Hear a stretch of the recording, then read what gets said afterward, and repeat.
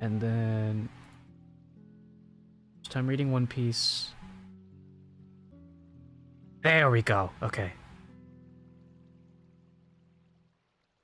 Now I gotta figure out why my model's not... Oh, I know why my model's not moving. It's because my room is dark. There we go. Let me go ahead and turn on my AC. Yeah, I went live at the hottest possible time of the day. Why did I do that? I don't know. Well, I know why. It's because I got tired of not having gone live for the last 2 weeks. So, I was thinking it probably would have been... Sin! We can't have the Dino CEO on One Piece Day. No, it's fine. What's good, man? What is good? I wasn't sure if you'd be able to tune in because of your fuck-ass work schedule. Gotta dapper up in a suit for Sanji? Wait, he's cooking? I think he's cooking, chat. Just like Sanji. Wait, why'd you say good stream? Did it cut off?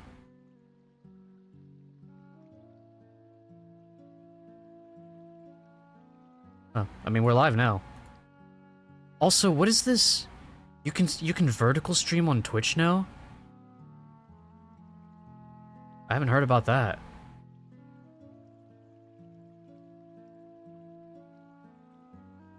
Well, anyway, I missed being live and I missed One Piece. I was considering maybe recording myself reading One Piece, but I think what I just need to do for these streams is just do what I do for my Witch Hat reactions and just... What makes those easier for me than streams is I allow myself moments of silence to physically rest. So I think I need to start doing that. If I need to, I'll like type in chat while I'm taking a break. Physically. Oh, let me open up One Piece manga. I want to spend some time catching up. What would also be nice is... Oh god, aren't we like 40 chapters in or something? Yeah, holy shit. What would also be nice is if I had the energy for Fandom Friday tomorrow. Which I will try to do at like 6 PM tomorrow, so that'd be like an hour from now. Alright, we got the manga open. I missed One Piece. I at least wanted to get One Piece stream in. Haha, one. Honestly, we're gonna, like chat, we're gonna be lucky if I get like one stream a weekend at this point with the way the weather is.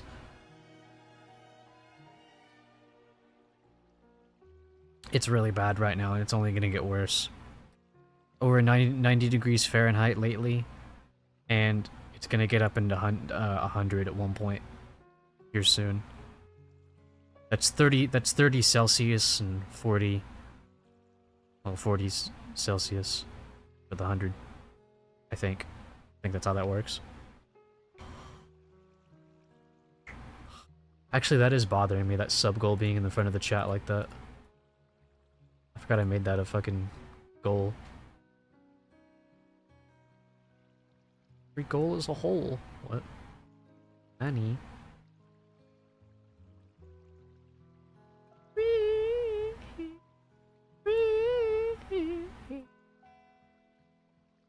Damn, how small do I gotta make this sub goal? There we go. Oh, my dog!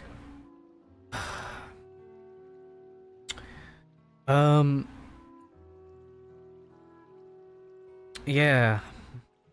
I am a person that is existing in this world. How about you guys?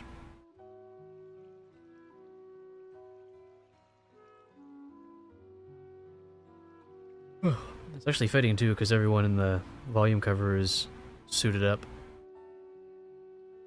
Like Iron Man? Bat chest.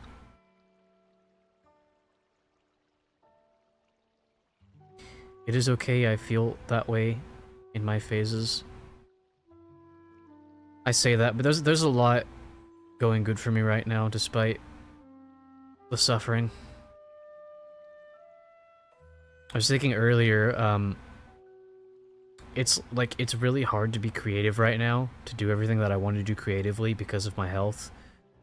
But at the same time, I feel like times like these are the most important times to be creative. Now, I might have to tone down on how much I do, but allowing myself to do anything at all, I think is going to be very good. Especially because I've been doing stuff with people, like creative projects with people. And, well, really only one right now, but it's good to hear there's good that overshadows it a bit. Honestly, the good is in my life is far outshining the darkness. I'll be so for real. The goodness that's in my life is very bright.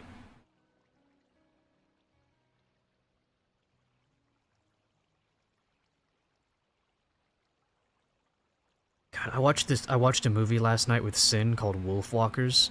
Have y'all ever seen it? The movie's been like living rent free in my mind. And then I watched K-pop Demon Hunters for the first time this morning.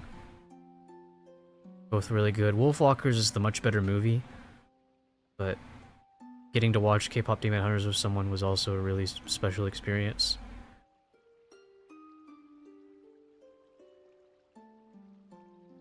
And after I watched Wolfwalkers yesterday, I watched after Sin left, I rewatched my goat Dinosaur.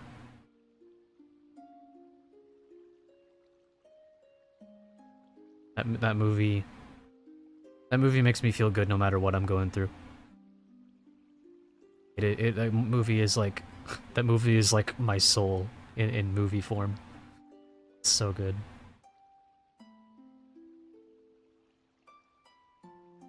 I was thinking like, if I ever show that movie to anybody, that's like I feel like that movie is like my love language. I don't think I have. No, I've shown it to people before, but it's been a long time. Like, if I'm showing you Disney's Dinosaur, I'm showing you like my soul. Like, I want to. I like. Disney's Dinosaur is a very special movie to me, and if I'm sharing it with you, that means you are very special to me. So, watch out if there's any friends watching. I'm gonna sit you down. We're gonna watch that goddamn movie.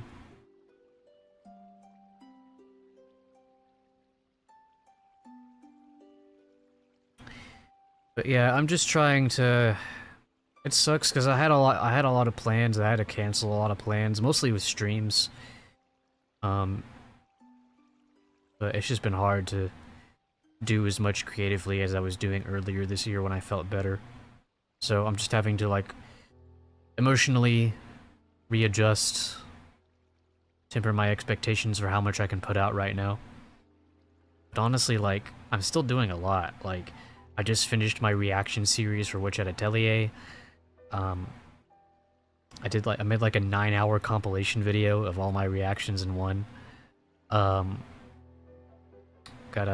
The Flames of Destiny coming out soon. Here, let me link my other channel so y'all can subscribe. If y'all want to see a Silver and Blaze audio drama written in the style of a novel, where I voice Silver and Baratie35 voices Blaze, let me grab this link. I'll link it in both chats. Go subscribe there, because that's where it's dropping. I don't know when, but should be soonish. Because I'm going to drop it when Bretta drops, the day that Bretta drops her next video. I don't know if she's made it public about what her next video is going to be about, but it's a really cool topic. It's about a Sonic character who recently got some spotlight. So it'll be like a psychological analysis on that character. But yeah, when that video drops, I figured it'd be good corpa. Drop my video at the same time, that way the people that watch that video can see my video. I think it'd be cool to like we both have the video go out on the same day. I'm sending you to Big Al, so God. Big bucks! What did he say at the end of the video? I'm trying to remember. We got a distress lid is on tight. Konnichiwa. Al is back, ladies. Let me tell you why Melee is the best Smash game. I've got this one voice. Like this. I'm gonna run you over when I come back down. It's Wayne Knight, who's also Big Al. It's Wayne Knight, Barney Rubble. It's fucking... it's like Tigger from Winnie the Pooh. Like, bounce on it, Dio. It's just like a... It's just... I wish I could actually do those characters all accurately, but when I try to do them, it just defaults to whatever that voice is. Big bucks. Big fucks. We get silly with it. We get silly with it sometimes.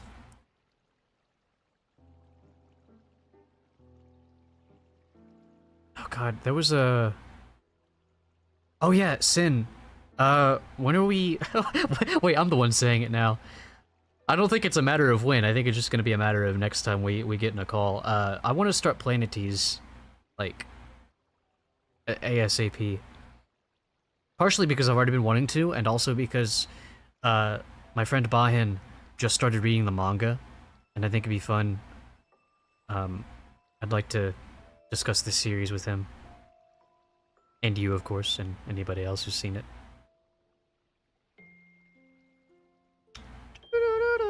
But like I told you, with watch party stuff, it's a matter of like, it's not gonna be easy to plan. It's just gonna be a matter of like, just ask me at any time and just be like, hey, can you do this right now? That's gonna be better for me. What now, Jamie?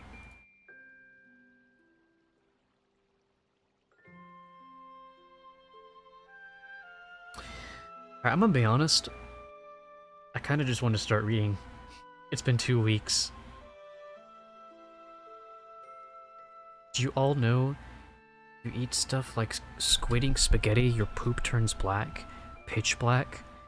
Okay, so what do you think? If you eat rainbow-colored spaghetti, do you think your poop will be rainbow-colored?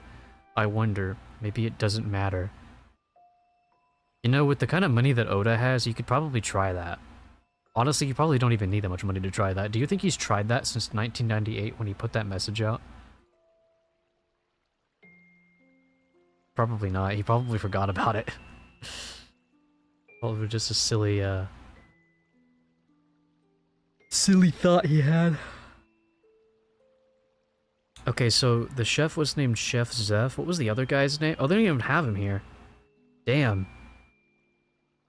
That's crazy. I was trying to think of what the other cook's name was.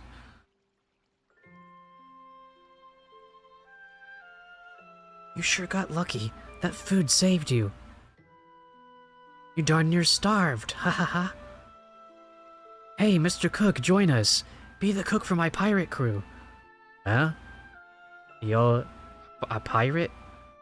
Why'd you fire on us? It was an accident. A stray cannonball launched in self-defense. That makes no sense. Now, you'd best watch yourself around here. Chef Zeph used to cook for a famous pirate. That old man was a pirate? Baratie is the old ratbag's treasure. And the cooks who flock to him are all hot-blooded pirate types. For a place frequented by pirates, they're perfect for the job. Yeah, this place is a nut house. One grows used to it. Some people just come to see the pirates and the cooks go at it. But the waiters got scared and jumped ship. Oh, so that's why he wants me to work for a year. Yeah, totally not just because you need to pay off the damages that you just caused him. Anyway, you should sail with me. I decline. I've got a good reason for staying here. No, I decline. What? Decline what? I decline your declination. You're a good cook, and you're joining my crew. Now hold on, listen to my reason. What is it then? None of your business. You just told me to listen. I mean, respect my wishes. Oh, I mean, respect my wishes. I'll make a fillet out of you, you crap hat kid. You make fun of this hat and I'll send you flying. Sorry to butt in, but... What? I'm Jin, one of Krieg's pirates. If you're really a pirate, what's your prize? I'm after the One Piece. I'm going to the Grand Line. You don't have a cook. You must not have much of a crew yet. This guy makes 5. Don't count me. You don't seem like a bad sort, so I'll give you a word of warning. Whatever you do, don't cross the rickety don't go to the Grand Line. You're young. Don't rush to your doom. Seas are vast.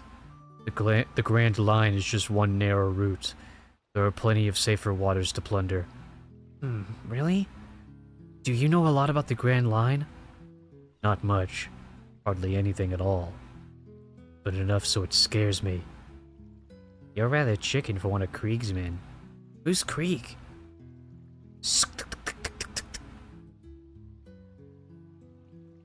Oh, divs for table 3. Serve it yourself, we got no waiters. Making trouble for us, Patty? What? That fella you clobbered today was one of Krieg's cutthroats. That's what he said. Don Krieg's the meanest pirate in these here waters. Hey. I don't know which person's saying this. He's Don of the Pirate Armada. Oh no, it is Patty saying this. He's Dawn of the Pirate Armada, a consortium of 50 pirate crews. He's a pure devil, he is. He didn't say he is, but it just felt right in the accent. So what? He commands 5,000 killers, and that fellow is one of them. Well, this is a different guy. Fuck it, he has the same voice. If he tells Don Krieg how he was mistreated here, they'll run us over like stampeding elephants. They'll make mincemeat of us, they will. Oh yeah? You think I should have fed that dog? How would the paying customers feel? We're the trademark of Baratie, the ferocious fighting cooks. Do you know how many pirates we've chased off? If you're scared, then quit. That's just what you told the waiters, wasn't it? It's 'cause of you we're so overworked. Huh. Those lily-livered fools were useless anyway. I don't remember what this guy sounds like. Hey, idiots, get to work. Aye, aye, chef. Well, just thought I'd warn you. I'm going to the Grand Line anyway. Do what you want. How you throw your life away is your business. Sanji, my thanks. You saved my life. That grub was fine. Can I come and eat again? Anytime. Chore boy, there you are. Yikes, the chef. Good luck, Jin. You're gonna catch heck now for giving me a free meal. What? Free meal? Where's the proof? Stay out of trouble, Jin. Sanji, chore boy, get to work. I wish I could remember what what voice I gave to the chef. I'm actually curious. Let me go back to the VOD. Give me a chance to catch a breather anyway.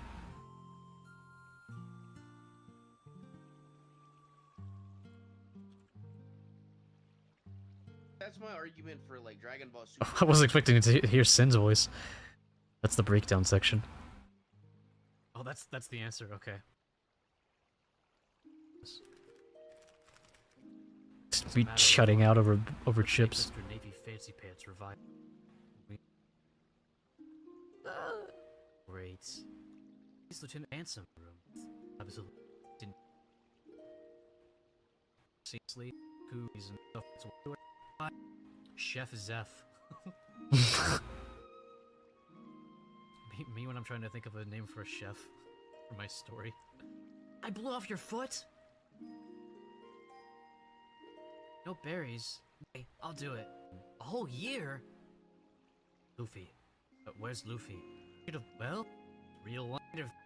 Bug for. Okay, I think in the next scene where I voiced him, I had a voice developed. Just straight. I guess in the next chapter. What is that? Shut up! Okay, kid. Since your time's so precious, I'll offer you a quick way out of this. Okay, I'll go with that voice. I'm Luffy, but for now I'm Chore Boy, reporting for duty. On hiatus from piracy, free labor chore boy, Monkey D. Luffy. Yeah, a manga author would know the word hiatus pretty well. Where's table 6's dessert? Who took that order? You did, fool. I'm too busy. Open your eyes. You looking for a fight? You got nothing to do. Wash dishes, chore boy. Okie dokie. Where's Sanji? Flirting, of course. Again? And he's assistant chef? Makes me want to puke. No, but he's been here longest. Ever wonder why Sanji stays, even though he don't get on with Chef? He wants to be head chef someday.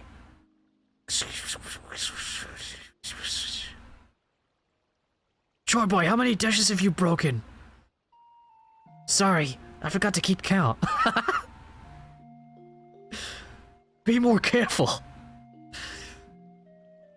That's so fucking funny, dude. I forgot to keep count. That's like the funniest joke I've seen in the whole series so far. Watch that be something that get like cut out of the anime. Enough dish breaking. Go bust those tables. Okay. And stop swiping food. That was for a customer. Yum. It's my Sonic voice. Hi, Pomney. What's up, T1? Good to see you. Good to see you. I hope I'll have someone to talk about when I'm done reading the chapters today. I hope I'll have someone to around to talk with later.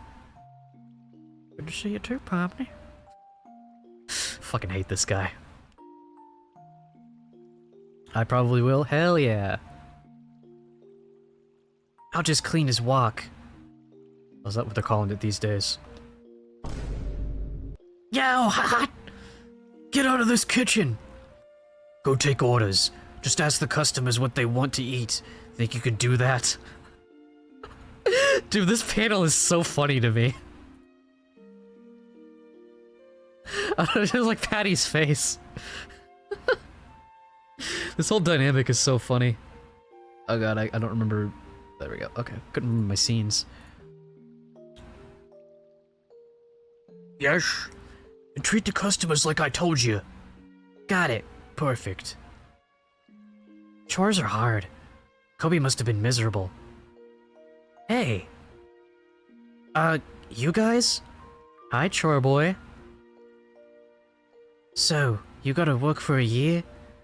Can we change the ship's flag? You're eating without me? I'm slaving and you're eating out? That's mean. Quiet down, Luffy. Are they your mates? Eat this. Oh, he put a booger in Zoro's drink. Why shouldn't we enjoy a nice meal? Yeah, why not? I'm having a hard time remembering Usopp's voice. The food's not bad, but I do feel bad for you. Usopp's like holding in laughter as Zoro's about to take a drink of the booger water. Oh! You drink it! No! Never mind, Zoro caught that shit. What'd you do that for? What did you do that for? My sides hurt. Oh, see, can you see? Wait, what is Sanji singing here? Oh, see how grateful I am for this day of days. Oh, love, smile upon me, for I cannot survive this pain. This is probably not at all what this is supposed to sound like. I would stoop to becoming a pirate, or even the devil, if only I could be with you. Such tragedy. The obstacles between us are great. I think Sanji's my favorite voice to do. Obstacles, Sanji. Oh, the crap geezer. Follow your heart. Go be a pirate. I don't need you here anymore. What? Holy shit. This cook saved you from certain death. That's how you made it back, eh, Jin? I don't know who this character... Oh, it's Krieg, okay. Well, this is what Krieg sounds like for now. I'm gonna try to not turn it into, like, the same voice I did for Morgan and, Claudor. Or, I don't remember what his other name was. Aye, sir, but I didn't know the flagship was in such a condition. Don Krieg. Oh, really? I'll guide you there. To Baratie, ocean-going restaurant.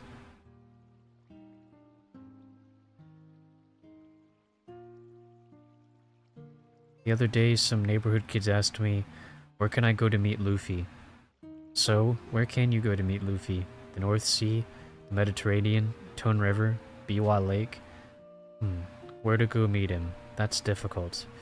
If you were to take an unhurried journey around the world's oceans, you just might see him. But at sea, you'll also encounter the likes of Buggy. Dude, hell yeah, I want to meet Buggy. So make sure you're careful. Always be careful. I have a question about 1-2 Django. What's with the striped goatee? Oh, this is the mushroom lore. It's a mushroom. Before becoming a pirate, he was a wandering dancer, but business was not good, and he was always going to sleep without a bath. Then a striped mushroom started spreading from his chin. He was hungry, so he ate the cap of the mushroom, but it tasted terrible. He swallowed it nonetheless, and ever since then he's been able to hypnotize people. So the stripes on his chin are actually the leftover bit of mushroom. Yeah, that was... I already knew about that. Someone told me about that already. Oh, more Buggy. More Buggy food for me.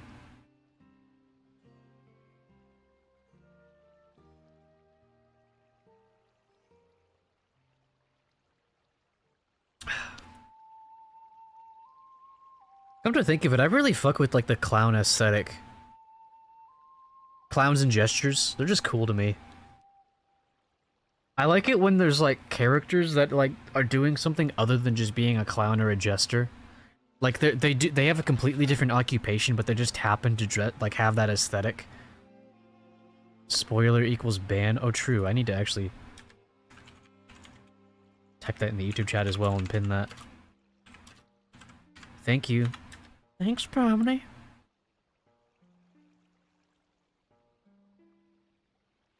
Hey, crap geezer.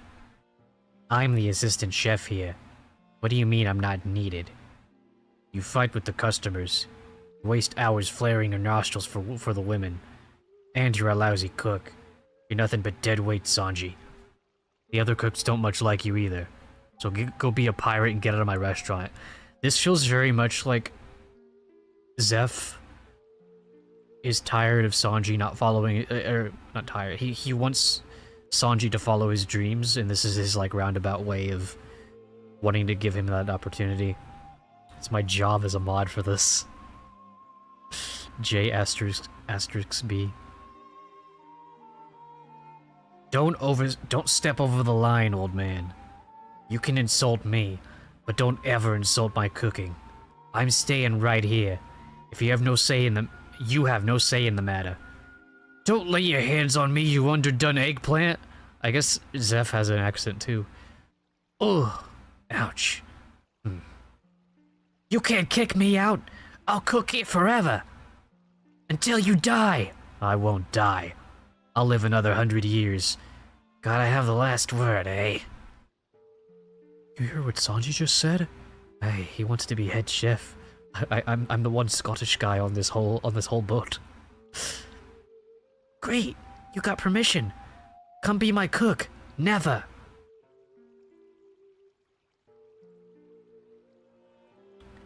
Forgive the commotion. A fruit macedon with my compliments. I have no idea if that's how you say that. And Grand Marnier as a digestive, my princess. Oh, thank you. How gallant. Not at all. Not at all. Hey, don't we get any? That's discrimination.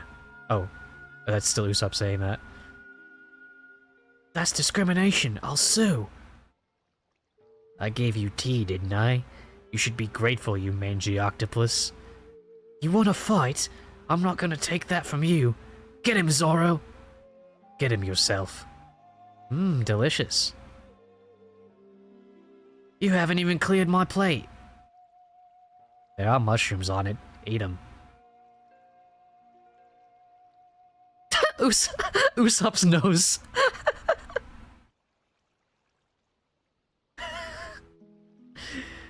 Your Sanji is going into 4Kids territory, and I love that. Oh no, yeah, 100%. There was a stream where I went back to that, and I was like, "Fuck it, I'm gonna do the accent." More like Joey Wheeler though. I don't like mushrooms. I ate a poison mushroom once when I was a kid. Well, those aren't poisonous, so eat every bite, long nose. Usopp's nose is great bits in One Piece.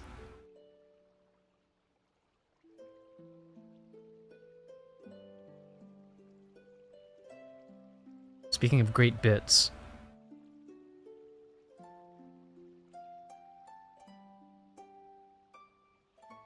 Me when she says I'm a worthless hole. Anyway. Oh, please, don't fight over me. As you wish. Who's fighting over you? Chef dear? Yes, my sweet. This gourmet foray is a tad pricey. I have no idea if that's what that means. If that's what that's said. Flaccid nose. I was trying to say because it was going up. God damn it. For you, it's free. Hooray, my hero. Pay up, you bums. What? Did you bewitch him? Good tea. Good tea. Ah, lovely. You three better watch out, too. I don't know, I feel like Luffy might be like Arrow Ace. He's got that, like, shonen... He's got, like, that battle shonen, like, aspect to him to where, like, he doesn't seem to, like, feel anything for women, like, romantically. Luffy is so Arrow Ace, yeah, like, he's a lot like Sonic in that regard, I think. Also, Deku! I don't know, is Deku Arrow Ace, or is he just fucking clueless? I feel like he's just clueless. Asta, though, Asta is a fucking... Asta is highly romantic, but only for one person. It's funny, because Asta's romantic, but he's also clueless. Hi, Sanji, I've missed you. So nice to see you, Roxanne. I thought he said Roseanne for a second. You imagine if... Dude, I ship Sanji and Roseanne. Hi, Sanji.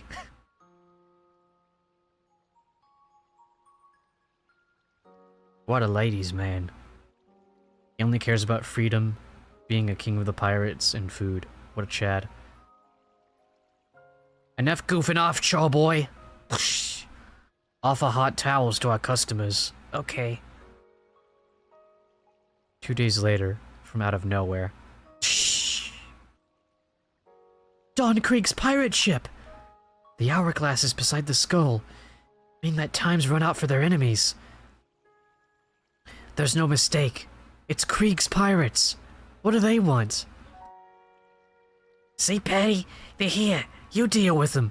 It can't be! The dawn of the pirate armada and his 5,000 men! Here! Would they come just to avenge one flunky? Well, they're here. That's definitely his ship. Whoa, this is bad. Wait.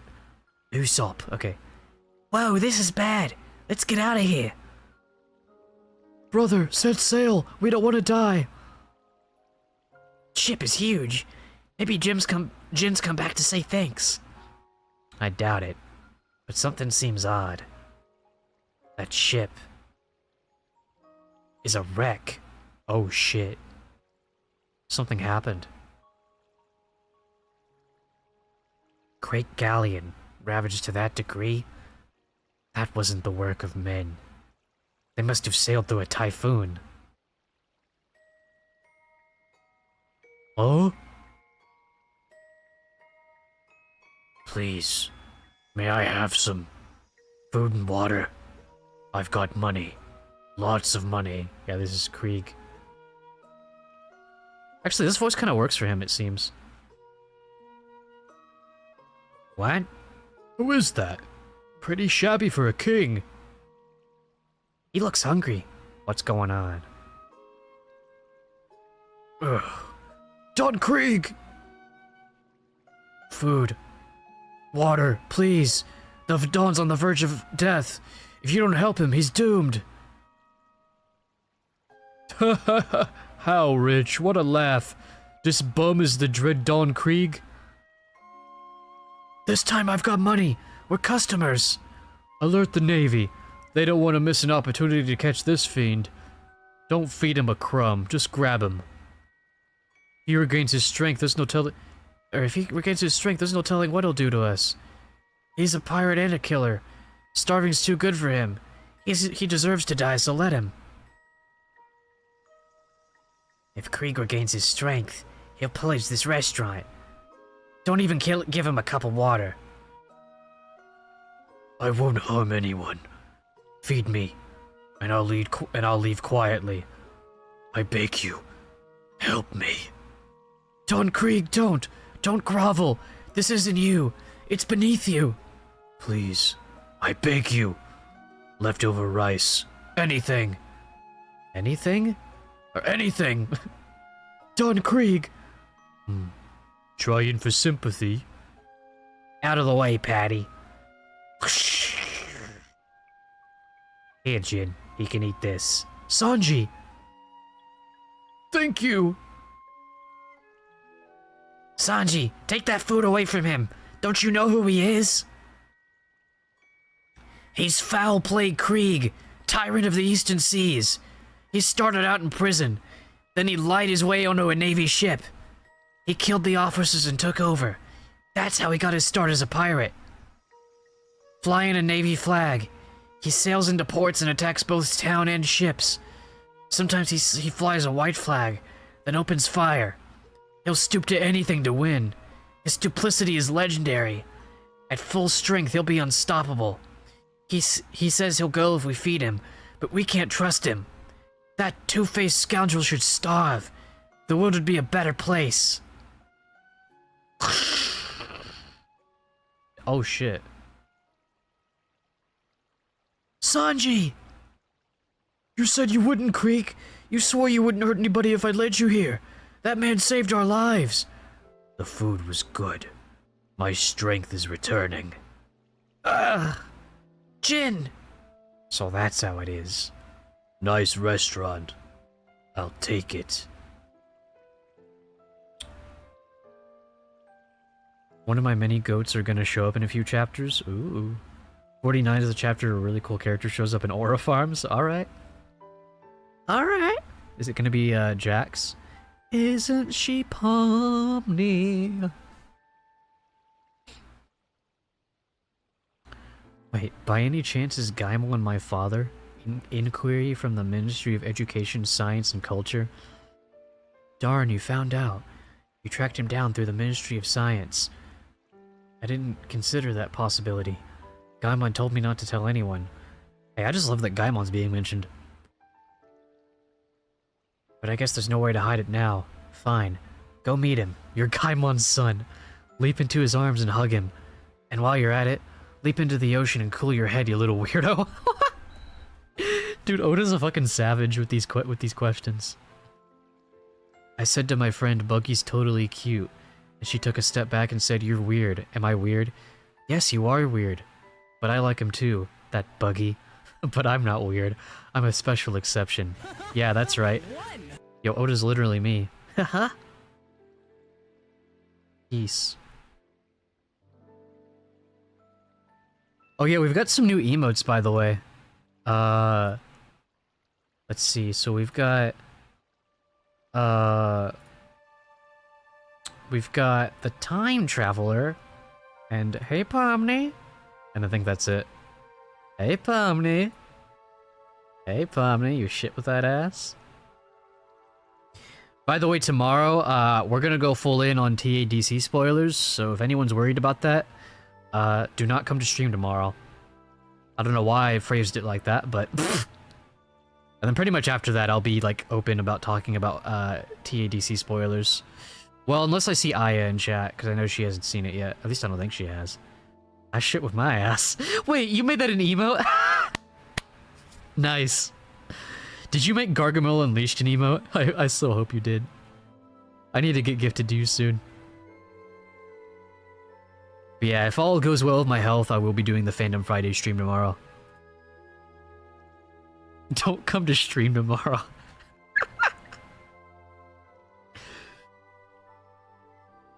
Wait, whoa. I have a request. Please give me Gaimon. Okay, but check with his son first. Dude, this is the best fucking Q&A, like, ever. When an artist is drawing chapter 10, which chapter is appearing in Shonen Jump? I used to be interested in these questions myself. At present, issue 46 of Shonen Jump. Japanese edition is out in the world. One Piece... Okay.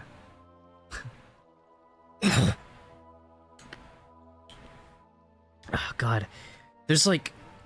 to let y'all know how hot it is, there's, like, flies and gnats and moths all over the house right now. I'm pretty sure I just swallowed a fly.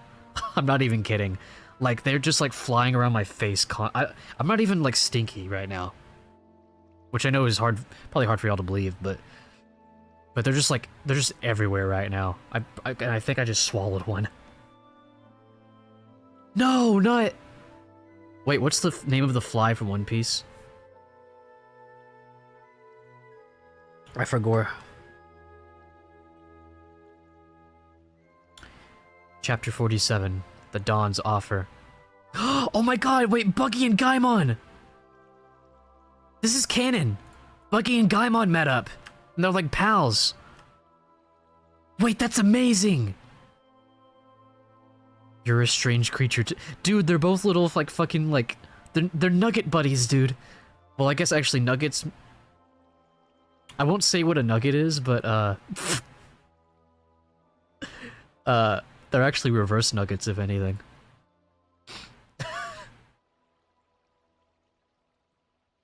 Outrageous. Creek wants the ocean-going restaurant? Get in here. You'll be crushed between the hulls. What's all the ruckus? Don Krieg, you swore. Jin, are you okay? What? My ship's a wreck. I need a new one. When I'm finished with you, I'll dump you. I have about 100 men on my ship who still draw breath. They're dying from wounds, hunger, and thirst. They need 100 rations of food and water. You will prepare them. Some have already starved to death. Mizu. Chat, does anybody here know what Mizu means in Japanese? You could probably guess based on context, but... Mizu.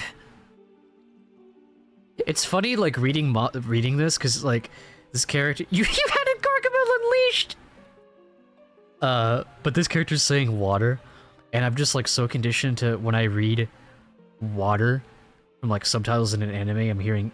Mizu. There's no time to waste. There's no time to play games. Gargamel is going to unleash his seed into my womb.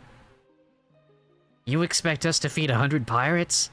So they'll have the strength to take over our ship? We refuse. Refuse? You don't understand. It's not a request. It's an order. Do not defy me. I'm sorry. I just fucking T1's reaction.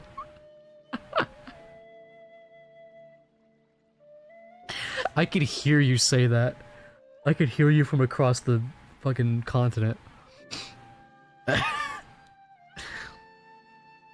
Sorry, Sanji. I never meant... You got us into this mess. Where are you going, Sanji? The kitchen, of course. We've got 100 meals to prepare. What? Sanji! That's right. Sanji. Oh shit. Are you Krieg's dog, Sanji? We can't let you into the kitchen. We're not going along with this. It's an outrage. If you want to stop me, fire. I know they're unredeemable villains, but my job is to feed people, not to judge them. It gets too complicated. If a man is hungry, I feed him. That's a cook's job. What's the problem? Patty! Hold him down.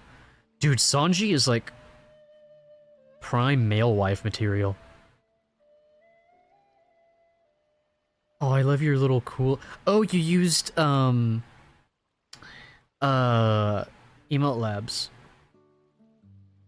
Why do you just have a Dr. Pepper emote? Pepper, please sponsor. That's crazy. Gargamel Unleashed. If I have some feedback for Gargamel Unleashed, I would say maybe... Well, no, you can't zoom it in, because then... Ah, damn. I was gonna say if you could zoom it in, the text would be more visible, but... Yeah, you can't really zoom it in, because then you'd be cutting off the text. I'm sorry. Sanji, I know you feed the people I chase off. Maybe you're right to do that sometimes, but this time, you're wrong. I just realized Patty has, like, Popeye arms. Now you keep still. I'm gonna defend this restaurant. He may be Don Krieg, but he's just one man. He can't beat all of us. This is Baratie.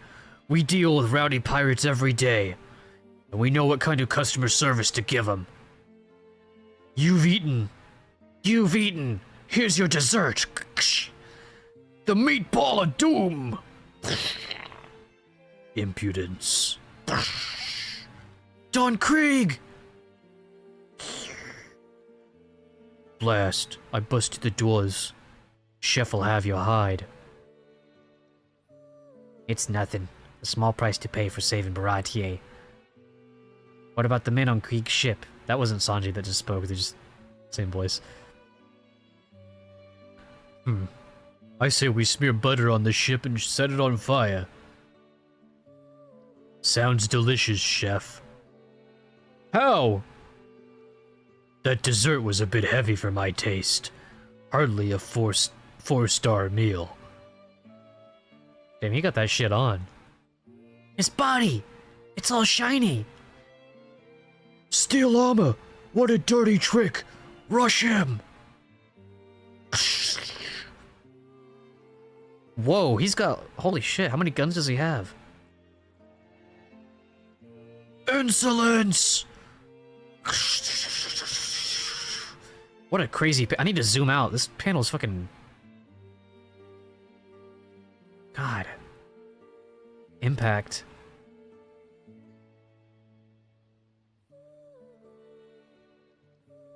Gun barrels all over him. Bullets.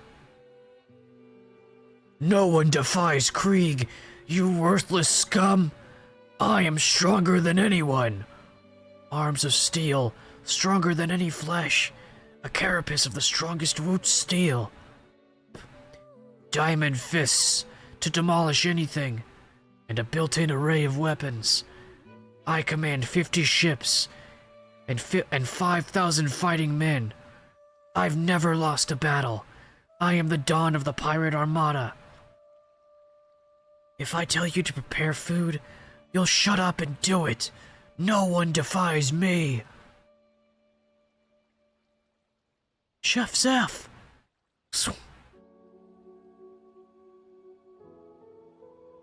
There's food for 100. Take it to your men. Zeph. Did you say Zeph? Oh, they know each other. Chef, what are you thinking? If we feed all these pirates, they'll come and overrun us. Unless they're all spineless dogs. Huh? You went to the Grand Line. But you ran scared, eh? Whoa, he called Krieg a coward. The tyrant of the Eastern Seas, who commands 50 pirate ships, couldn't handle the Grand Line. Oh, I think that was Zeph saying that last part. Grand Line? You're Red Shoes Zeph. Oh shit. I had a feeling Zeph had a history to him. Cook him some fish. Don't have too much fun with Gargamel now. Hey, Gargasmell.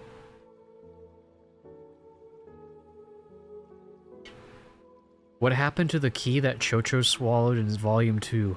It came out with a lovely brown sheen. That's crazy. He really dropped that generational brown. Let me see if I can share this image with y'all. It's fucking... I need to just save this image. It's so fucking funny. It's been rent-free in my head for like days. I don't even know what it means. It doesn't make any sense. Just the phrase generational brown. Yeah. Hang on, wait. I'm downloading it right now.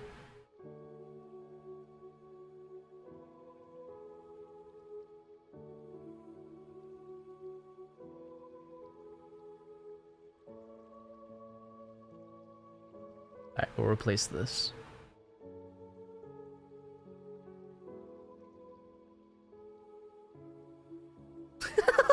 Oh wait, you can't see it yet. There we go. Like, what does this even mean? When you drop a generational brown and get a phantom wipe, what the fuck does that even mean? But I don't know, just like the term generational brown has just been like stuck in my... I'm gonna keep this on screen as we continue reading. When you drop generational brown. Oh god. Oh my dog! Oh. Gargamel plants the seed.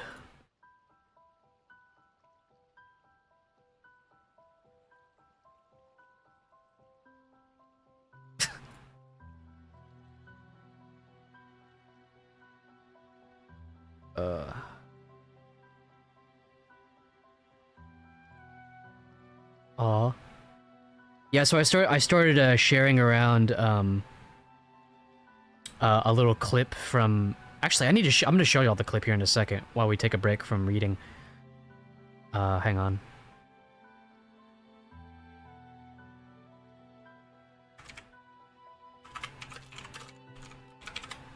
I'm just replying to a comment. Yeah, hang on. Let me show y'all this clip I dropped for the Flames of Destiny. The Flames of Destiny. Silver. Little sneak peek at the thing I mentioned earlier. A small yet powerful vortex of fire rushed through the winged monsters. The green light in their eyes faded as they slammed to the ground. The vortex stopped on a platform across from Silver. As the centipedes turned their heads, a light purple figure stood briefly, before returning to fire and ripping through the air toward a centipede to Silver's right. The arthropod's head exploded into volcanic gore. The fire vortex bounded from centipede to centipede, all around Silver, blasting each one into smoldering hamburger. Silver shielded his head from the debris as the canine monster roared. He heard another explosion. Then, the only sound remaining was that of fire splitting air. Even the whispers had been silenced. Silver dropped his arms to see the vortex escaping to the shadows of a ledge above a door. The fire faded. Then, fierce, golden thin eyes pierced the dark. The gaze penetrated Silver's heart. You there, state your name, the figure said. That's what we got cooking. Here, I'll show y'all a little bit more from the actual project, since I still have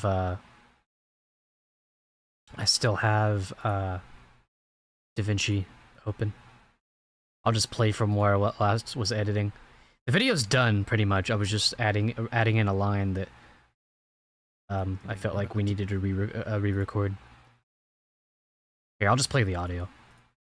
Deep down, there was a vulnerability, an insecurity, a loneliness. Years ago, Silver had realized he possessed a surreal ability to almost feel what others were feeling, even if he hardly knew them. A sort of empathic sensitivity. He had also learned to be careful, not to let his biases fill in the gaps, causing him to misread people. Well, this is Soliana, he said, then shrugged his shoulders. What's left of it anyway? Alright, that's all I'll play for now. I didn't really get the chance to show off my Silver voice in that clip I posted, so. Although you're kind of hearing my Silver voice for this One Piece reading, because I'm doing a Silver-ish voice for Luffy. Not quite the same though. Similar range, but different performance.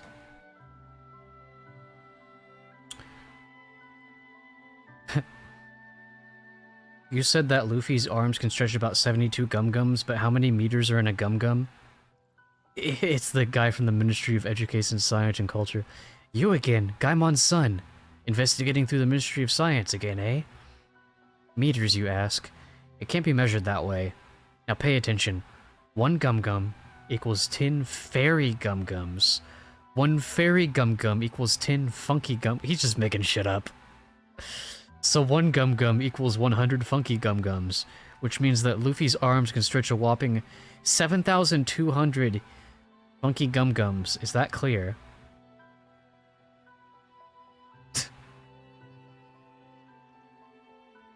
How come Luffy and Zoro don't go by the names Monkey and Roronoa? Or are those their surnames? Their surnames come first, Japanese style. Luffy and Zoro are their first names.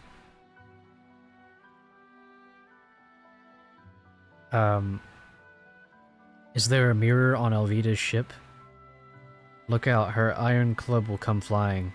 You're on your own. Man, what a dangerous question. But I bet there isn't a mirror. Clang, ow. Okay.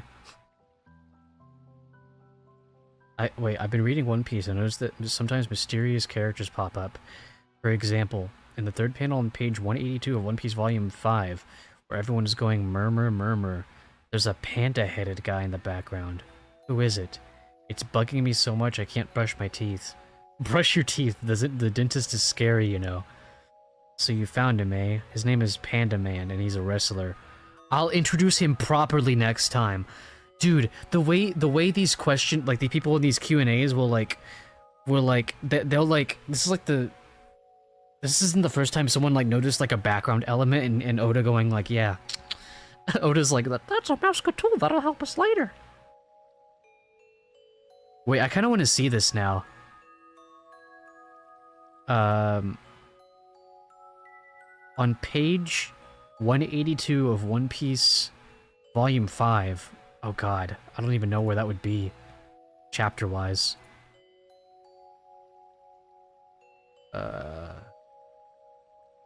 Okay, page 182. God. Nah, that's gonna take too long to try to find. Interesting, though.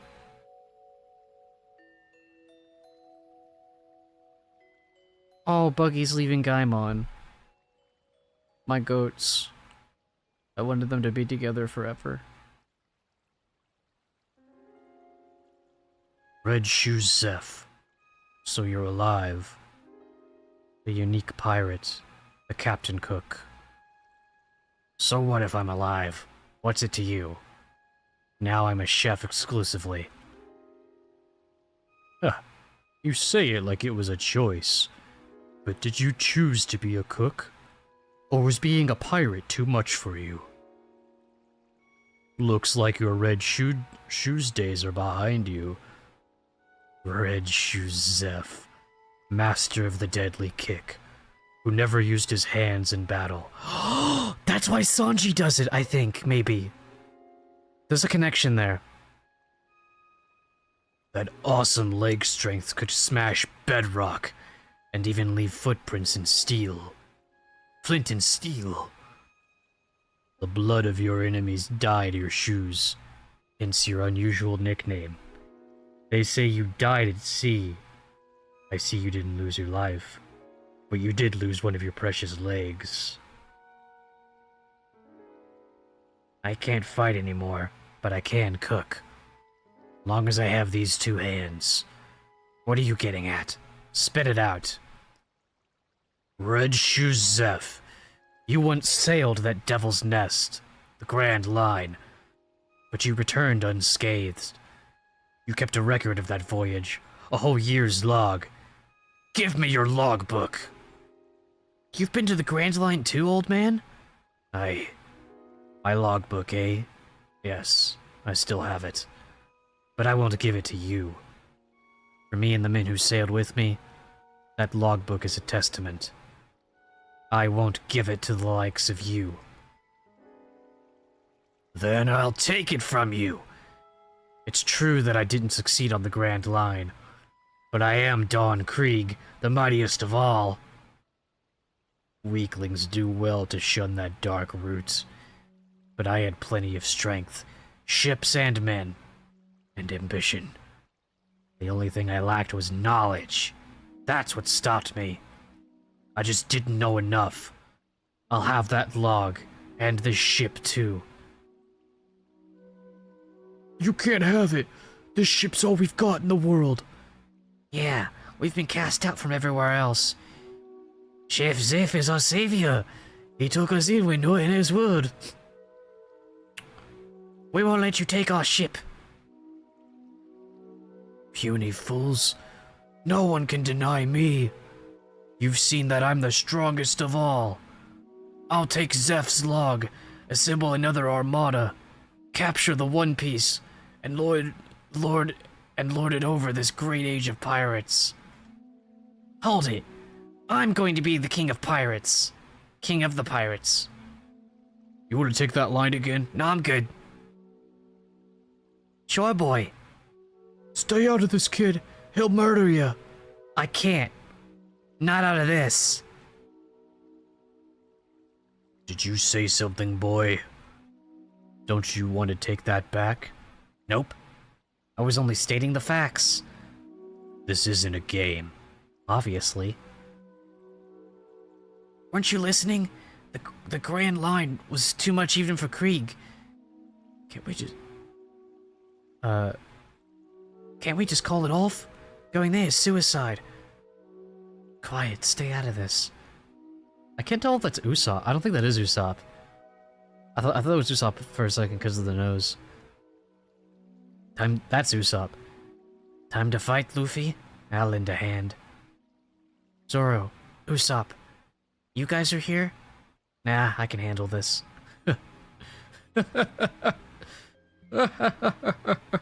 That's your crew? Pretty thin, ain't it? I love this. Wrong. There are two more. Don't count me in. Don't be so cocksure, kid. Cocksure? I had a fleet and 5,000 men. In 7 days, we were smashed to bits in that demon sea. 7 days? Krieg's armada was destroyed so quickly?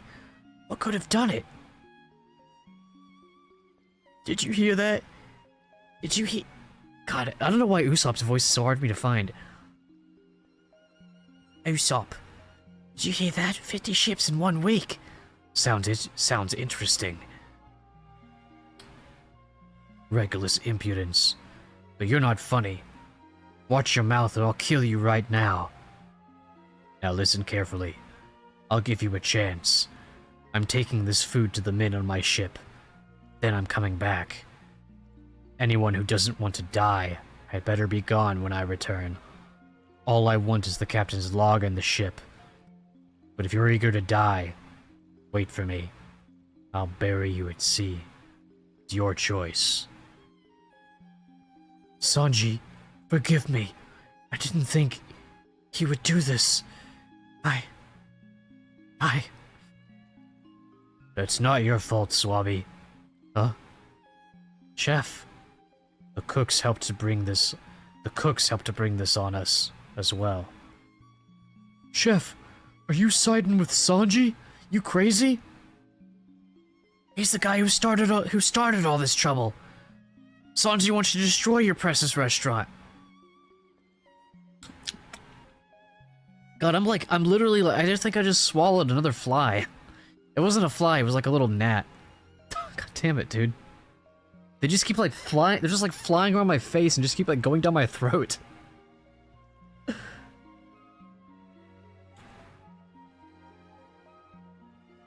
Don't you, Sanji? You'd do anything to be the head chef. Either that or you're insane. Which is it? Shut up, you eggplants! Has any of you ever really been hungry before? Have you gone for days without food and water on the high seas? Do you have any idea what agony is? Huh? So what, Chef? If you're gonna keep moaning, then just head out the back door. I'll stay and fight. I can't stand to let Krieg have his way. Me neither. This restaurant is my home. Yeah, I got nowhere else to go. What are you, fools? You saw what Krieg can do. You'd better run. Jin, listen to me. As a cook, I consider it my duty to feed the hungry. But soon, I'll be facing plunderers with full stomachs. So if I have to beat your mates to death, don't complain. If they try to take over this ship, I'll slaughter them without mercy. And that goes for you too. Got that? First you save him, then you kill him? Good idea, Sanji. Be quiet, crab looker.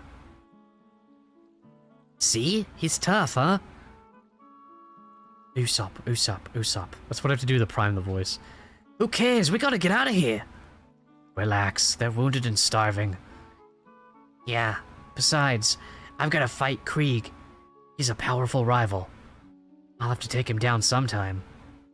By the way, Jin, also, notice how Nami is missing. What's she up to, huh? You said you didn't know anything about the Grand Line, but you've been there. I know nothing. It's all a crazy fog. Something happened on our 7th day out. But was it a dream or reality? It's all mixed up in my head. He appeared so suddenly. Just one man. How could one man scupper 50 ships? Scupper? I've never heard that word before. Ooh, I wonder who this is. I see a silhouette. I don't recognize it. I don't think it's Shanks. What? Impossible. Krieg's armada was destroyed by one man? Before we knew it, our ships were sinking, one after the other. If that storm hadn't come up, he'd have sent the flagship to the bottom too. I'm not sure how many ships survived. It was terrible. Can't believe it was real.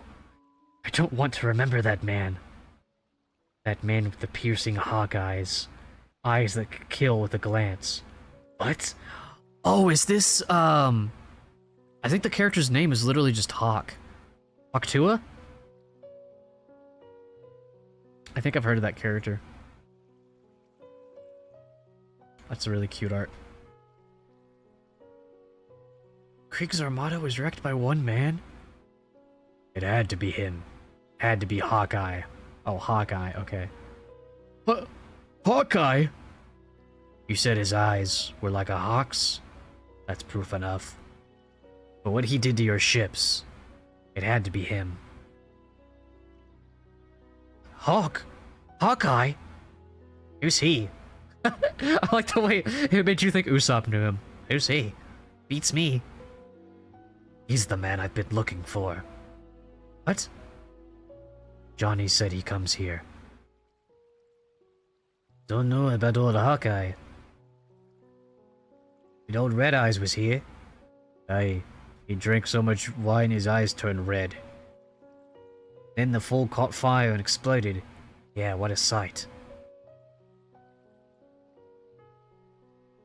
Even that Hawkeye you were hunting goes there.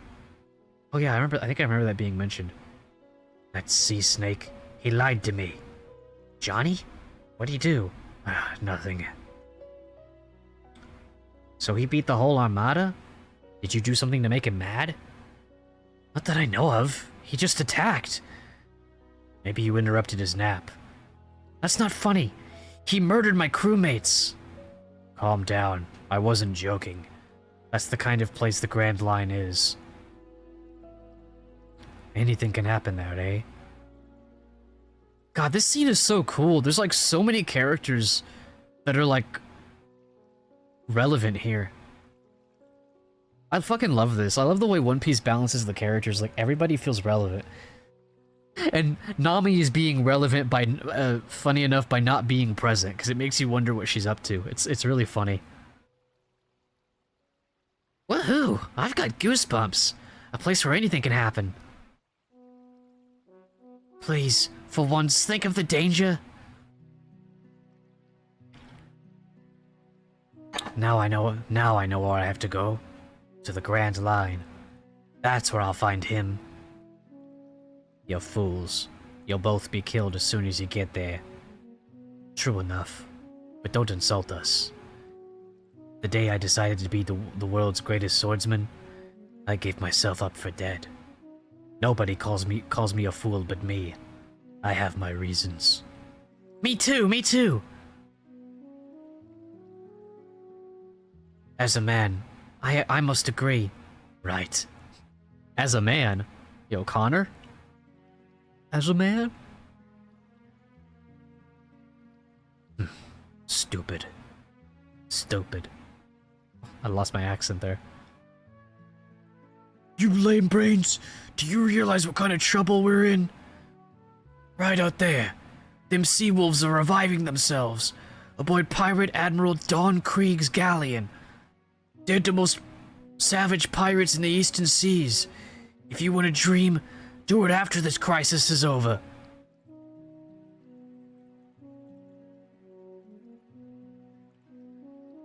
Oh, wait, why is this guy howling? We're saved! We're back from the brink. It's a miracle. Our nightmare is over. We've escaped our doom. Yes, and now we can return to the Grand Line. Huh? What's this? Why the frowns? Return? To certain death? Ugh! Anybody else? Or are we in agreement? Aye, arr! Now let's abandon this hulk and board the restaurant ship. A bunch of hooligan cooks can't stop us. They're coming. That's their battle cry. We must defend our restaurant. Stand down, you crooks. Ooh.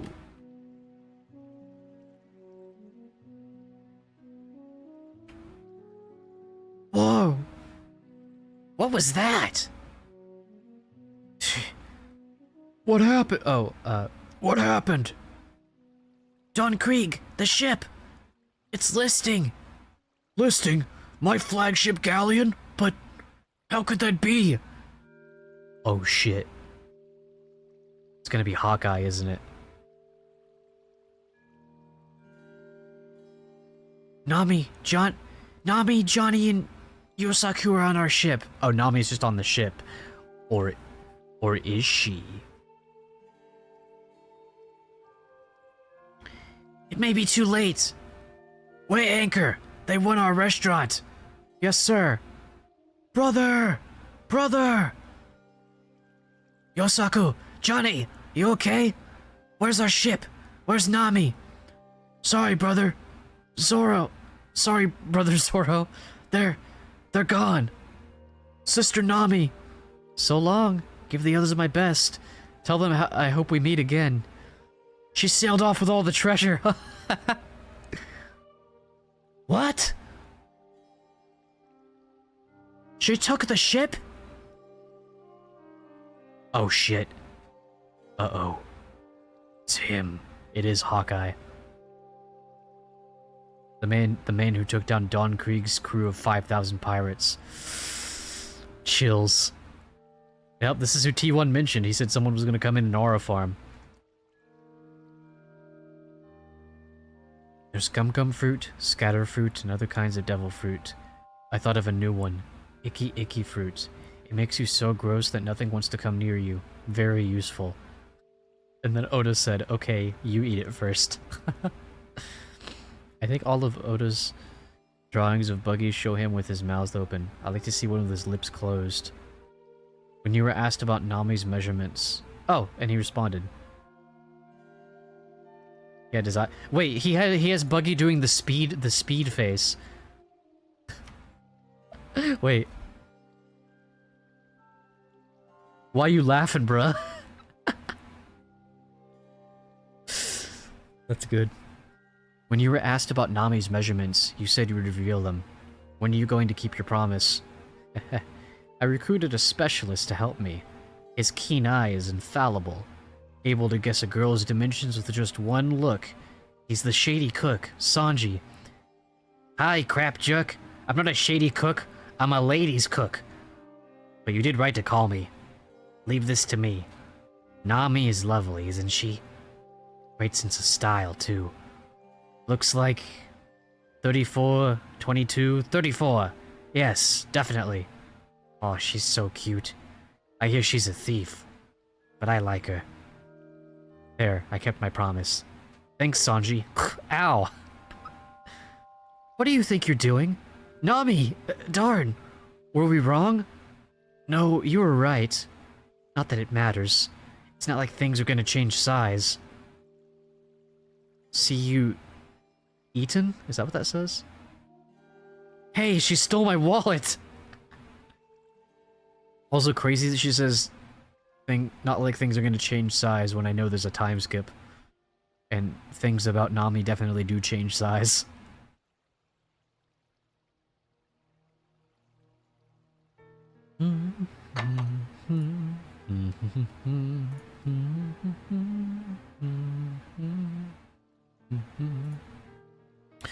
Alright, I'm gonna take a little intermission here and go to the bathroom. I'll keep this up for y'all to look at.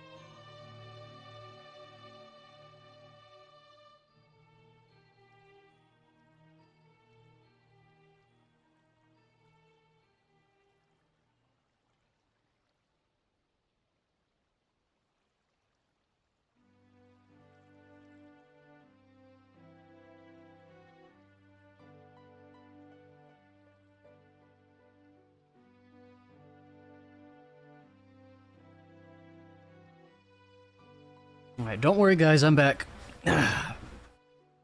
Don't worry. I know you were all clamoring for me to return. All... If I'm lucky, all 2 of you. No, I was, my roommate made club sandwiches. Getting that. I'm gonna drop some generational brown into this club sandwich, you know what I'm saying? Sheesh!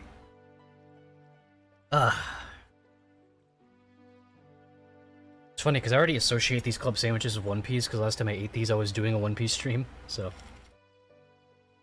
almost lost the sandwich.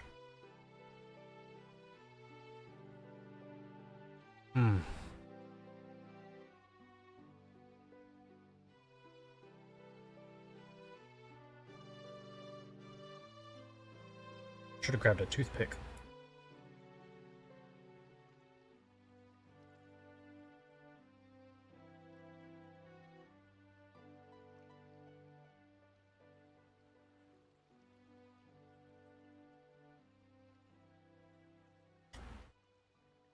I can't wait to, like, become familiar with, like, the food in One Piece. Because I think there's, like, One Piece cookbooks, aren't there? I assume most of the food from One Piece is made by Sanji. Like, most of the notable food. By the way, I feel, like, amazing today. Like, way more than I have in a while. I think it was that nap I took earlier. Let me see what the temperature is today. It didn't feel quite as hot.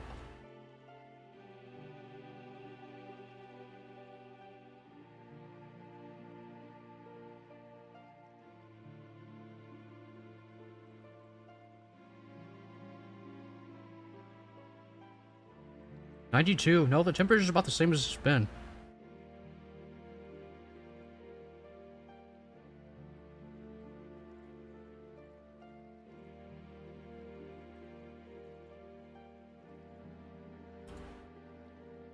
But yeah, I'll get back to reading after I'm done eating. I was getting pretty hungry as it was.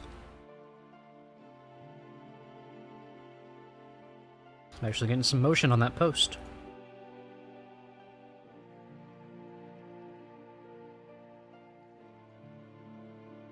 How about the short that I put out?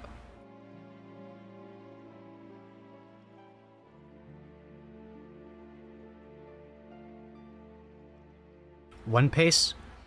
Do you want to do One Pace, or do you want to do Planetes? Honestly, maybe that's actually a good call on One Pace, because I probably will already be in the mood for One Piece, so that's actually a good call. We can watch Planetes after, because I know with One Pace I'll have to stop.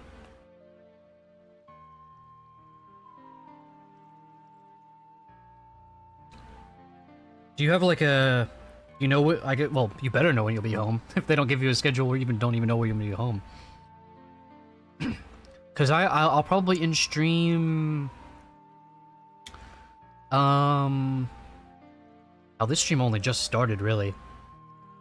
I don't know. Oh, that's right, I don't have to convert time zones. I'll probably end at like around, I probably won't go any later than 9. I don't want to go too hard today, because I want to make sure I have energy for, Fandom Friday tomorrow. Yeah, I'd be down for some One Pace. Too bad I can't stream that. I mean...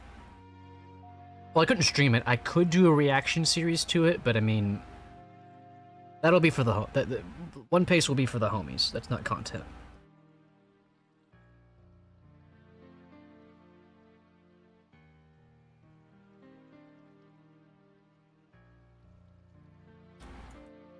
I've got a list of things, I want to react to, though. Make reaction videos on. So I want to do a Dungeon Meshi reaction series. I want to do a reaction to Look Back, the Backrooms movie, Indie Pilots. I'm going to do Patreon-only breakdowns of Today's Your Only Day Off, Oh, well, good. You'll be able, if you want to anyway, you'll be able to be there when I do Fandom Friday for the TADC thing. I say that as if like you were that is the only thing you were allowed to do. Do whatever you want, but that will be going on if you're interested in hanging out. But yeah, the Jurassic Park breakdowns will be Patreon only because Universal is very, very bad about copyright, so I'm not even going to bother trying to edit that for YouTube, so yeah. And then, I want to do other movies from the studio that made, Wolfwalkers. I might react to Baby Driver, or maybe I'll just watch it myself. Maybe I'll watch party it. The Little Prince. I think that would be honestly, the way that movie was, that might get me crying. So that would be a really good one to react to.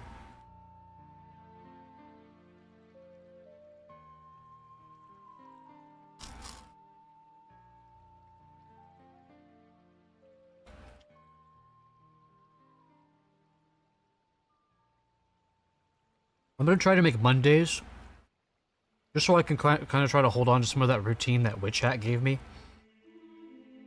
I'm gonna try to make Mondays the days where I record reactions.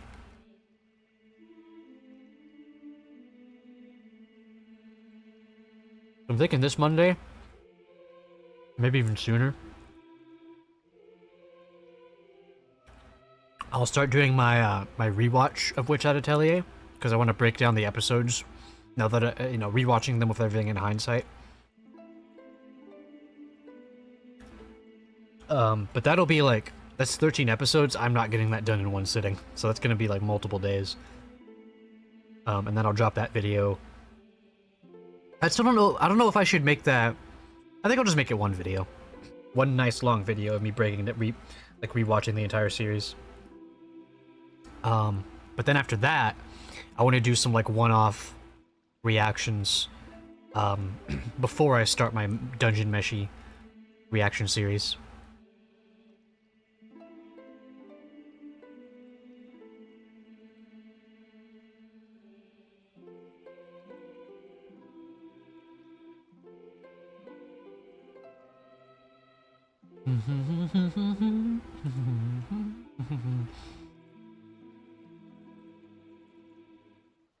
Generational brown.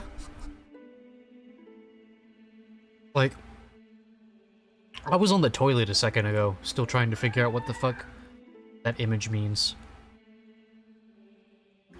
Like, phantom wipe? What does that mean? Is that like when you take a dump and you don't have to, like, you go to, because I call that no paperwork. Like when you go to wipe, but there's nothing to wipe, you know what I mean? Like where it all just like slides out without leaving anything behind. Why am I talking about this while I'm eating? I don't think that's what phantom wipe means though. I think whatever that image is trying to say, it means something else.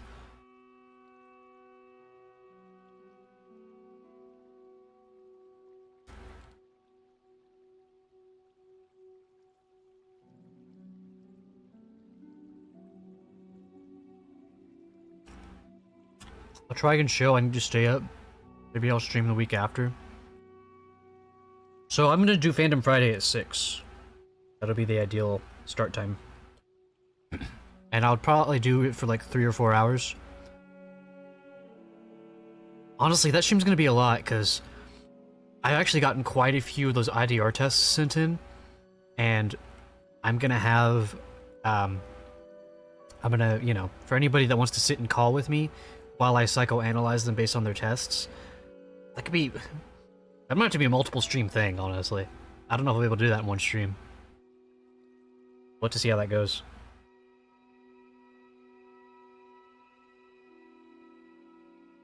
Because, like, people sent me their IDR things in the Reacts for Zealot channel on my server. I haven't looked at any of them. I think the only one I looked at a couple before I got the idea. And then they got reposted into there, but I got moved immediately to 12-hour morning shifts for the weekend. It legit feels like I'm being targeted by the substitute boss. Yeah, I don't have enough context for the situation. Could be that, or maybe it just feels like that. But it's just one of those things where they just aren't paying attention to what they're doing. They're just doing a bad job, and it feels targeted. I hope it's the latter. Because if you're being targeted, that's not a great place to work. I know it's not as easy as, well, just go get another job. Ugh. I'm sure if it were that easy, you would have done that by now.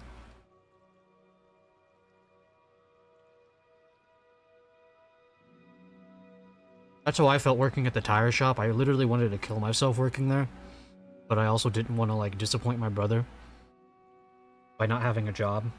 Little did I know. Well, I knew, I just didn't think about it.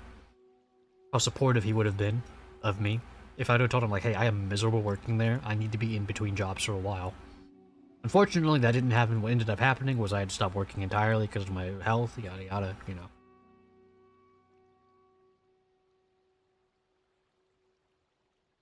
I'll be honest, though. I wouldn't change a damn thing about the way my life has gone up to this point. Like, just the experiences I've had, the positive things in my life right now, I wouldn't trade those for anything. I wouldn't even trade those for better health. If being disabled means I get to meet the people and have the experience I've had in recent times, I'll take all the fucking pain and suffering in the world for you guys. I'm back with Fih. Ooh. Everyone else is beginning consistent times. They're using me to fill in any empty spaces. And I guess maybe because like you're the youngest, and they think like, oh, hell, they can take it. Or yeah, that's kind of shitty. They should divvy that up. They shouldn't just have one person take the brunt of that. They should at least be fair with that. They should also give you a raise if they're making you do all that extra shit. Well, it's not extra, but it's... I guess it is extra, isn't it?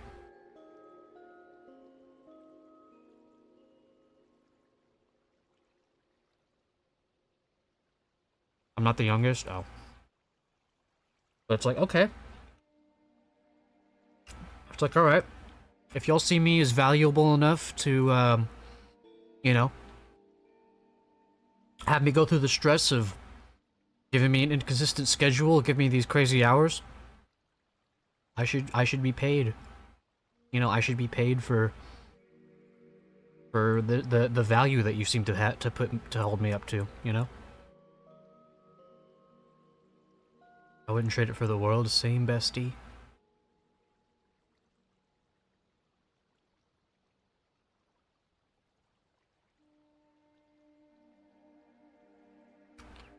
I'm sorry for anyone that's like watching the VOD and just wants to see One Piece. I want to finish the sandwich so I'm not hungry while I'm reading. They're hitting me with the why are you complaining about overtime? I fucking hate that. Like they'll like they'll use that excuse for anything. Or somebody will literally ruin your life and be like, well, why are you complaining? You're getting overtime.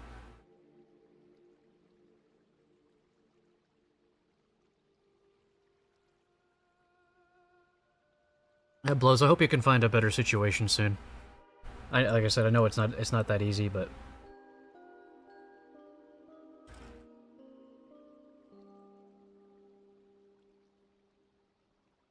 easier said than done.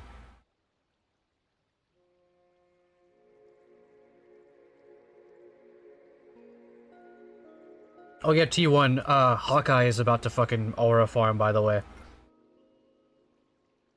We're on chapter 50.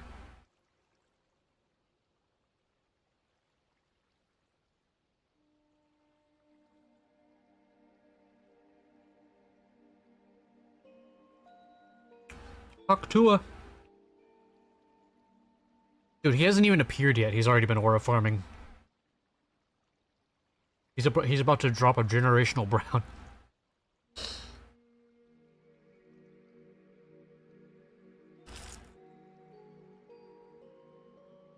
That's what I'm saying, Sin. I don't care about getting paid if, like, I would rather make less money and have free time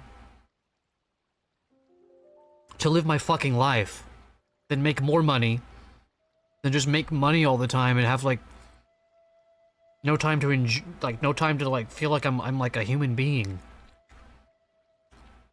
But then when you try to like ask for less hours, they act like they act like you're fucking crazy for that. Like these fucking employers act like your job is supposed to be your fucking life. Like work should revolve around life, not the other way around. Work should supplement life, not be life.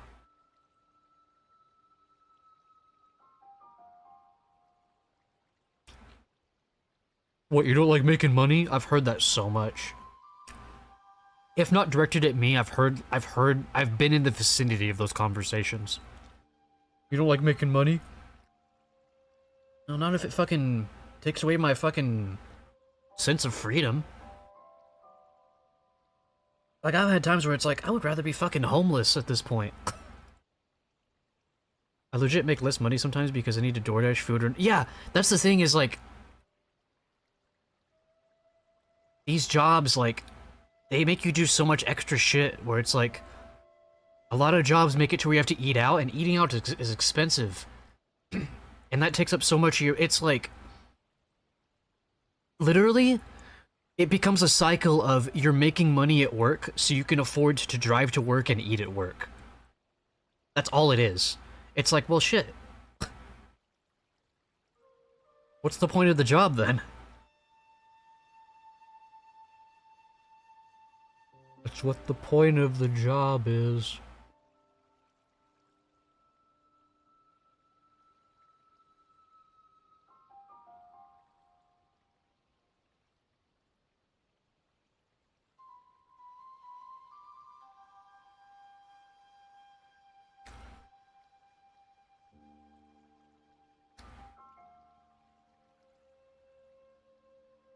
It all comes back to greed. These companies... They could pay their employees more. But, you know, they need to fund their fucking pedophile islands.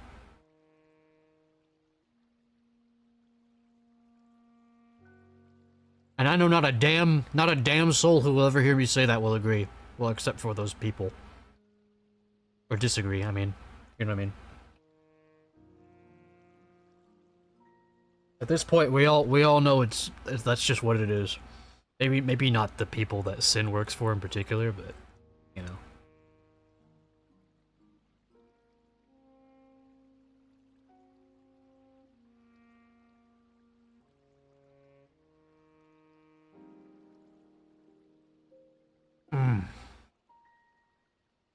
Club sandwich is so damn good.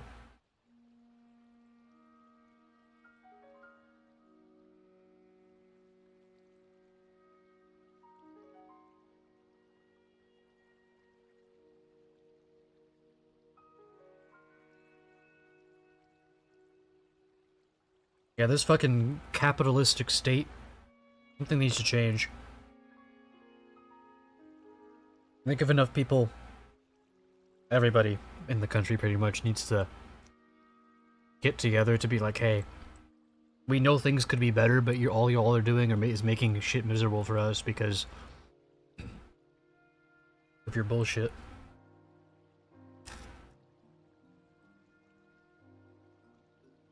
Headed to a cyberpunk timeline? Yeah, I mean... Why do you think these stories are written like this?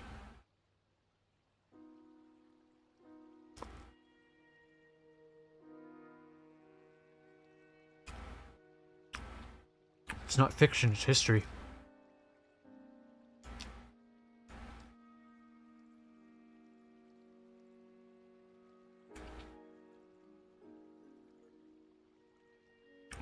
Oh, yeah.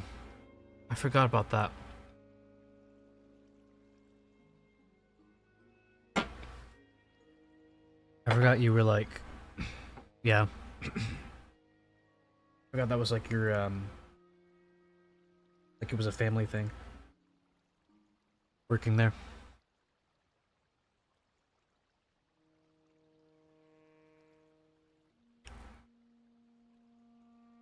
Yeah. Hope things get better soon, man. Not even hope, I know.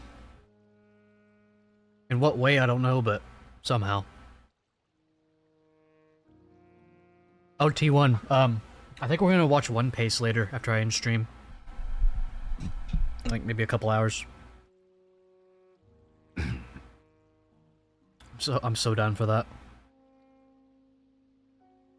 What was that? Maybe the ammunition on the ship exploded. Sorry, brother. Why do you keep staring at that bounty list? What? No reason. I don't remember what voices I gave these guys. Those are all big bounty pirates. But you'd better give that one a wide berth. He disappeared a while back. Seems he's back to his wicked days. Ah. Still, a 20 million berry bounty is hard to pass up. That was one rough sea dog. Sea dog VA.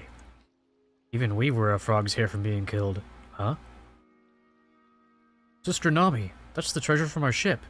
I know, I brought it over. Huh?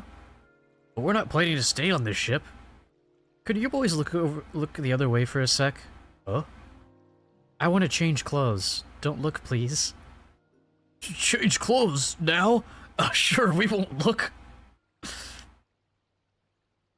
Sister Nami's as brazen as she looks. There's no harm in peeking a little, right? Yeah, a little peek won't hurt. Just 2 seconds, huh?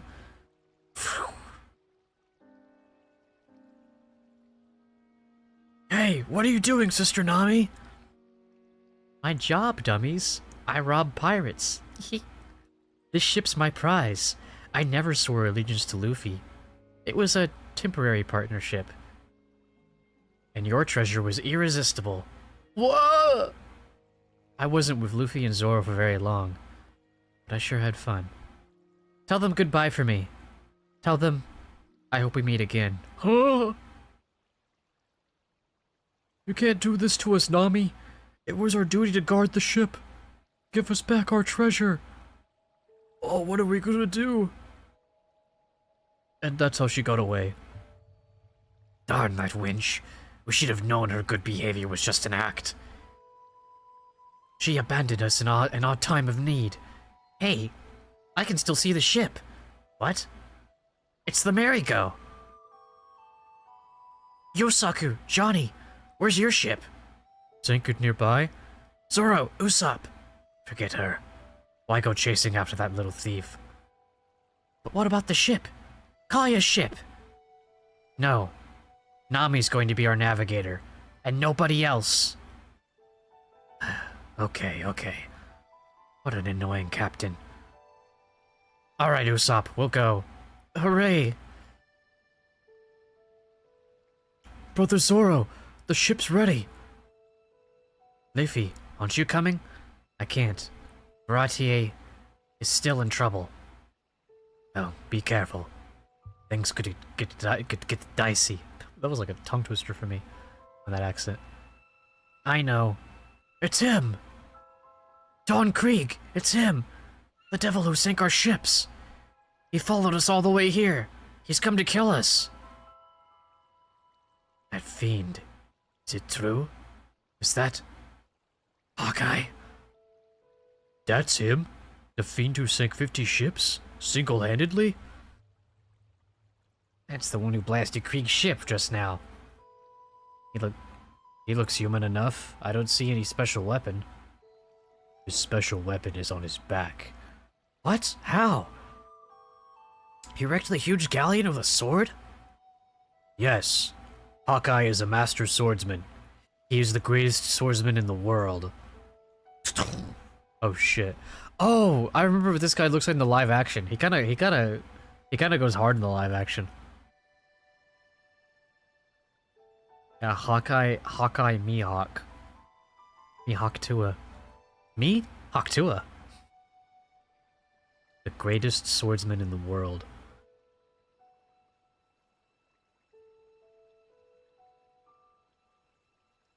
We're doomed. You monster! Why do you keep picking on us? Oh wait, I gotta get a voice for him. For fun. For fun?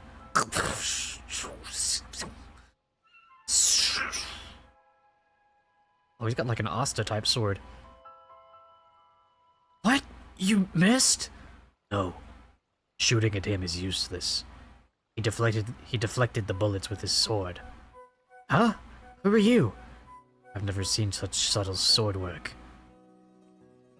Without subtlety, the sword is but an iron bar. You split this galleon with that sword? Of course. I see. Then you are the greatest. 3 swords? Could this guy be... I went to sea to find you. Why? To be the greatest. Looking for some fun? Then fight me. 3-sword style. That's Zoro. Roronoa Zoro. What? A pirate hunter. That guy? There's no time for this. The ship's almost out of sight. Brother. Pathetic. Weakling. You're a competent swordsman. You don't need to cross swords to know that I far surpass your puny skills. Does the courage to point your blade at me come from confidence? From ignorance? It comes from ambition and from a promise to a friend. What a swell bunch of guys. If we meet again, I hope they'll let me sail with them. I hope we meet again. I can't wait to be free. Belmare? Interesting. Did women pirates really exist? Yes, but there were times when it was considered unlucky to have a woman aboard a ship. So some dressed as men to become pirates. Oh, that's referenced in Pirates of the Caribbean. 2 female pirates were Mary Red and Anne Bonny, who were said to have fought more bravely than men. Captain Alvida was named after the Viking queen Alvida, who formed an all-woman pirate crew. There was a manga called Oniga Kitarite by Shingagin, and some of the panels really look like they were drawn by you, working as assistant. Wait, I think, hasn't he answered that before? The other day I tried to get my haircut like Zoro's, but the barber just shaved it off. What should I say to get my haircut like Zoro's? Say, please give me a strong, manly spirit cut. Chapter 37 was the sailor who captured the fake Kuro of the Thousand Plans. Captain X had Morgan, a friend, and I think it looks like him. It is Morgan. He was a sergeant then. But after that incident, he was promoted to lieutenant commander. Then he muscled his way up to captain and was given command of a navy base. I suspect that when Kuro looked deep into Morgan's eyes, he probably sensed a kindred spirit of some kind. That's crazy, because I just happened to give them, like, the same voice.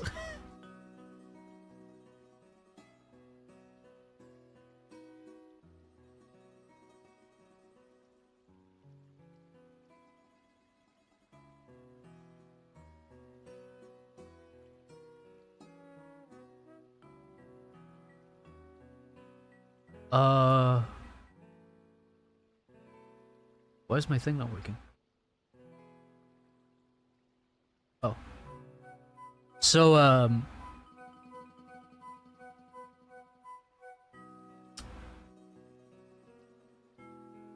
Udis.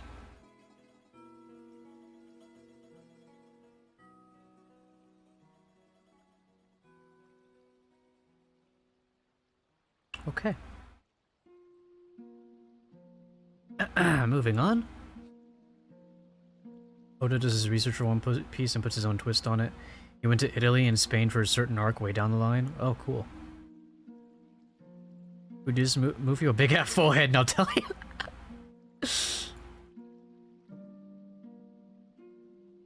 The way my model also has a big forehead. I made it a point to do that. Bernard. We made it last. Actually, sooner than I thought. How futile. The greatest swordsman in the world. And Zoro the pirate hunter. No one alive can beat our brother. Look what that dandy did to my ship. What's that for? I'm not the kind of fool who hunts rabbits with a cannon. You may have a reputation, but you're still just a bunny. I think actually, doesn't the fandom usually call him Mihawk? I feel like I usually see him called Mihawk, but anyway, with him, I feel like he should speak a little more like quietly. The red line and the grand line divide the seas into 4 quarters. Of the 4, the east blue is the tamest. Sorry, this is the smallest knife I've got. Better take it easy. With the bravado, you'll feel stupid when I kill you. You're a little frog, croaking in your own puddle. Time you learned how big the world is. Oni Giri! That's insane! That's fucking crazy. Zoro? He stopped Brother Zoro's Onigiri demon cut. But that never fails. Don't budge. Nobody's ever counted by Onigiri before. But he did it with that toy. Incredible. This can't be happening. We can't be this unequal. Ah! Am I really such a little frog? Aye. Gulf between us can't be this great. Brother Zoro, don't let him beat you. Brother! Cuck-eye me cuck? Such heavy-handed swordplay. He's fending off Oronoa Zoro's three-sword attack with that toothpick? Be counted with by a toy. I didn't come all this way to lose. I came to win. You're lucky you're a boy, so... Oh. You're lucky you're a boy, Zoro. I want to be the greatest swordsman, too. Someday, one of us will be the greatest swordsman ever. Fight each other for the title. It's a promise. I must defeat this man. I'll have to keep the promise for both of us. I'm going to become a great swordsman, that my name will be known even in heaven.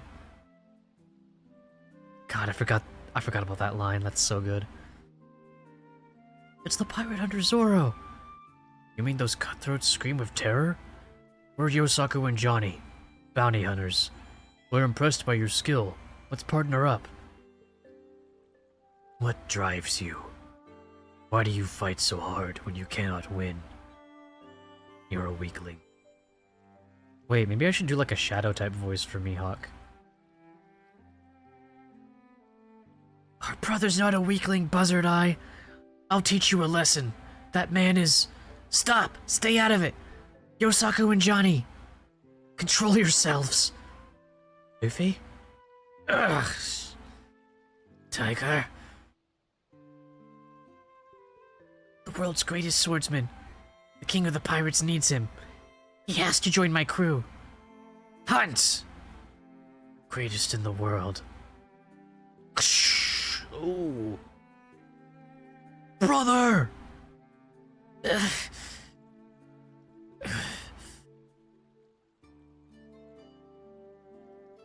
Want your guts cut out? Why don't you retreat? I can't. If I retreat, even one step, I vow, my ambition, everything I care about, is shattered, and all my dreams be lost forever. Yes, that's defeat. So I can't retreat, even if it means death. I prefer death to defeat. Strength of spirit. You'd rather die than giving up. Boy, speak your name. Rorinoa Zoro. I'll remember it. It's been a while since I've met one so brave. I will honor this. My bad.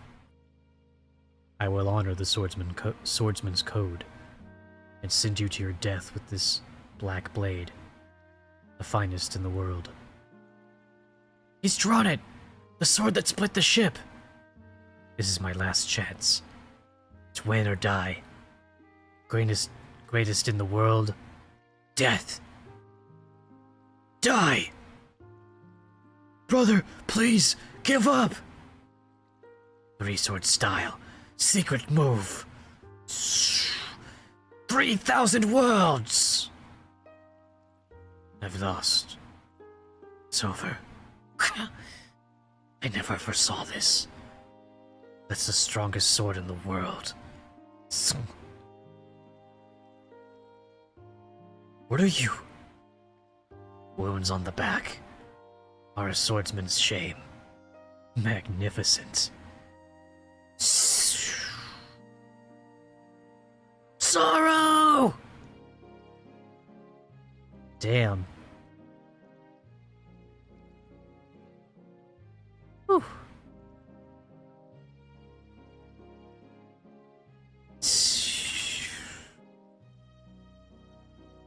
Don't be in a hurry to die, young warrior.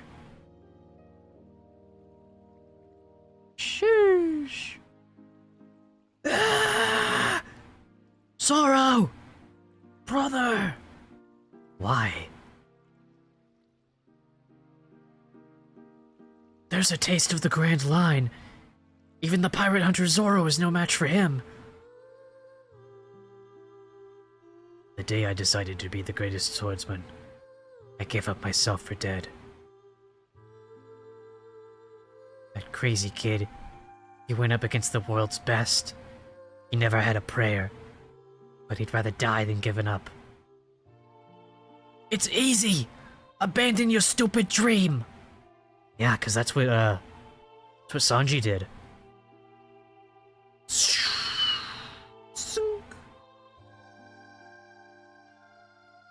Darn you!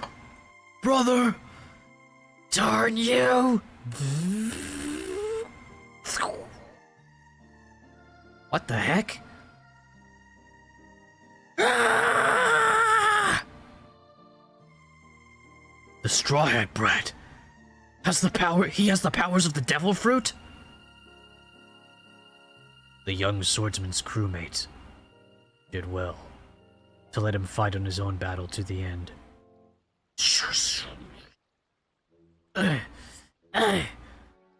Don't worry. I left him alive. Brother! Brother, speak to us! Sorrow! Sorrow! Come on, get him aboard! Wait, I think it's Usopp. Come on, get him aboard! My name is Dracul Mihawk. It's too soon for you to die. Discover yourself. See the world. Hurry! Put salve on his wounds! And grow strong, Zoro. However long it may take, I shall await you at the top. Strive with your whole heart and mind to best this blade, fierce one. Strive to surpass me, Roronoa Zoro! Brother! Brother, speak to us! Why would Hawkeye Mihawk say something like that? Lad, what is your goal? To be king of the pirates? You tread a perilous path. Even more perilous than trying to surpass me. Nah, I don't care. That's what I'm gonna be. Usopp, is Zoro okay? No, he's not okay. But he's alive. Just unconscious. Brother! Brother, say something, please!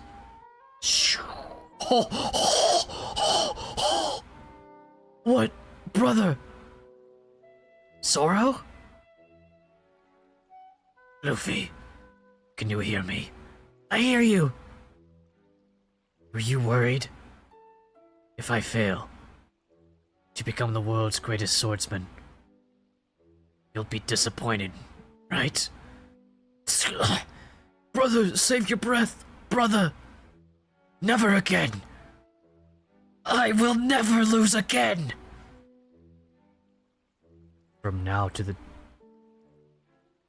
the day I beat him, to become the greatest swordsman, I will never lose again! Got a problem with that, King of the Pirates? Not at all. They make a good team. I hope to encounter you two again. Someday. Hey, Hawkeye. Didn't you come here for my head? For the head of Don Krieg, King of the Eastern Blue? That was my intention. But I've had enough fun for now. So I shall take a nap.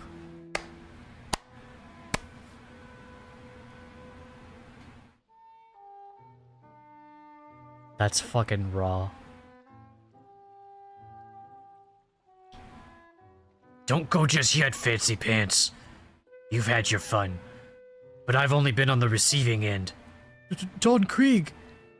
If the man wants to go, for the love of God, let him go. Oh, that wasn't Krieg saying that. No, it's my turn to have fun! Die! You are indeed slow learner. Farewell.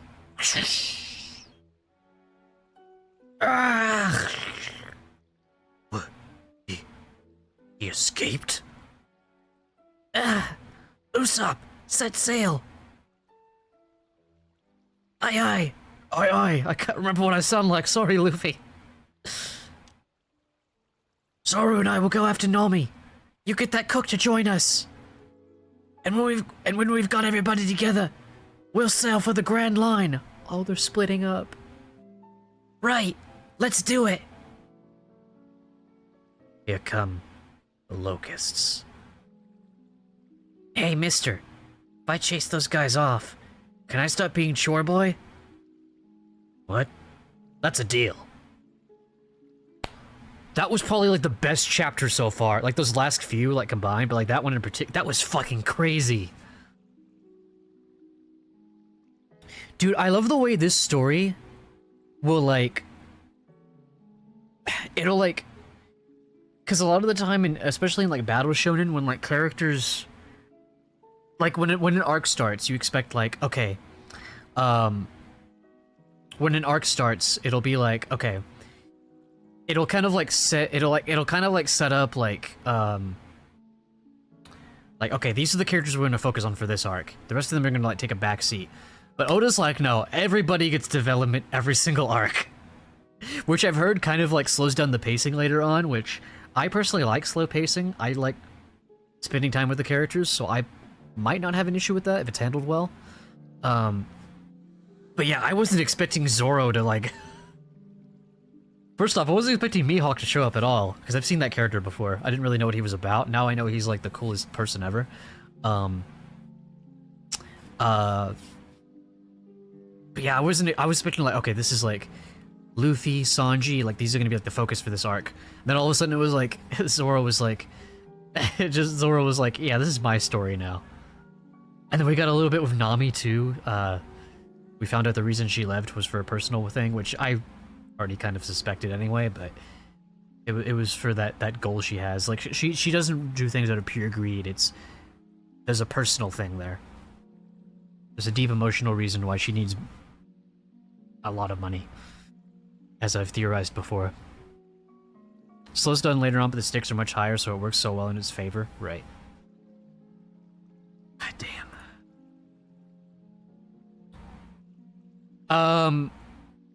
So this is Nico Robin, right? That's Nico Robin, right? No? Okay. I thought Oda was like, hey, here's this character, because I know she becomes important later on. She becomes like a main cast member. I thought he was being like, hey, here she is right now in the fucking buggy side story. It's symbolism of Zoro showing you need to take the chances to chase your dreams even when you feel you're not ready. Oh, you mean Zoro, like... Dude, that's such a good way to put it. Like, the characters, like... These characters aren't,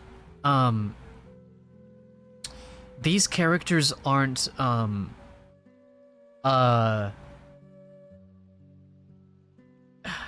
on. I need to drink water. I'm about to pop off. These characters aren't, influenced by the plot. The plot is like, these characters are the inciting incident. I can see you give the, but that's not Robin, right? Okay. Interesting though. She seems like she might be somewhat. She might crop up later, but like, you can have an arc that's like, hey, we're gonna focus on Luffy and Sanji. Yeah, just kidding. Zoro found found an opportunity to develop himself. He's gonna take it. That's why the world building is so good, right? The plot is the characters. Yeah. I saw a quote from someone, I think it was a writer, said, "Don't write plots, write worlds." Write worlds. Sorry, I don't know that. My throat's kind of fucked up. I forgot to get tea my last grocery trip, so I didn't have any tea to drink before the stream. Man. Man, oh man. Tell you what. How much farther am I away from finishing Baratie? So even though Sanji has the chance to begin his journey, but he's using his attachment to Zeph as an excuse. Yeah. And I learned that Red Shoes Zeph, he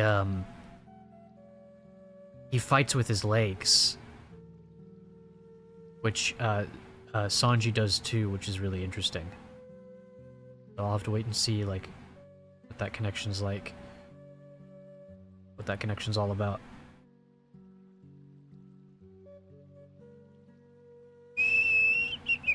Because like if I can finish Baratie in like, I'll say like max 3 chapters, I'll finish it tonight. I'll do it right now. I think other than Romance Dawn, this will be the first time I've completed an entire arc in one stream. I actually feel really good tonight.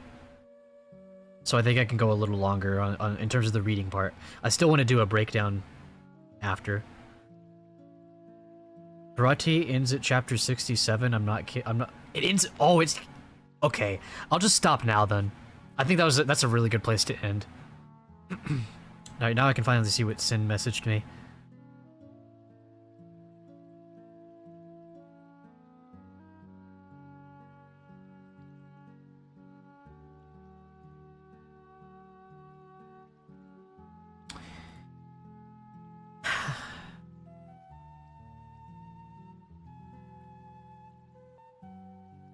That's what he messaged me.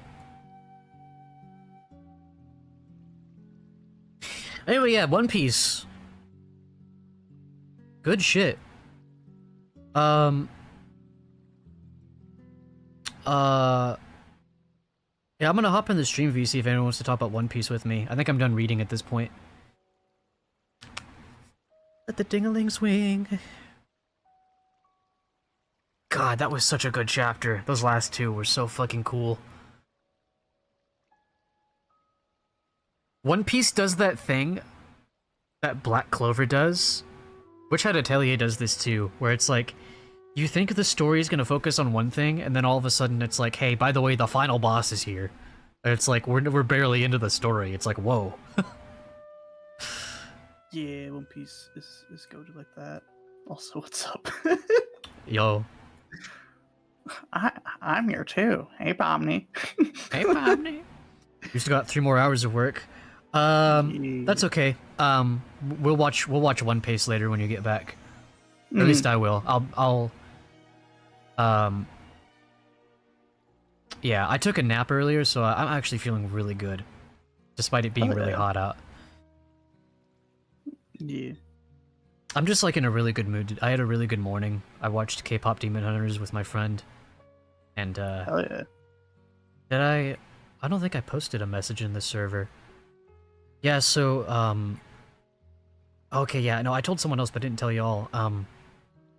So have you seen K-pop Demon Hunters? I have, yeah. Okay. So you know the theme of like being vulnerable to the people closest to you, like the importance of that.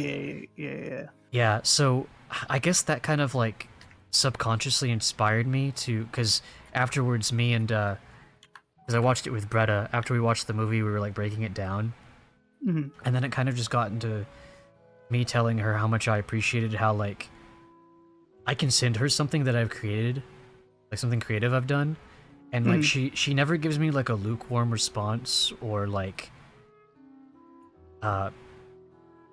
she always feels like I can tell she's always like deeply interested and inspired in the things that I send her. And I was just telling her like how much I appreciate, because I've never really had anyone do that for me. Like one person being so consistently like receptive to my creativity, and I just like told her how much it means to me that I don't have to feel guilty to just share just like share stuff I've made with somebody, because I always I don't know, I know it's not something that people do on purpose. It's just people only have so much energy that they can spare for you at any given time, because everyone's going through their own stuff. But it just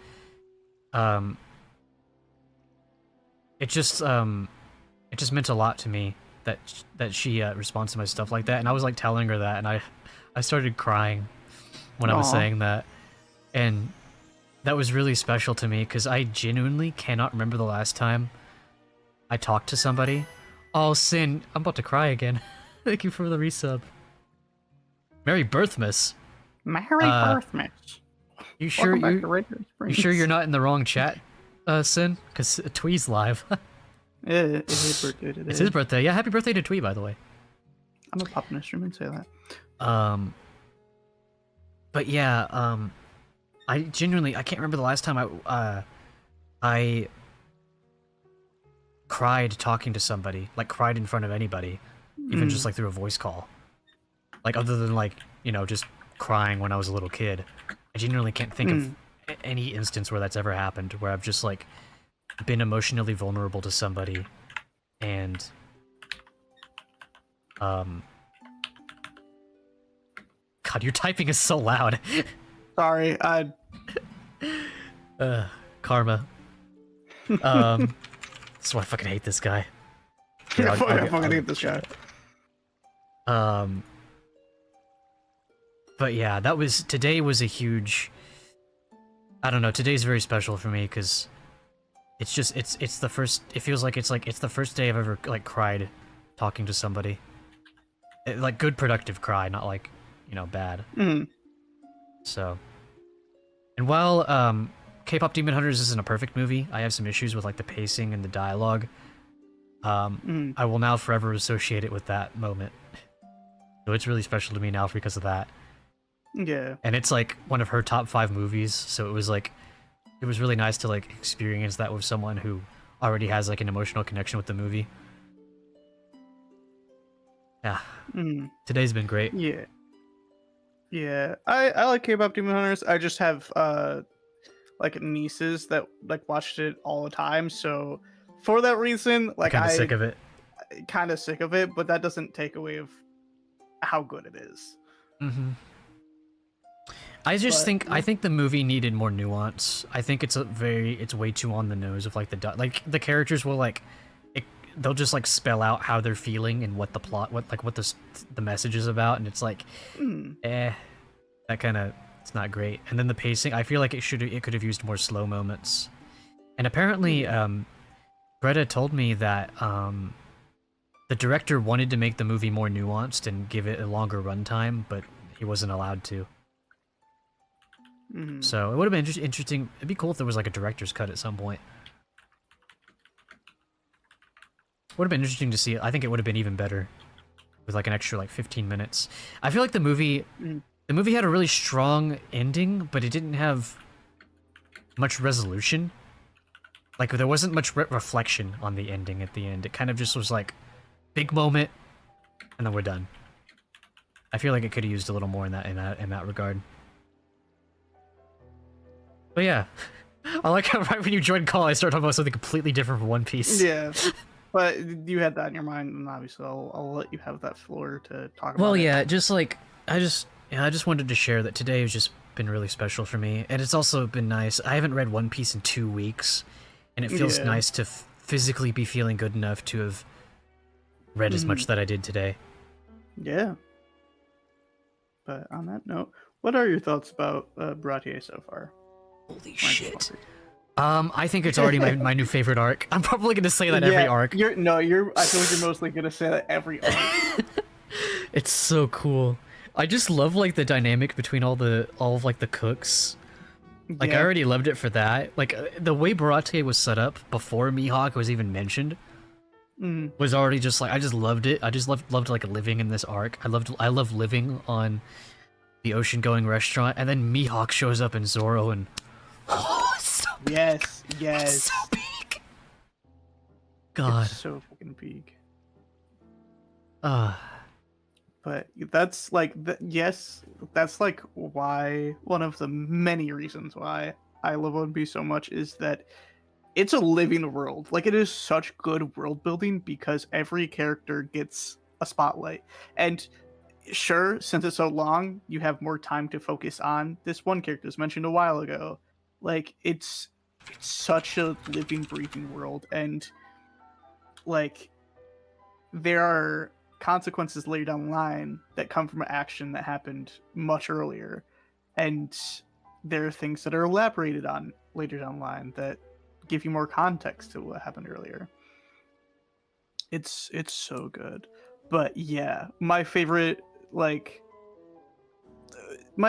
from Baratie is what you've seen of like, okay, Mihawk shows up, Ore farms, kicks Zoro's ass, and Zoro's like, I will never lose again. Like such an iconic Zoro scene. That was when he raised the sword. I was like, this is Yes. honestly, I think I was gonna say like it reminded me of I know it might be cringe to say. It reminded me of in My Hero after All Might defeats All for One, and then he like puts his like fist up like, one last time. Yeah. It's a pretty raw moment, I won't lie. No, it's a raw moment. Yeah. But this was like on that level, if not even better. Yes. I personally think it's better, but I'm biased because I'm a One Piece fan. Well, yeah. But yeah, I mean, I like My Hero too. Like that's also a really hard scene in My Hero, but I think One Piece did it better. Especially in the anime with the voice acting and the direction. Ooh, so good. Like in both English and Japanese, it's really good. Oh, chat, look what someone made. Holy shit, 2 cakes.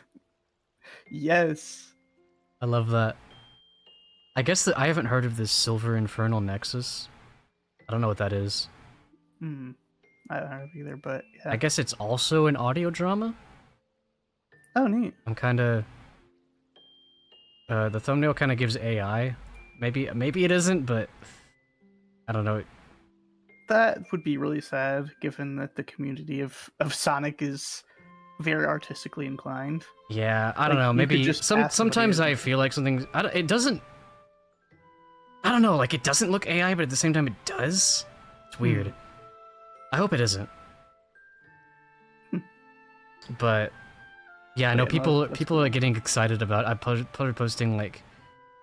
like a teaser. Yeah, I saw. I even left a comment being like, "I'm happy for you and Bretta. Like this is something that y'all have been working on for a minute now. At least Not to my really that knowledge. long. It's only been like, let's see, because we started working on it. A small yet. We started working on it not long after I made my Elena of Avalor and Sophia video. Honestly, okay, yeah, we have been working on it for a couple months. Doesn't feel like it. Time is really. I guess time flies when you're having fun. That felt like a very Sonic thing to say. Time flies when you're having fun. Oh yeah, but yeah, that's really He probably has said that at one point. probably. Long time no see. But yeah, back to One Piece. I don't know why. Long time no brown. A long time no Brown. That's the word brown. Fucking generational brown. Why is that a word? Generational Brown. And get the Phantom Wipe. Oh. I don't even know what that means. You've never had a phantom wipe, insane. I don't know what phantom wipe means. I genuinely have no idea what that means. It's a bit crass. I'm not gonna say that on stream. Like, just like how earlier when I said Gargamel putting his seed in my colon, or Dude, whatever I said. I literally, what the fuck? Like, that was out of fucking nowhere. Like, oh yeah, like I'm like literally in the span of a couple minutes, like, oh, I'm gonna make that an emote on my Twitch. Makes the emote. Oh, fucking unleashes seed into my womb. What the? Yeah, that's what I said. That's scarred into my fucking brain. Literally, what the fuck? Oh god, I'm getting like Li- late night VC levels of face hurting from laughing. We're supposed to be talking about One Piece. I mean, where you're talking about Gargamel's seed. Gargamel seed in my womb. What the fuck? Oh, that pain. shit had me fucking like the first initial shock of like what the fuck, but I was laughing pretty hard at it. Oh god.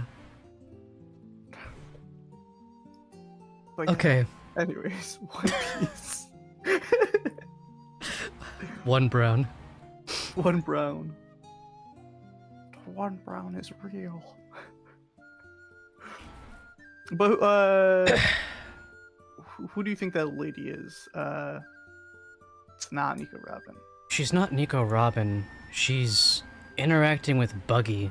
She was in another. I think she was in the last chapter. No, not last one. She was in one before. I feel like I've seen this character like, with like the cowboy hat and the gun. I feel like I've seen her before. Okay. Does she have like turquoise on her design somewhere? Let me look at. Let me look at this character I won't tell you the name of yet. Yeah. Also, that face Buggy is making is crazy in this panel. It's like...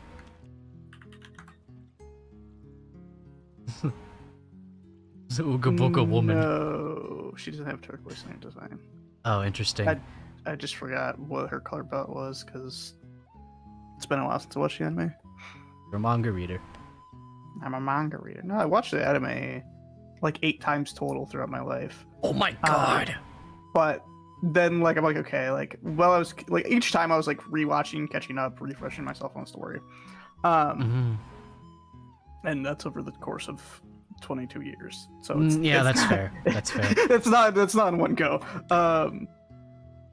But after a while, I just like started just reading the manga, and so it's been forever. But yeah, I can't say anything about this character because the reveal of who this character is What's crazy? This character's debuting in the fucking Buggy side quest. Oh yeah. That's Like, that's the big thing is that like the cover stories where it's just like a panel, like those are actual canon events that you don't get in the anime. I mean, I think it is adapted, but like it's adapted after a certain thing. But yeah. And I mentioned earlier, like, how the people in the Q&A section will be like, hey, who's this background character? And Otis will be like, that's a Mascatool that'll help us later. Yeah. It's like, what do you mean this background? What? How do you... And it helps influence. I'll be so the for real. story. As much as I love, like, Attack on Titan's world building and foreshadowing, I don't think it holds a candle to One Piece. Yeah, that's valid. I feel like most Like, people it's that still, see both like, agree. Attack on Titan is already, like, a cut above, like, a lot of world building, but One Piece is somehow on an even higher level. Yeah. Like since I've seen both and read the manga for both and all that stuff. Like I see what you mean, and yes, the world building that's insane because I guess slight Attack on Titan spoilers, like the memories with like the Grisha and that, like that's really cool world building and full circle because it is a cyclical story, really. And how it ends and how it begins is parallels. But yeah, and I think even in nature of a cyclical story like that, it is like you have nothing but make the world because it's just a cycle. But yeah, One Piece world building is goated. Like I said earlier, like the plot is the characters, and when people like, hey, this background character that showed up a couple chapters ago, like, what's their deal? It impacts the story because with that many characters, I feel like, especially later on, Oda's like, oh, that is a character that I need to elaborate on, and at some point after that, it will, like, the character show up or be mentioned, and it's not forced in the sense that like he's writing the story around what people say. It's more of people say something that reminds him to elaborate on a character. Does that make sense? Hmm. Kind of. Like, in terms of like writing, there people like, oh, like this, the people know this or a theory about this. Let me completely change the story to avoid that. Like, you know what I mean? Like people Yeah. write around people, where this is more of just like, if the dynamic, it's not like really truly said, but it's like you can tell. I mean, just now, like somebody mentions a character like in the SBS or something like that, and like a chapter or so later, you notice that like more early on because it's such a short, like it hasn't been going for very long. But somebody would mention something, and then like a couple chapters later, it's like, oh, that makes sense. And then the SBS is filled with other bullshit of like Luffy's punches are 72 Gomu Gomus or whatever. 72 gum gums equals 7,200 million funky gum gums. Yeah. But yeah, the manga is a really good way to absorb the story because of the cover stories in the SBS. Yeah. I guess they don't put that stuff in the anime at all, do they? It depends, but not really. Yeah. Maybe they'll do that in the remake? Oh yeah, the Mappa reanimated. I hope so. I thought it was Wit. Wit? Oh, I think it is Wit. Mappa is I get them mixed up too, because yeah. it's funny because Wit will work on a show and then Mappa will take it over. Yeah. So like that happened with Attack on Titan and Vinland Saga, where like Wit started it and then Mappa took over. Yeah. Yeah, it is Wit. Just looked it up. But yeah, and I'm excited because that I think comes out next year. I'll have to go back. Yeah, I don't remember what the trailer said. Looks good though. February 2027. Good ass trailer. So, I'll be watching that. Cause that'll be I'll be way ahead of where that's adapting at that point. Oh yeah, because the One Piece, the like reanimated, is going to be like seasonal. So yeah, probably by the time it comes out, you'll be at, depends on how fast the pacing is, really. But you'll probably be at it or ahead of it, like at the end of what's adapted. But yeah. Actually no, if it's, you'll most likely be ahead. Because even the live action is probably, I haven't watched season 2, but it's from what I'm guessing, because of trailers and stuff like that, is when Chopper's introduced, and that's not too far from you. But yeah, do you have any like theories of things?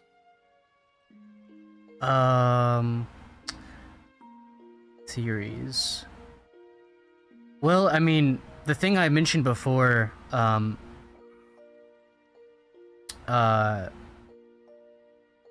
don't know if we expanded on too much, because I had wasn't so much a theory, more of like me just reading context clues.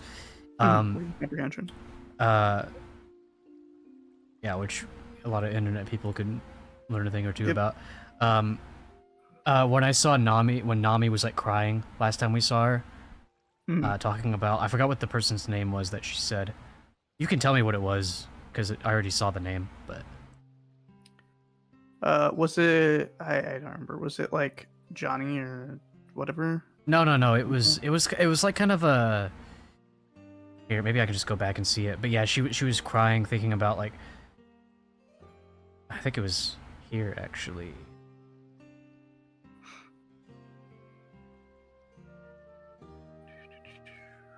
Yeah, here it is. Belle Mare. Oh, yeah, Bellamere, yeah. Yeah, so she was... Yeah, she's sad that she's leaving the crew, but she has an ultimate goal to fulfill here, which I would assume is her treasure, because everybody has a treasure. And Yes, literally, okay. there's not a single character in this. I don't care who it is. There ain't a single character in this story that doesn't have a treasure. Everybody is a treasure. Everybody has a treasure, and everybody has like an ultimate goal. I will not speak on Nami because that is like the next arc. Well, because oh, nice. Yeah. Oh, that's the arc where Luffy does he puts his hat on her, isn't it? Yeah, that's not really like a spoiler since you. Yeah. Well, I've already seen that shot like for years. Yeah. But yeah, I assume. But I don't know if you've heard me say this, but my theory on Nami's thing is, a pirate, took over her hometown, and she is basically building up. It's why she had such a hatred for pirates. She is basically trying to build up a bunch of money so she can buy the town back from the pirate. And that's it, really. That's my theory. I mean, yeah, that's That's all you could say. That's a theory. that's a theory. I guess I'll find out. I guess I'll find out soon. Hopefully soon. Yeah.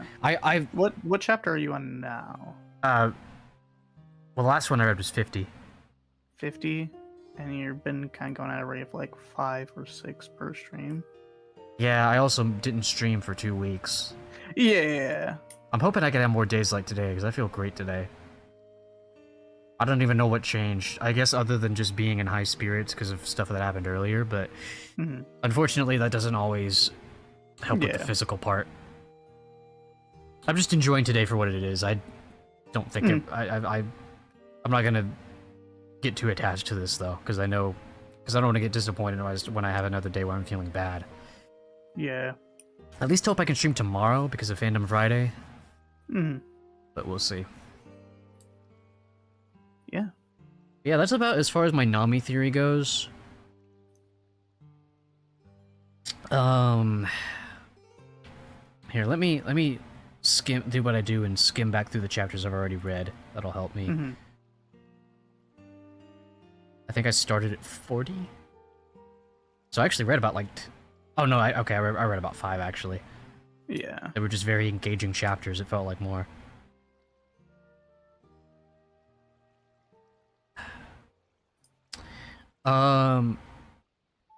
So yeah, the chef and Sanji have more of a personal connection than I initially estimated. I don't know why. I guess it's because the characters were introduced separately at first, so it kind of made them feel detached from each other. Which, I mean, for writing, that's good, because they're their own separate characters that have a, like, 0 point where they connect. It just... There were a lot of characters introduced at the start of Baratie that I had a hard time clinging on to any one, which I don't think is a flaw. I think it's just like each character will get their spotlight when it's needed. But like here they are for now. It's not to say that they weren't memorable introductions. It's just that I wasn't immediately it's like introducing the characters. Like I wasn't immediately like, oh, Zeph is important to Sanji. I didn't like make that connection at first. Yeah. I feel like honestly, that might be the reason Sanji's staying. I feel like he doesn't want to leave because Sanji has a bigger dream than just cooking for people here, and Zeph knows that. But Sanji abandoned that dream for some reason. he's one of those people who is like, you know, what more could I want type thing, but the people around him know that he's miserable because he's not living he's not living up to he's not doing what he really wants to do. Kind of reminds me of Sign from Freerun, in a way. I can see that parallel. So maybe the dynamic Sign has with his brother in Freerun is similar to Sanji and Zeph, or maybe Sanji's staying for Zeph, possibly. Because I mean, Sanji fights with his legs, Zeph fights with his legs, so like they at least had a close enough connection at one point where Zeph taught Sanji how to fight, I assume.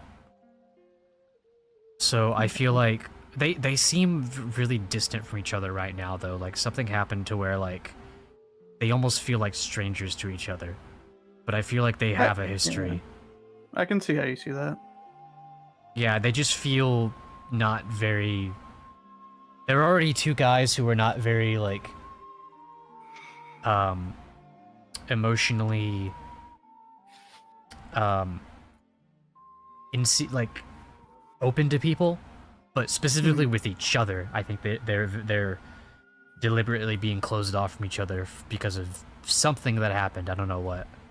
And then Patty's just the goat. Oh yeah, Patty's just the goat.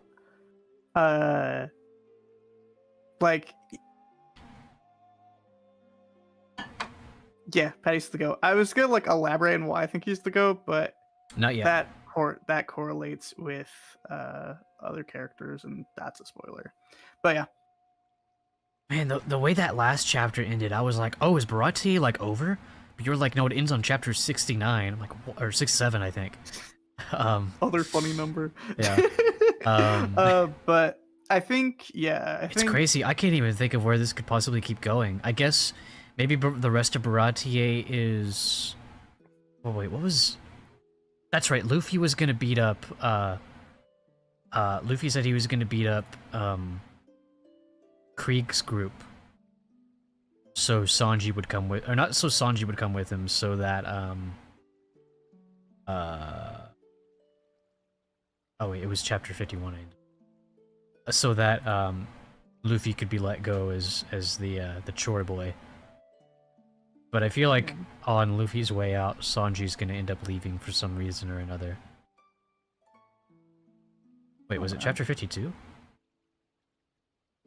Yeah. Okay. Damn. Okay. I thought I ended on. Yeah, I ended on 52. Okay. I actually read 7 chapters. Damn. And in a shorter amount of time too. Like, you even took a break in the middle. Yeah. Usually you read 5 chapters. I had dinner. Yeah, I had dinner. But so yeah, okay, so I'm guessing, yeah, the rest of this arc. Let's see, so that's God, that's it's like what, 18? It's quite a few chapters. Like there's more chapters left in this arc than what I've read so far in it, which is crazy. So it's like I know Luffy's gonna fight Krieg's gang. Usopp, Johnny, and Yusaku are going after Nami. So I guess the rest of the arc is just gonna be about maybe them getting back together. I don't know if, or maybe they'll get back together in the next arc. I'm not sure. It's hard to say. Hard to say with One Piece. It's actually a really unpredictable story. It genuinely is just so unique and creative. Like, I feel like if anybody ever argues like it's impossible to write like truly unique stories, show them One Piece. It's like, it's just so its own thing.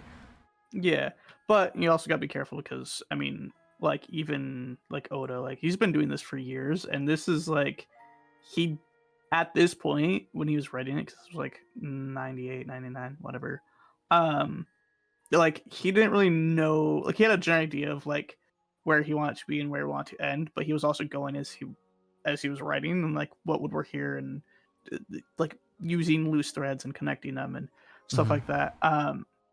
but there's a certain arc, I think before the time skip, where he's like, I was just gonna end it there, but my like editor was like, just like, keep it going, like see where else, and yeah, like he just kept going. Um, but yeah, like, and I'm excited Interesting. to I didn't know see. that. I mean, I think he was like thinking about like wrapping it up, not like abrupt ending, but yeah, the things that happen before time skip and then time skip is a continuation, of course. But I don't think he was just gonna end it at that point because there's still things that need to be like explained. But Mm-hmm. yeah, the original aspect of it was just the journey of the Straw Hats. But it's much grander, and that's the thing, is that like anybody that's writing or any creative field is like, if you're unsure, keep it going until you feel like, okay, this is definitely the good ending point. Mm-hmm. But yeah, I'm excited for what you come across later down the line, because the next arc after Baratie is like, that's the arc that when people are watching anime, I recommend them get to, because I feel like that is a pivotal point in the story that people are like, if you like it by that point, you're gonna like all of One Piece. Mm. And same goes for the manga.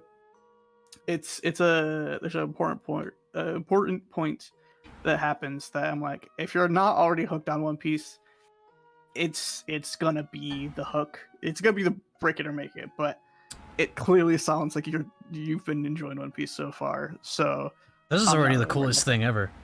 Yeah, Zoro is that, like, Zoro has a decent amount of scenes that are like, he is so fucking cool. That was one of them. That was one of like his iconic moments of like, I promise you, King of the Pirates, I'll never lose again. And that's so fucking aura. There's another one that happens in an arc, and it shows how loyal he is to Luffy. God, just looking at Mihawk's like silhouette, he's so like, Mihawk is so fucking cool. he is such like end game. I love it.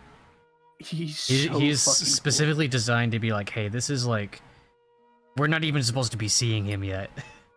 Oh yeah, no, that's exactly it. Is that he is? I don't know if it's explained it yet. It'll probably explain it later.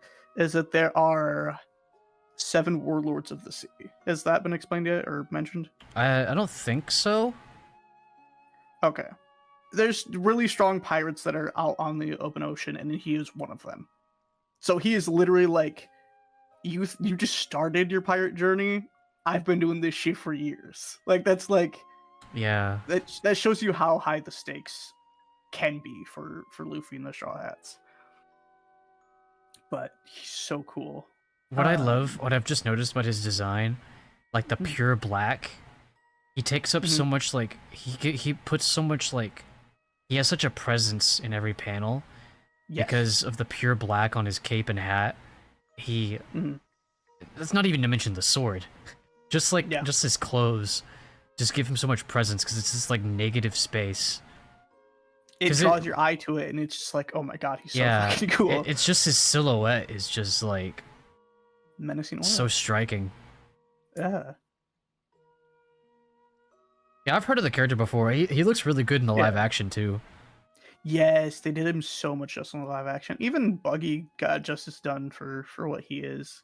I think in the live action they focused on like how intimidating he can be, which I can see why they did that, because when he first shows up he's intimidating, but also you mention his fucking nose, or like anything that sounds like his nose is like, what you fucking say?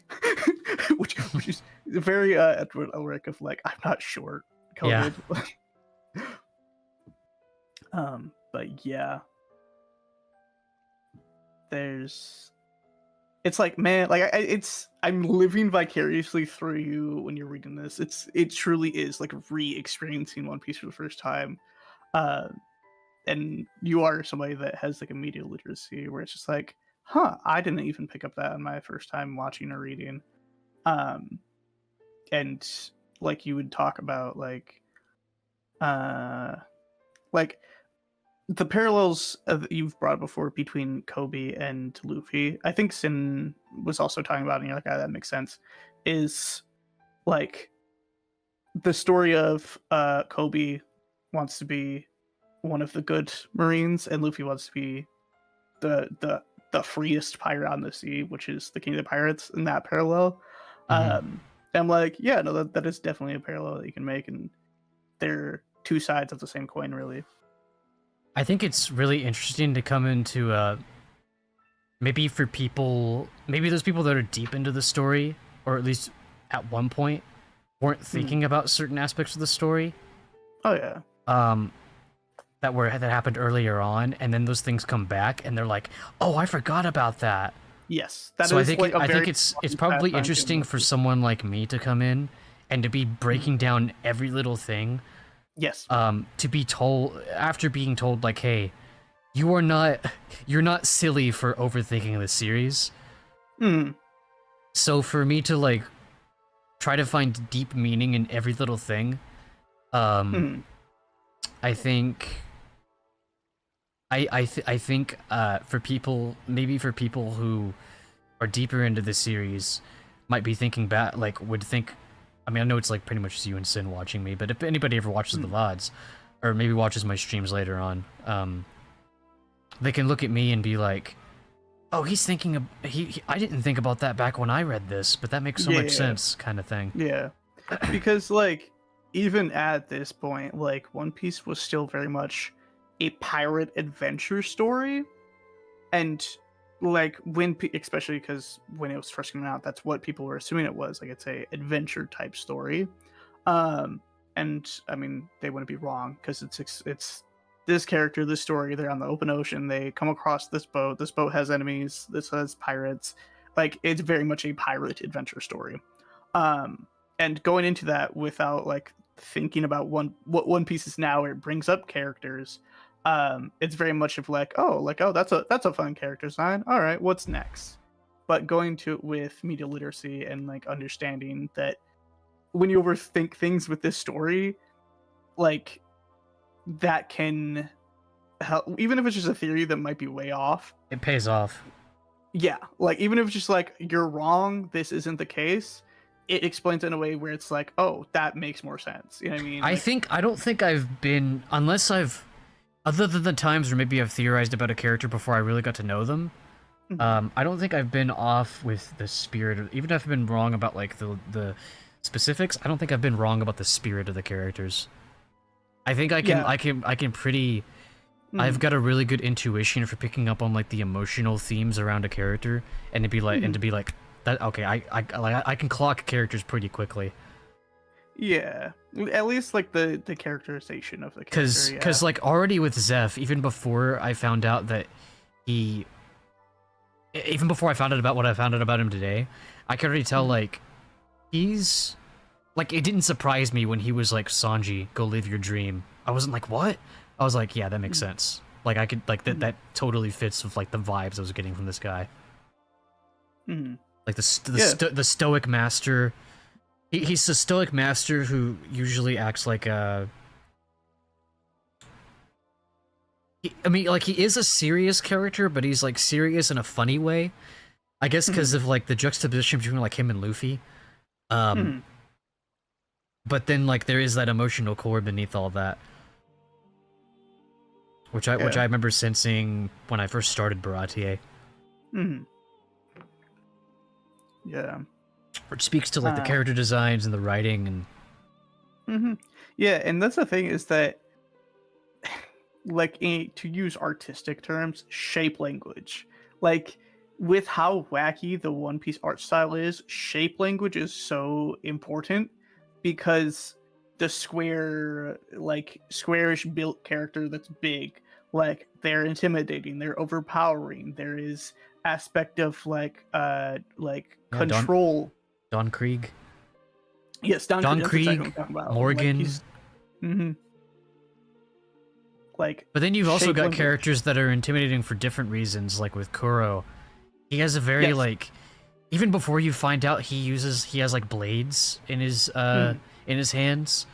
He just has like a sharp look to him. Yes, and that's that again, shape language, because he's a more slender character in the silhouette and how he's posed and how he stands and how he carries himself. That's very like, oh, there's something off about this guy. There's something not right, you know. And with that mindset, like that is immediate literacy, like mindset, like okay, like something's with this character. And One Piece, because of the style, exaggerates that, and that really kind of helps like truly cement what the character is. Even before you know their story, you kind of understand the character. That actually reminds me, I saw this one clip. I want to share this. I'll try to find the name of the creator too. On the topic of like analyzing characters and just being able to immediately clock a character based on their design. Oh my god, this art is gorgeous. I'm looking at the Witch Hat Atelier manga. Oh, okay. Be careful. Well, just like the early part. The parts of the anime already adapted. Yeah. Oh my god, yeah, I need to read this. This looks insane. I just need to find the introduction scene for a character. Let's see. Yeah, this panel. I'll put it on stream. So there was this creator. I'll try to see if I can find him in a minute so I can give due credit. He saw this panel. The girl with the black hair. He was looking at her body language. He was like, he was able to immediately clock. This is right as the character was introduced. He was able to immediately clock her whole situation. He was like, this is like, how did he put it? He said like this is a pouting child. Like, although she tries to put on the air of being mature, and she tries to put on the air of being mature and calm and collected. Like, this is the stance of like a pouty like 12-year-old with deep, like she has baggage, and this is her trying to assert herself to someone else who she feels intimidated by, who she feels like she needs to protect, like her everything in her vicinity by this new person. And he was just like he said more that I can't remember, but he was just like, it was like his very first reaction to the character, and I'd already like pretty much had finished the anime at that point. I was like, damn, like he like clocked that immediately. I subscribed to him recently. Let me see if I can find him. But yeah, like just looking at the pose on stream, like yeah, it's very much the leg being in front and like the balled up fist, very much like a child. And it's also like the way her wrists are pointed out. It's very it's very girlish. It's like it's her body language is very telling, even when she's trying to be something else. It's so good.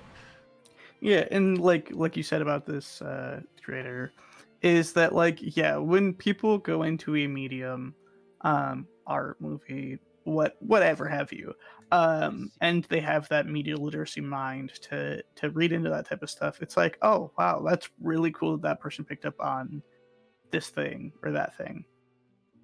And with some of the stuff that you've said about One Piece, I'll post the link in chat.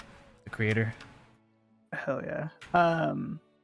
Like it's like, oh yeah, like I missed that my first, run through. But again, it's been years, and like if I were to, I feel like reread it now blindly, I feel like I'd pick up on a lot more stuff. But yeah, like it's so cool because I feel like you're one of the very few like rare people that like pretty much 90% blind to One Piece. I know about some character designs. Yeah. I know like arc names. I know of like some, like I know about the shot where Luffy puts the hat on Nami. I know of like some shots. I know, I know about the One Piece is real, but I have like no context for that. But yeah, other than that, yeah, like 90% blind, but probably even more like, I don't know, like 93, 94. I don't know. Yeah.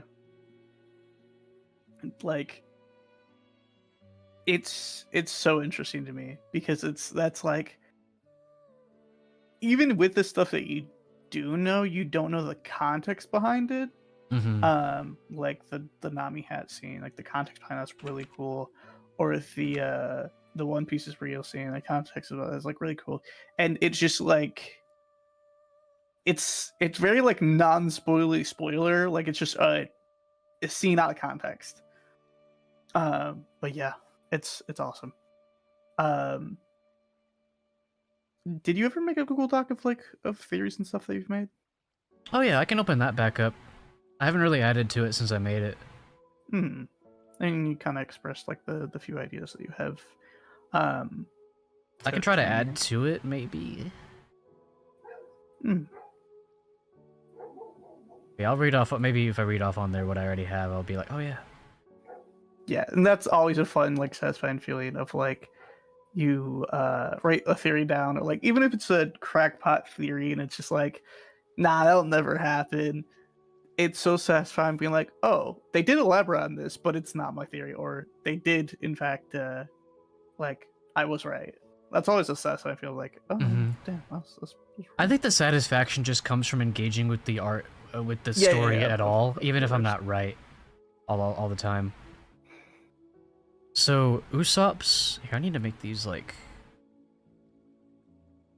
Separate these. Separate these by their own. That way I know that these are all different. Yeah, not one thing, yeah. Okay. So, Usopp's giant goldfish poop story plus poop design on Kuro's coat. Not sure if I'll get any, I don't know if I'm gonna see Kuro again. Which leads into Kuro killed his crew, or his crew dropped him off somewhere before he could kill them. One of those two things had to happen, because he told them he was gonna slaughter his crew. And I don't feel like he was gonna spare them. So whether or not that even gets shown, I'm not sure. Sanji... Oh yeah, Sanji only fights with kicks because he accidentally hit a woman with his hand once. Not too sure about that anymore, because now that I know that Zeph only fights with his legs, I realize maybe that's more just like, oh, that's like the fighting style he got from Zeph. And then, this is probably my favorite one. So I have two theories about Kaya. She died, with her last words being a lie about becoming a doctor, as a poetic reference to Usopp's lies. Usopp's lies around, like Usopp, I need to write that down, actually. Usopp lying to his mom, trying to keep her alive. Or Kaya will be a doctor next time we see her, and her secret with Mary was something else, which I still can't think of what that could have been. Because she has a secret with Mary that she kept from Usopp, but I'm not sure what.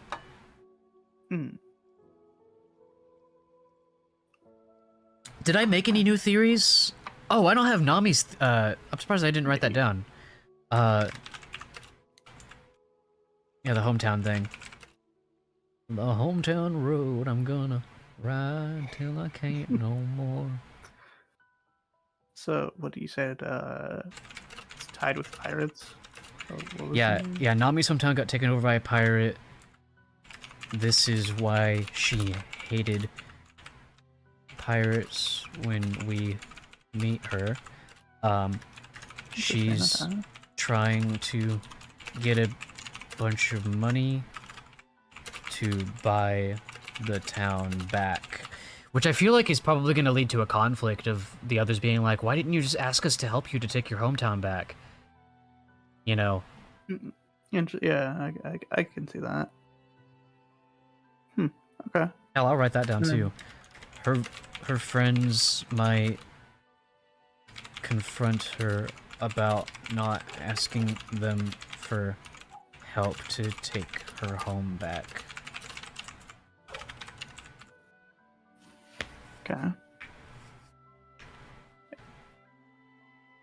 And then didn't you say you had one with Sanji as well? Did I? I mean, there More was of the just like kicks his thing. connection with kicking and At this point, this doc's probably gonna get so deep. I'm gonna need to make like separate tabs for each character.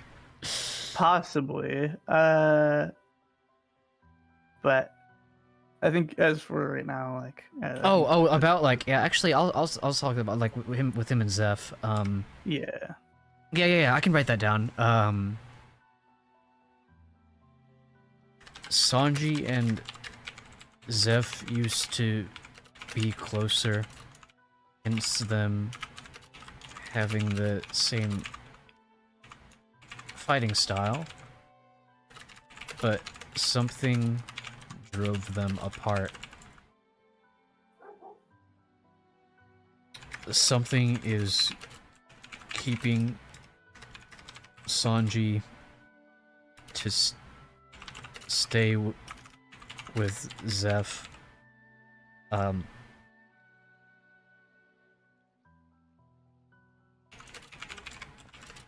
Doesn't it? How do I word it? Like about him, like not going after his dream. I don't know. He doesn't pursue his dream. Mm-hmm. I don't need to write like fiction. I'm just making notes. As long as it makes sense to me. Yeah. And it's not like it's like nonsense words. Like I can understand what you're trying to say. No, that name is still funny to me, Chef Zeph. Chef Zeph, I looked back yeah. at the VOD earlier because I was trying to figure out what voice I gave Zeph, and when my first reaction to him was like me when I'm trying to name my chef character. my chef character is Zeph. Chef Zeph. That's like a Duncan, Idaho tier name.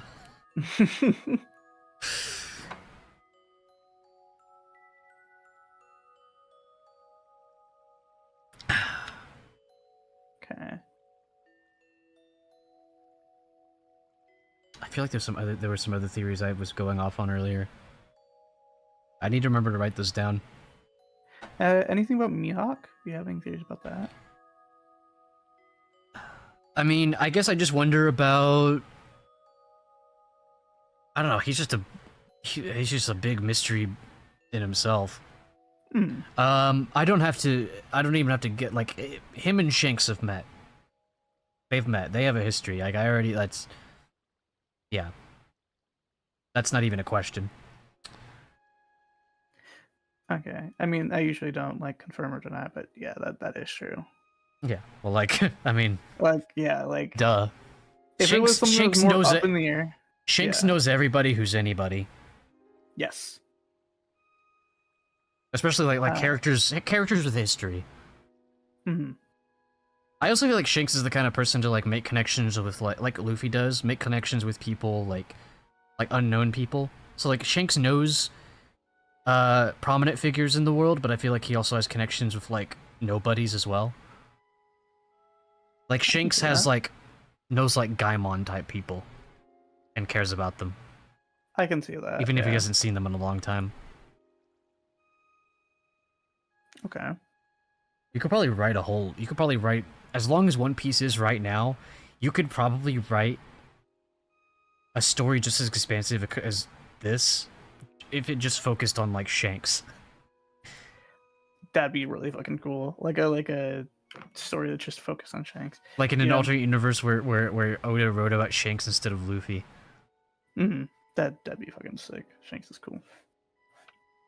And I barely know the character, but it's just I mean, just from what you've seen, like I can see how you come to that conclusion, given that Shanks was just chilling at a random fuck ass island where Luffy was. You know what I mean? Like yeah. Well, he's a very much like I feel like he's a very much maybe kind of Sonic coded, where it's like go with the flow type character, like follow your whims type of character, and just interesting. Okay. Like Shanks doesn't even really have any end goals like Luffy does. I feel like maybe he kind of just like he just embraces life and everything that's in it, and just likes to he you know, he's a pirate, so he likes to embrace that freedom, and just likes to, you know, enjoy every step of the journey, even if there isn't necessarily a goal for him. He likes to make connections with people, leave his mark on the world, and just have a good time. I can see that conclusion. It was more so like what caught me off when you said like compared to Sonic. I see what you mean, but Attitude-wise, I think Shanks is a lot more. He's more rough than Sonic. Like Sonic is like, he's only. Well, no, now that I say it, I mean, I feel like both of them are really only rough with, like, people that they don't like people that are just, like, objectively bad people. I feel like maybe, I don't know, I guess Shanks was a little, not harsh, like a tough love kind of thing with Luffy. Sonic isn't really like that. He's not really someone who will, like, Sonic doesn't really make fun of his friends. At least he shouldn't. Where'd you get that idea, genius? At least I don't think he should, and unfortunately the way they write him now, I don't like how snarky they write him. I like Sonic when he's snarky towards, like, Eggman and people that are assholes. I don't even mind him being snarky towards, like, Knuckles. I don't like him being like that with, like, Tails and Amy. I don't think that fits his character. But anyway, how can I make this about Sonic? Sonic. But no, Shanks is like, I could see him treating anybody like that. Like, that makes sense for him.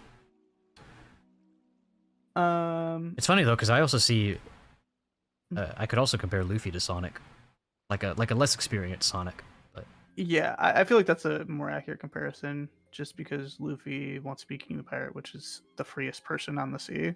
Like that is a direct correlation to Sonic, just the Knight of the Wind, the freest thing. And they're both like catalysts for change. Yeah. But yeah, I think where was I going with this? There's interesting things that happen, and I think with how things go, I think it's just gonna be awesome. Shanks.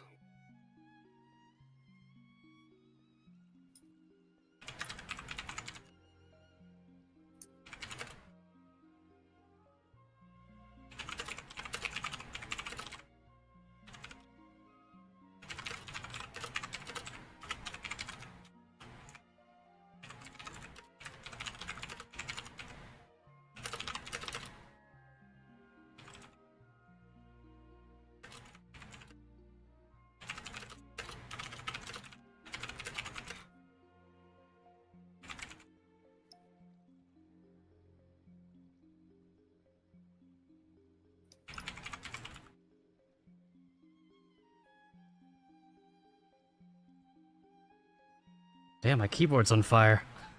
Yeah, that was pretty fucking. Like, I'm watching the stream right now. Like, damn, that's kind of fire. Yeah, this is very much influenced by Gene Freak's mindset. Hunter x Hunter. Gon's dad. Yeah. Yeah, I think I remember you saying. I remember you saying that. I need to remember not to spoil Hunter x Hunter when I'm around you. Oh no, a lot of Hunter x Hunter's been spoiled for me already. But well, at least it's actually getting to it. I gave it a chance a couple years ago, so probably time for me to give it a chance sometime here. I don't know. I'm just having fun, like, fantasizing about, like, maybe once Shanks was like Luffy, where it's like, I want to be like, you know, I want to achieve this thing. Maybe if Shanks wanted to find the One Piece, but then maybe along the way, maybe he still is looking for it. I don't know, but maybe even though he is, I think Shanks could have a goal, but I don't think that would be like the end for him. I think Luffy will get there too. Is like, because you think like, okay, when Luffy becomes the king of the pirates, when he finds the One Piece, then what? Is he going to find another goal, or is he just Like what's how's he gonna feel? I feel like Shanks has already reached that point.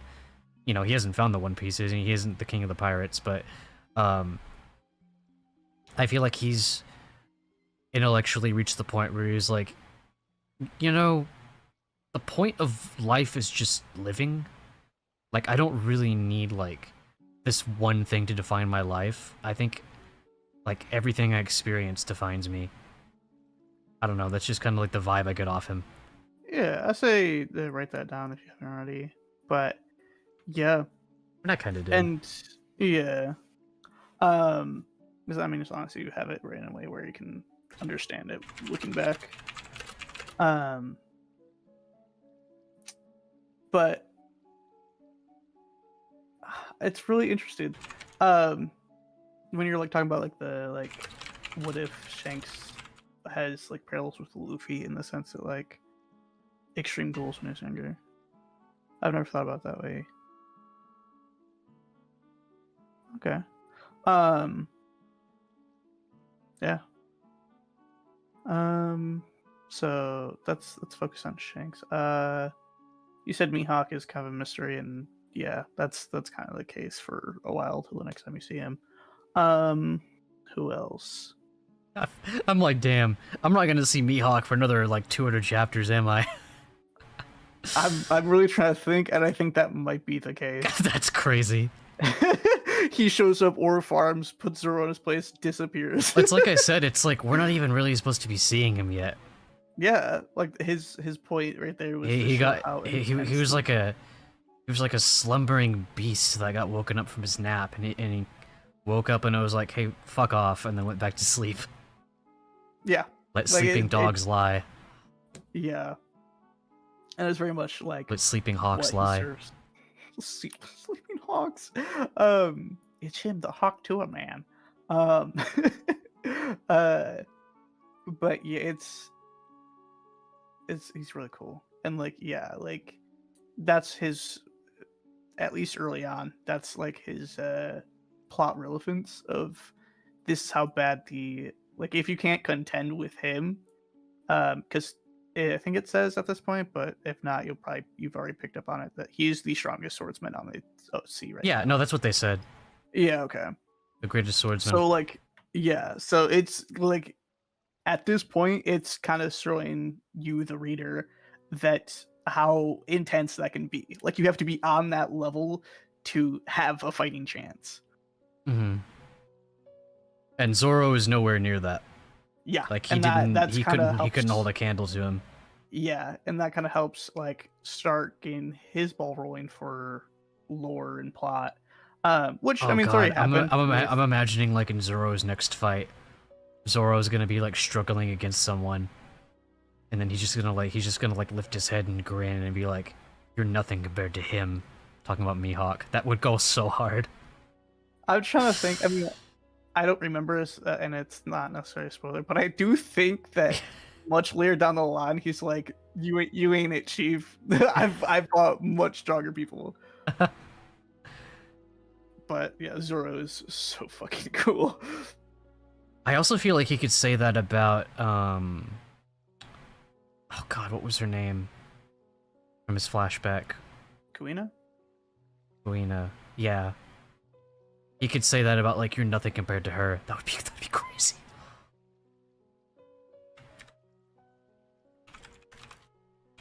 Oh, this is really a theory because you're a theory because you already told me this happened, but I'll write it down. Mm-hmm.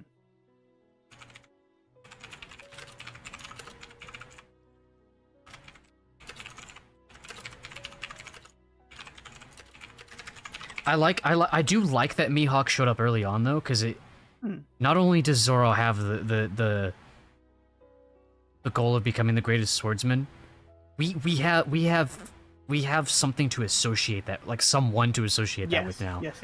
Like, yes. Zoro needs to beat Mihawk. Mm-hmm. For Kuina. Mm-hmm. He needs to be a swordsman. I love that line. He needs to be so strong that even the heavens know his name. Such a fucking Kuina, yeah. so Kuina will hear of him in the afterlife. Yeah. And like that kind of shows like how I mentioned earlier, like each character has a treasure and a goal. You know Zoro's, and um his goal, his ultimate goal is to be the strongest swordsman. Luffy's ultimate goal is to be the pirate king, and so on. Hmm. Um the other characters have not mentioned it yet. I don't know if Usopp mentioned his yet, so I'm not even gonna. Yeah, I don't think he really has. Does he want to meet his Okay. dad? Or did his dad die? Uh, I'm pretty sure at this point you have seen his dad. Yeah, I saw him in a flashback. Okay. I don't remember. Uh, He knew Shanks. I remember that. okay. So, yes. I'm like, I will confirm, yes. Usopp's dad knew Shanks, however, nothing more. Yeah, I don't remember what else that flashback told me.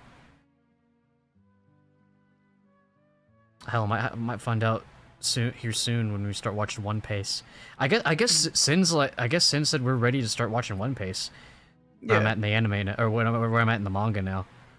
yeah, because like even if you watch it as much as you can, it still takes a minute to get through the episodes for the pacing of manga, because an episode's 20 minutes. Well, depending on the chapter, you can get a chapter done in less that time. I just had a crazy idea. I'm gonna make a whole new tab for this. Okay. Everyone's treasures. This is gonna be really useful for when I go writing like video essay. Imagine I don't know if anyone's ever made this video before. Imagine I'm caught up to the manga. I make a video that's called Every One Piece Character's Treasure. It's like like a 9-hour video talking about what each character's treasure is. That'd be insane. Honestly, That might have been made Yeah. already, but I think it might have been made just because of how long One Piece is going. But I would like to see your take on it, and once you're at that the doesn't mean I end- can't make it. Oh yeah. Like your take on it, you make it. Put your own cool spin on it. But yeah, especially if you like make a note now. Like once you're much further in manga, you don't have to be fully caught up, but looking back, you're like, oh, I kind of immediately knew this. Like Zoro or Luffy. I'm not gonna elaborate on anybody else, but Hmm. like a great swordsman and the King of Pirates, like yeah, and those are two that are very outwardly like kind of spelled out for you. But even outside the Straw Hats, other characters have goals. Yeah.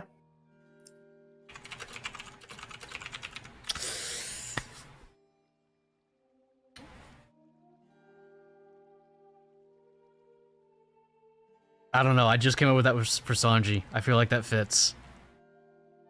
Yeah, that fits.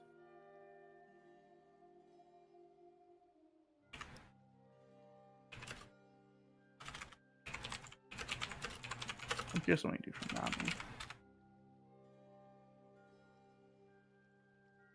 Yeah, Usopp. I'm struggling with Usopp's treasure because I feel like I might have already been told about it at this point. I don't remember. It's like these are more like their goals. Like what I mean by treasure. Yeah, that's true. These are goals. Hang on. I need These to are I need to goals. rewrite. Yeah. So, okay. But each character has a treasure. Luffy's is the Straw Hat, and his goal is to be King of the Pirates. Zoro's treasure is his sword. Yeah. His goal is to be the Great Swordsman. I feel like Zoro's goal and his treasure are the same thing here. Yeah, they're very tied together. I will say Luffy's crew because while he does have those goals, I think he deeply values the people that he meets along the way. It's a fun family story, yeah. Yeah. I'll just say Sanji's cooking, honestly, for his treasure. And then I'll just say Nami's hometown. Like, I'm just talking like where they're at currently. These things might change or evolve about the story. Yeah, I can say that. Yeah, Usopp, I feel like his goals have evolved beyond Kaya, I think. I think Yes, before it because was to make I her happy think- with his lies. I yeah. think now it's past that. Well, wasn't it just like he wants to become a pirate like his dad? Wasn't it something like that? Yes, I think it mentions that. I think that was it. Maybe Usopp's memories of his my father. Shut the fuck. Fucking Usopp's my father. Silence. And the crowd goes mild. And the crowd goes mild. Fucking. Oh my god. Gargamel Unleashed. Okay.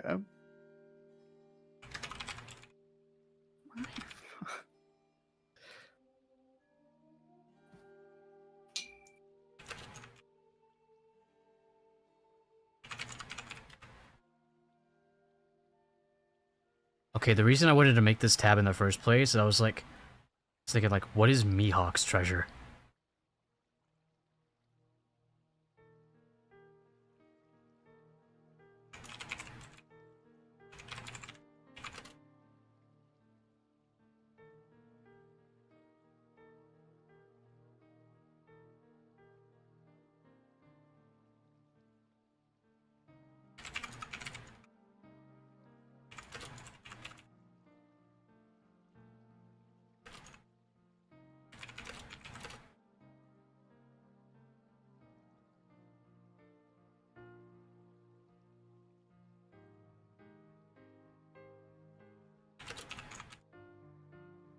Something like that. I feel like Mihawk is a very lonely person, and I feel like I don't think him being lonely bothers him, though. I think he's just cool, like, just being, like, isolated, and just being, like, yeah, I'm just, like, the strongest swordsman in the world. I'm cool with that. I think Yeah, that's, and I I'll think say that's...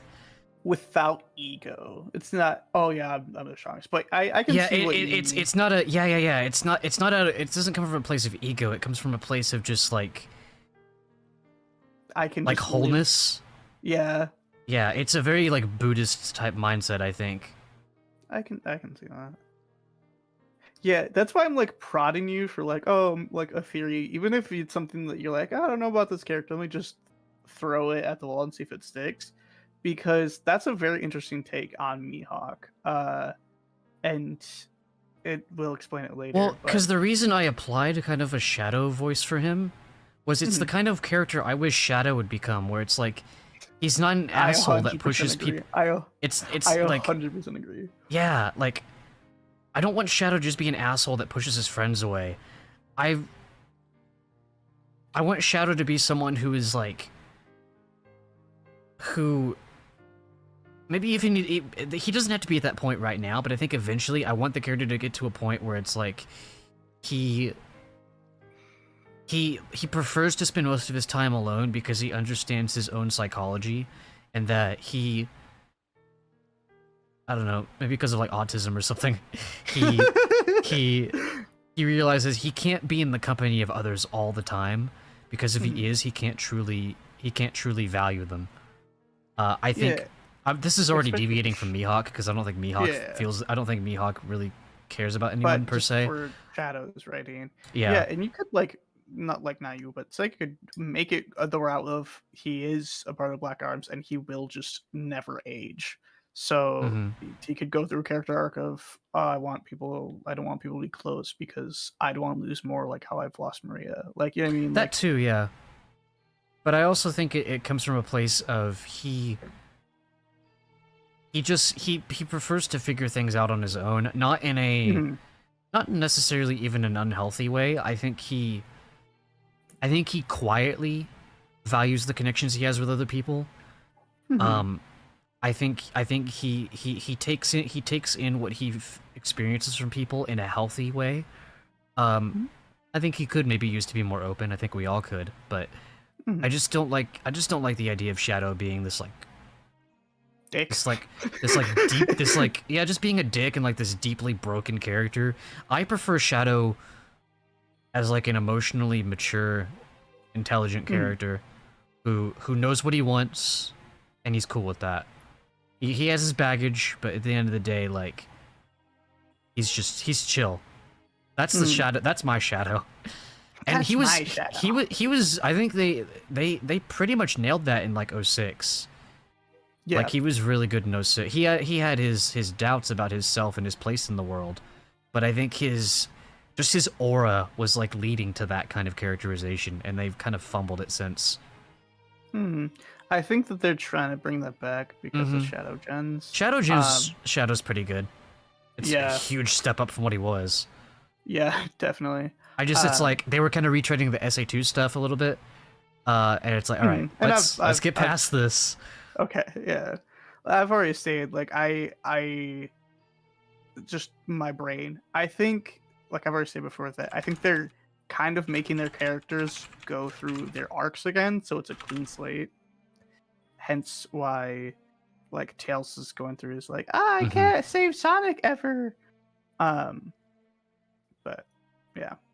Don't give you that idea, genius. It's like a stupid fucking line. I hate it. Yeah, earlier when I was talking about like I don't like Sonic being snarky towards his friends, like I don't mind, like I said, I don't mind him being like that toward like characters who deserve Happy it. towards Eggman, yeah. I don't mind him being like that towards characters who are asking for it. Like even like I said, like Knuckles. I don't mind them having that dynamic, but Tails, yeah. Like I don't mind Sonic giving Tails a hard time. I don't like that line. That line in particular. I don't like that attitude towards Tails. Yeah, and honestly, say what you will about Sonic Boom, I think mostly based off the show, but it's still in like the games, is Sonic's characterization. My name is Nad. My name is Nad. Yo, how you doing? How you doing? I saw what you said. You got some inspiration for Sonic Expo. I'd be eager to see that if you cook something up. It's really glad to hear that you're getting inspiration for art in the first place because of everything that has been holding you back from that. It warms my heart to hear. Yeah. Love when creative people get inspired. Okay, I'm trying to think of like what other characters I can prod you with, of like just Creativity always triumphs. Yes. Yeah, I wanted to think about more like characters to write down their treasures.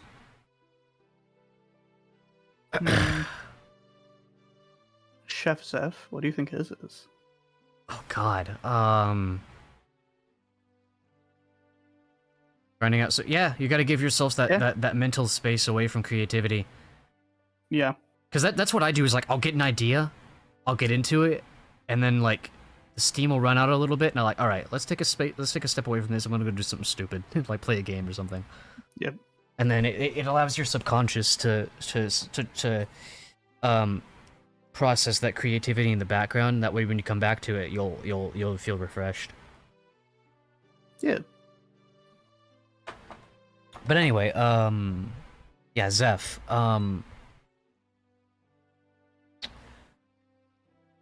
Just trying to think. Again, I'm even just trying to think back to his body language because that tells you so much about characters. I don't know. I feel like there's something about him that we don't know yet, like something personal. Okay. I feel like maybe there was a person that him and Sanji both knew that they lost. And maybe that's part of why they're so detached from each other now. Because they don't have that person to keep them together anymore or something. Okay. It was probably a woman. It's probably a woman. That's usually how these things go. Yeah. Maybe it wasn't. I feel like usually in those kind of situations, it's a woman or it's a child.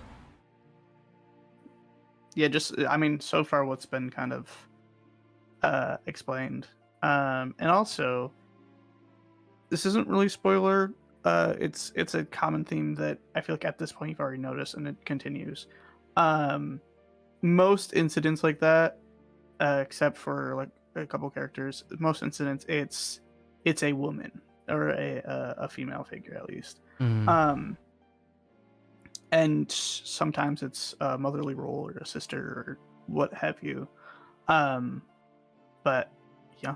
That is So a there's common this trope called I forget exactly the term. It's like refrigerator. It sounds weird. It sounds so. That's actually what it's called, There's this though. trope called refrigerator. It actually is, though. It's like Okay. Here, let me see if I can look it up. TV trope stuff. It's like when a character loses another character and like their entire motivation is trying to like get revenge for that character or whatever. Women in refrigerators. That is not what I was looking. That's Oh, is it just insane. called fridging? I think it's called fridging. Yeah.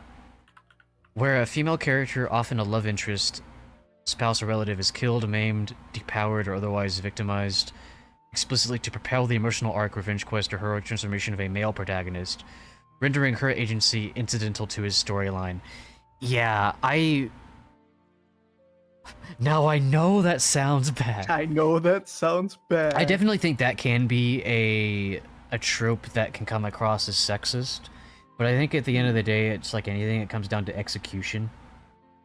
Yeah, and I think for most, like, the vast majority of cases of that in One Piece, it comes down to, like, it looks like sexism because in the world, it is sexism.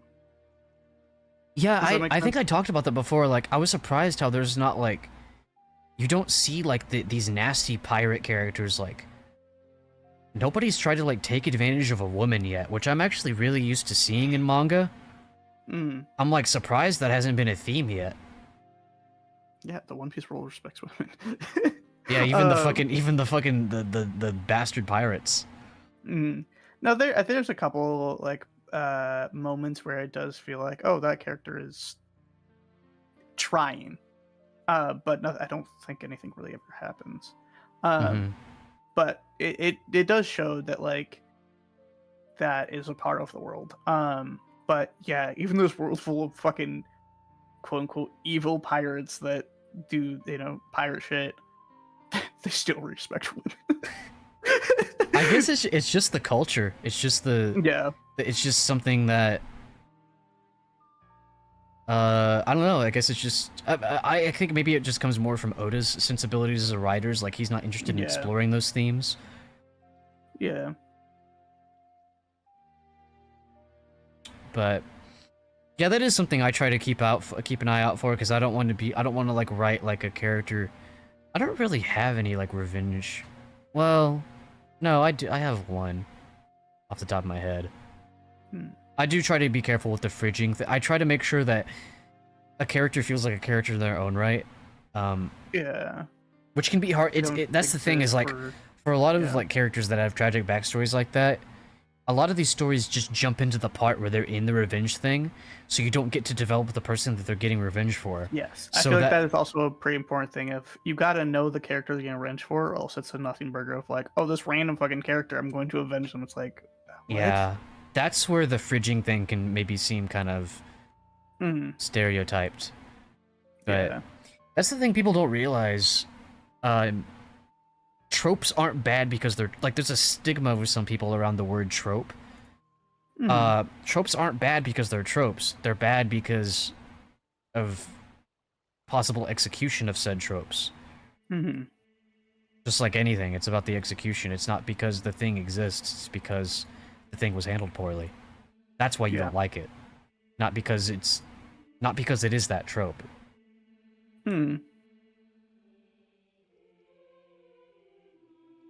So, Zeph,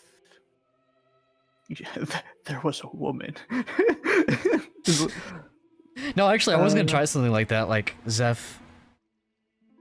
I don't know. Oh, maybe it's kind of like that movie I watched last night with Sin called Wolfwalkers, where the dad character was like overly protective of his daughter because he lost his wife and he promised his wife he was gonna protect his daughter forever. Okay, what if? I don't think Zeph and Sanji are related by blood, but what if Sanji reminds Zeph of the person that they mutually lost. I need to write this down. Sanji reminds Zeph of the person they mutually lost. Zeph promised the other person, because maybe this happened when Sanji was little. Zeph promised the other person he would look after Sanji. But at this point, Zeph sees how miserable Sanji is being stuck on Baratie and wants him to live his own life. So that's kind of my way of saying that's Zeph's treasure. I'll just even type it. Zeph's treasure is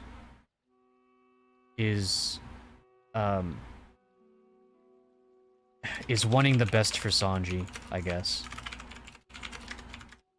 Even if that means letting him go. Okay. I am gonna copy this and put this back in the tab, though. Yeah, that's This is more of a theory. Yeah. A One Piece theory. Okay. Because I feel like Zeph is. I wouldn't even be mad if you told me that Zeph is a father figure to Sanji. Because I mean, it's kind of there. I'd be surprised. Yeah. I actually would be surprised if you said he's not. There are things that get put him into like a father role, like a not quite father role, but a guardian role. I feel like is a good way to put it. Oh God, I need to write this down. Sanji is a womanizer because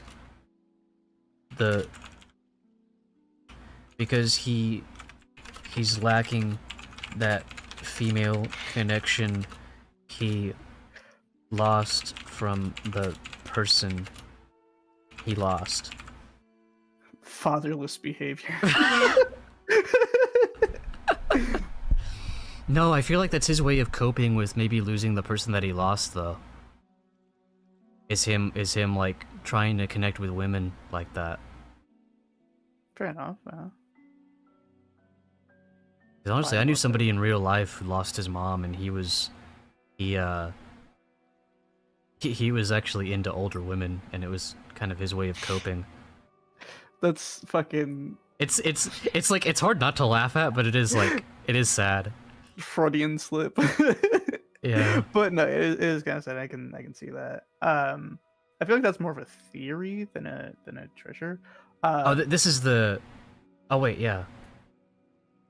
Sorry, I thought this was the treasure section, the theory section. There.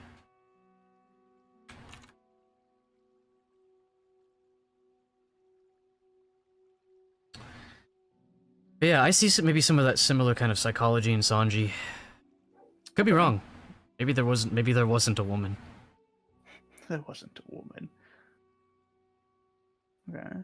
I think it could, if mishandled, the whole fridging thing could be just sexism. Like, it might feel like an author only sees women as like, and I've seen this in stories where it feels like they only see them as like an object to progress the story and not really a character. Yeah, or just as like they view women in general as like supplementary to men and their stories. As opposed to the women. I'm not worried about that with One Piece because like Nami's already really good. I from what I hear, there's a lot more women that appear later on, so it becomes more balanced. Because right now it's One Piece is kind of a sausage fest. Yeah. I was gonna say something else. I forgot. It was on that same note. Frigine. It's a very funny name for that trope. Yeah, it's called refrigerator. It's called refrigerator. Like, there's no fucking way. Well, I was just trying to get no Frigine. I can hear. I can see how you like would Yeah, I was trying to like, well, because it also said like, oh, I closed it. Never mind. But it also said like the trope is also called like woman in refrigerator. I'm not even kidding. That's what it said. That's really funny. Oh yeah, but yeah, it can come across as or it just straight up can be sexist if that's what the writer's doing. Chudmancer? That's my favorite One Piece character. Oh my god, it's Chudmancer. He's the greatest He's the- chud. He's the greatest chud in the world. Mhm. It's me, Chudmancer. And then like that's like gonna be like Usopp's final boss. I'm going to That'd be the I'm going funniest way. I'm going to defeat Chudmancer. You hear that, Pirate King? Heard Chud and I activated like a sleeper agent. Yeah, I'm Sid, I'm kind of like prodding that Para to like, hey, just make him, even if it's a I've been saying some stupid shit. like, just make him a stupid theory, because at the very least, that's at least written down and be like, okay, that was way off, or holy shit, this crackpot theory is right. So I feel like some of these have kind of prodded out of him, but yeah. These are kind of, I think this is the, oh yeah, it's a treasure tab. So, interesting.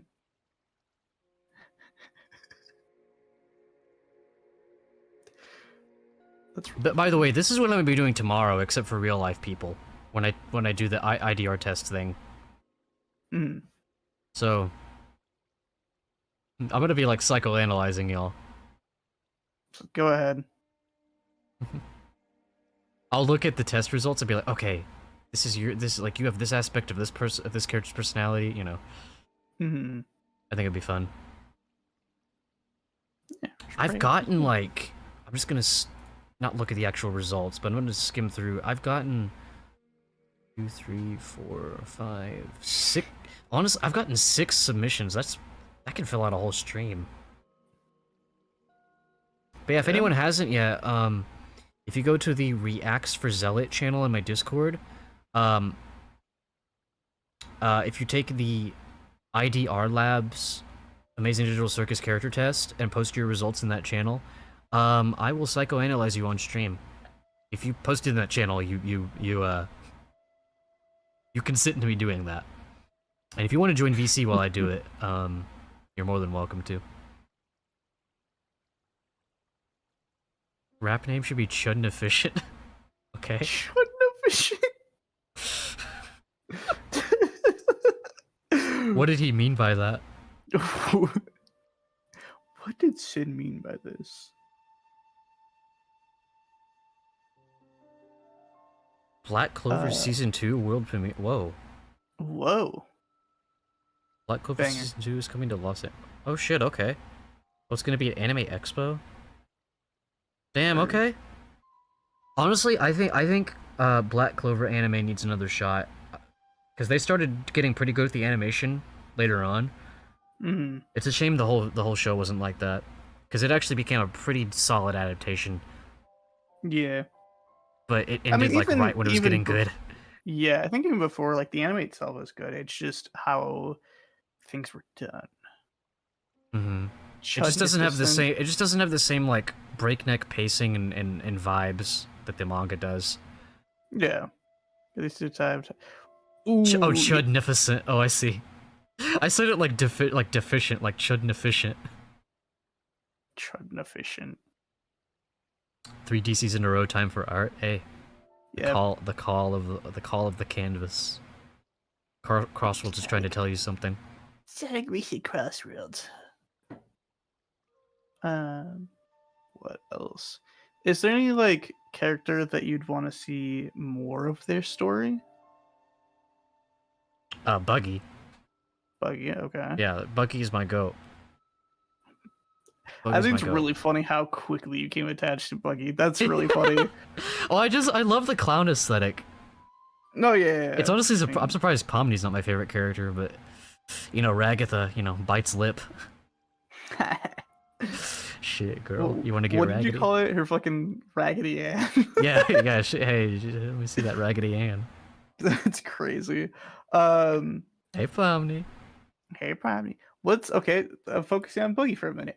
Um, what's something that you would think, like, I don't know, throwing shit at the wall with him, like. Buggy's actually the one true villain. Buggy is the One Piece. That would be amazing. Buggy is the One Piece. Buggy is the One Piece. He's my one. Well, he is One Piece now. Look at him. He's compact. Hey, portable.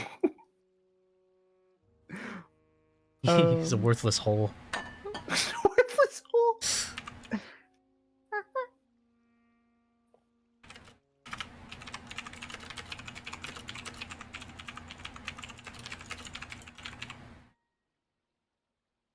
I think Buggy's treasure is. Yeah, it's wanting to be like the biggest, you know, like the biggest bird. I'm the biggest bird. I'm the biggest I'm the bird. biggest clown. Trying to think. So, superior in control. Honestly, you would be one of Buggy's lackeys. Like, actually. Yeah, I'd be scared of that Buggy ball. Just Buggy ball. But no, like that's like canon. That would be so funny if Buggy had like one, had like one subordinate that was like thirsty for him,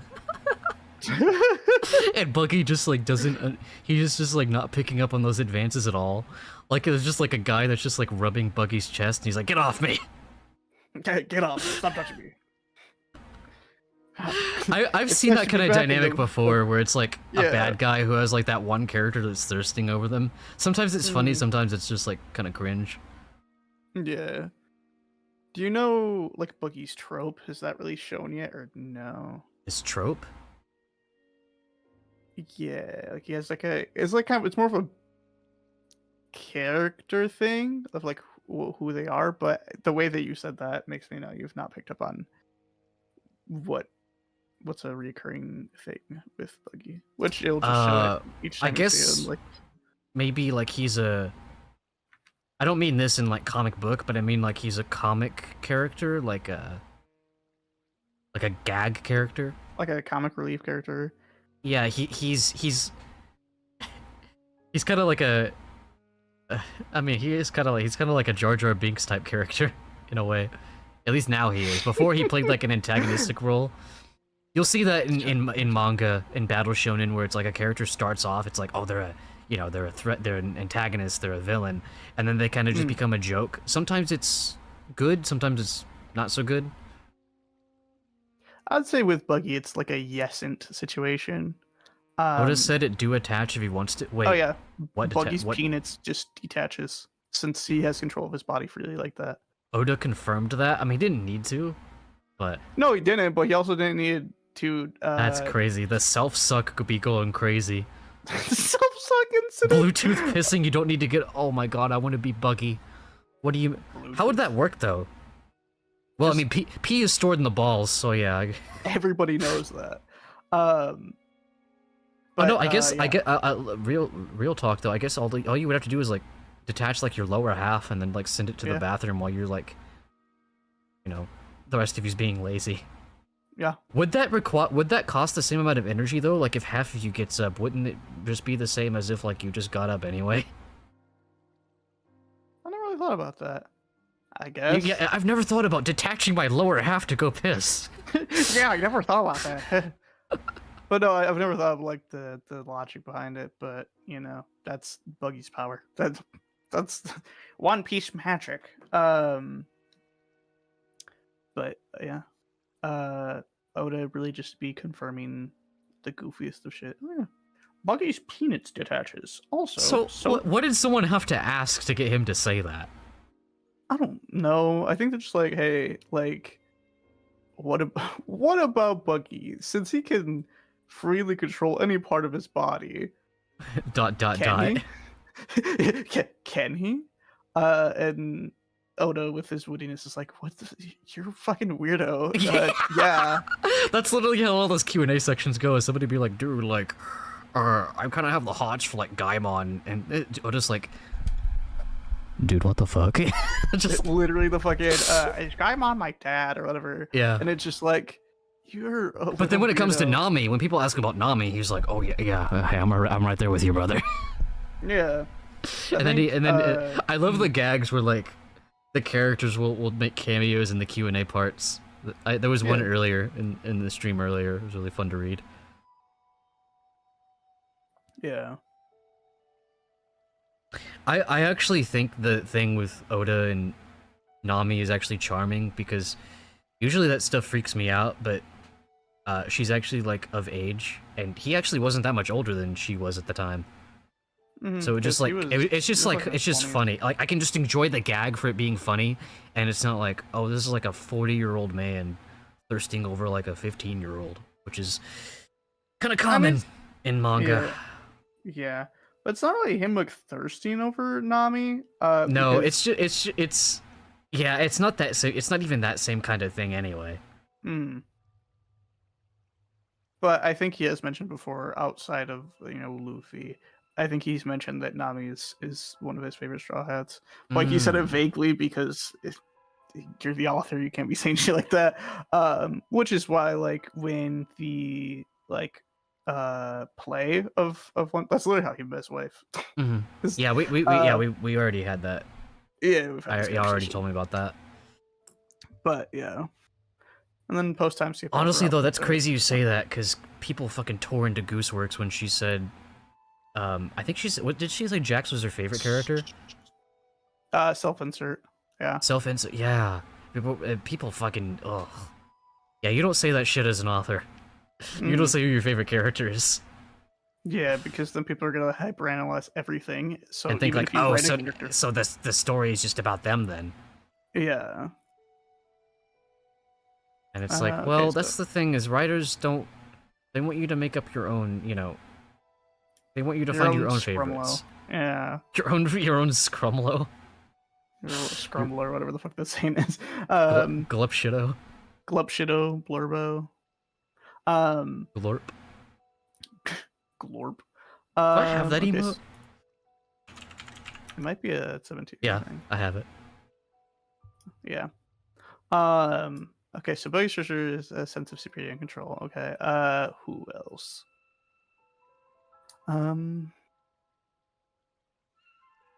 Luffy, Zoro, Sanji, Nami, Usopp, Shanks, Mihawk, Zeph, Buggy. Do you have any theories on Gold Roger? My Roger. Fucking reminds me of when you're talking about Usopp. Usopp's father. Usopp's father. Gold Right, Roger. I feel like he embodies everything that Luffy wants to be. Basic, like if One Piece was like a time loop story, like Gold Roger is just like Luffy. If that makes sense. Okay. Yeah, I know it's see not. that. It's not a time loop story. I highly doubt that, but. Hmm. Twee! Holy. My friend, how WP. was the birthday stream? How's your birthday party and your birthday? Happy birthday. Let us know. I know you got a raid and run, but at least spill the beans on how the stream went. Gold Roger Craig Smith. Craig Smith. The new Oh my God. ultimate Domino's stuffed crust pizza.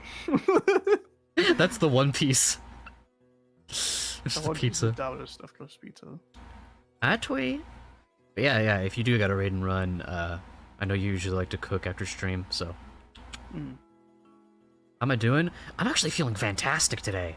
This is the best I've felt in like a few months, honestly. A couple months. Or over a month. However long it's been since I started feeling shitty because of the weather. I've been having a great day today.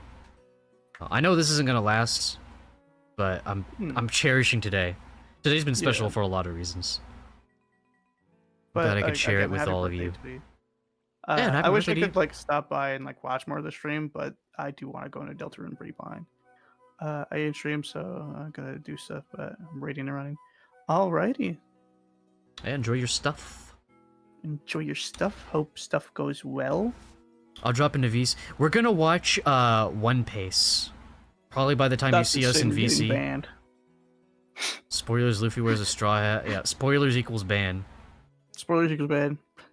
Broke the one rule. Yeah, The we're one rule is gonna watch the One Piece anime edit that like cuts out the filler and better stuff. pacing. Yeah. We're gonna watch that when Sin gets home. Hopefully I'll still be awake, but I took a nap earlier, so I should be good. Hmm. I'm like Mihawk. I wish I was like Mihawk. Sky. No, yeah, that basically is what One Piece is. It's just cuts out all the like filler and the pacing matches the manga.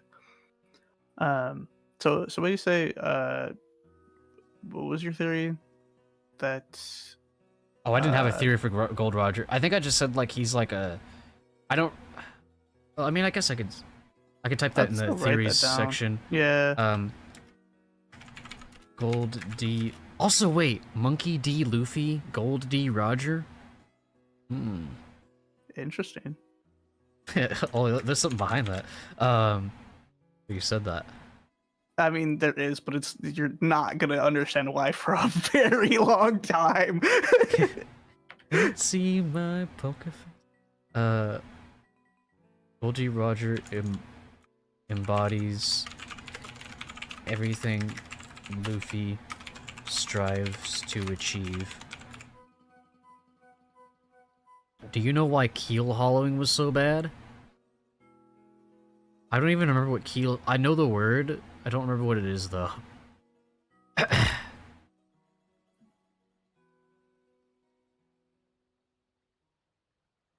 ding-a-ling swing.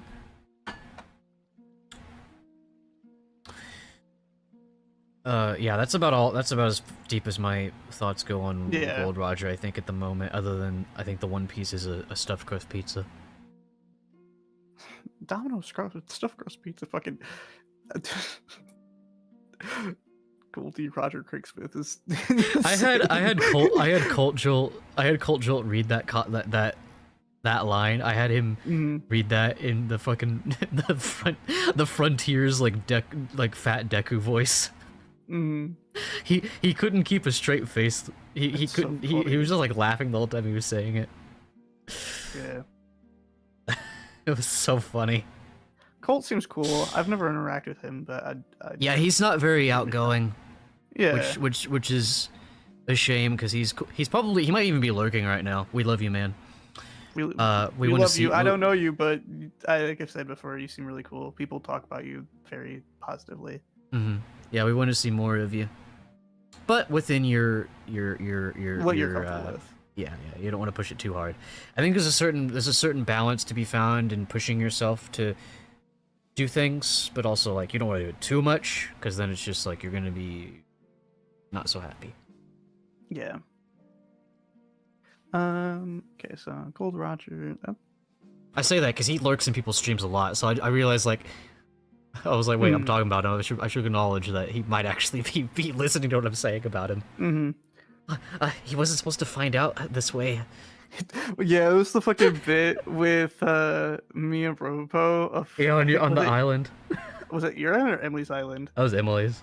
Where it's just like, oh yeah, you have a crush. It's like post like I didn't know this to you, and I'm like, you weren't supposed to find out this way.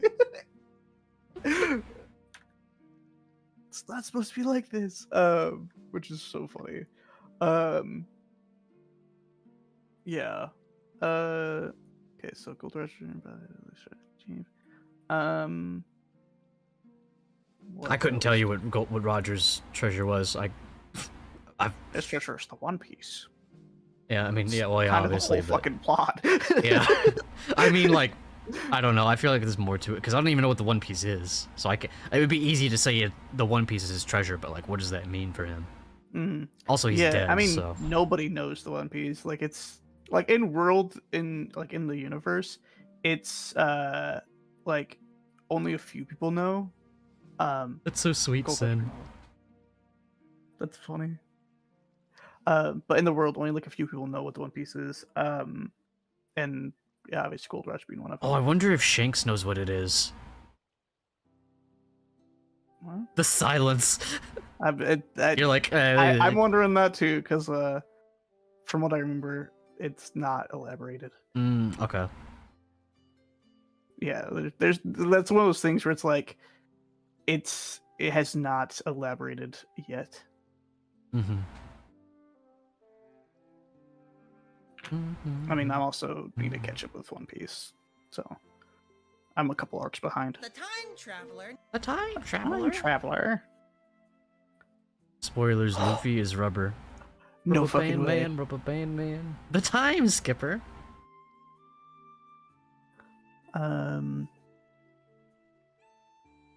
The time traveler.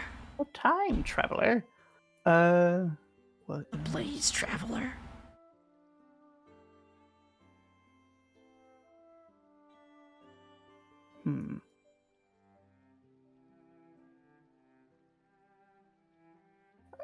I can't think of any characters to prod you with to come up with ideas. Yeah, any of the ones I've seen so far. But I feel like that is a good point to. I was gonna say I've already written down quite a few notes here. I don't know why the spacing is. Are you zoomed Oh. in? No, hang on. I need to Oh, formatting. update normal. There we go. There we go. There you go. Oh yeah, Cusco. Nice Yeah, cock. talk them together. Oh yeah, Cusco. Oh, yeah. We're coming together. They've explored each other's bodies.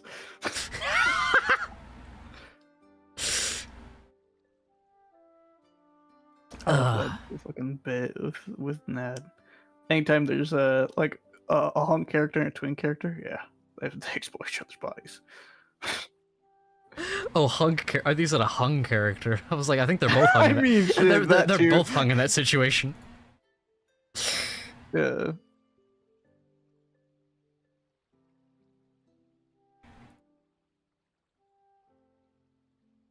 But yeah, Zoro is fucking cool. Yeah. Yeah, I guess the next couple streams are still gonna be Baratie. Mhm. Maybe like two. I or mean, th- if you like, go, if you go through as fast as you as many as you did, as fast as you did, it like 2 streams, 3 streams. I'm thinking like third one will be like capping off Baratie and getting into the next. Yeah. What is the next arc called? Arlong Park. Okay. Oh, I bet that's. Well, don't tell me if you think it's harmful to know, but I bet that's what. That has something to do with Nami's hometown. If that's not just what it's called. All right. Yeah, Arlong Park's the next one. Yeah. Very interesting.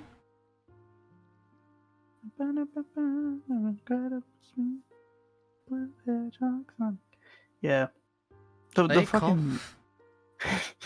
Oh, that's call a- me the time traveler. I was gonna say they call me father. They call me father. They call me Lightning McQueen. Because I'm driving around. I'm friends with. Hey, Pomni. I was watching.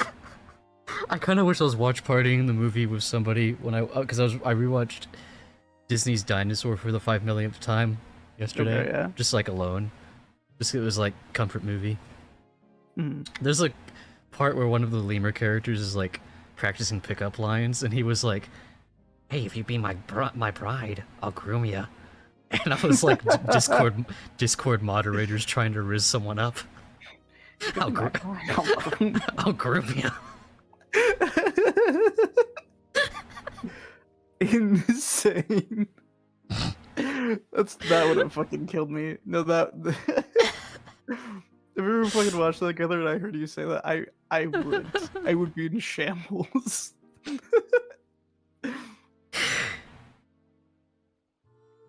Anyway, I was gonna say this art right here of Mihawk is So cool. Be so awesome. No video. a Be so video. cool. Trying to find. There we go. There we go. Yeah. Cross symbolism. It's almost like they're pirates. Wait, what does that have to do with Christianity? Oh, his cross symbol. Yeah. Oh yeah. I mean, I think Christianity was also. Yeah, it is, but yeah, I noticed that. I noticed that immediately with Mihawk. I didn't say anything at the moment because I wanted to keep reading, but yeah, I haven't thought about that since I first saw Mihawk. Is the crucifix, particularly crucifix symbolism. That's got to have some significance, or maybe not. Maybe Oda just was like, "Hey, it looks cool." A cool character design thing.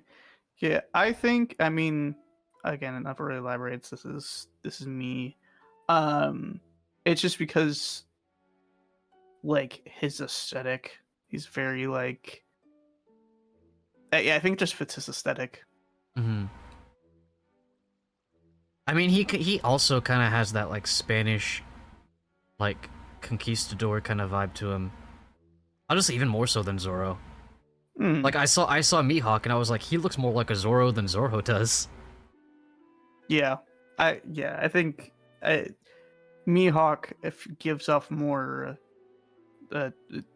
Zoro to ours. Yeah, I think there's definitely like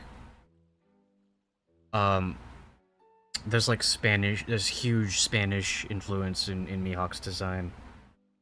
What that entirely entails, I'm not sure. I bet, dude, Guillermo del Toro, he'd be able to like, he'd tell you immediately. Oh yeah, it's this because of this. Yeah. But yeah, like I said earlier, Oda-sama, Oda Sensei? Sensei. Sensei. People outside of our group are probably like, what the fuck, why is Sensei so funny to y'all? Right, Sensei, yeah. Oda does research for like a character and stuff like that, but he puts his own twist. But like it's a well-informed twist. Because there's a arc that happens much later that is based off of like Rome, Italy, and Spain. Like that's very much like the aesthetic and the visuals of that, which is I can't say it's my favorite arc, not because it's bad, but there's so many good arcs in One Piece. But it's up there just because the villain goated, the plot relevance goated, one of the characters that shows up and is important goated. Like it does check off all the boxes for me.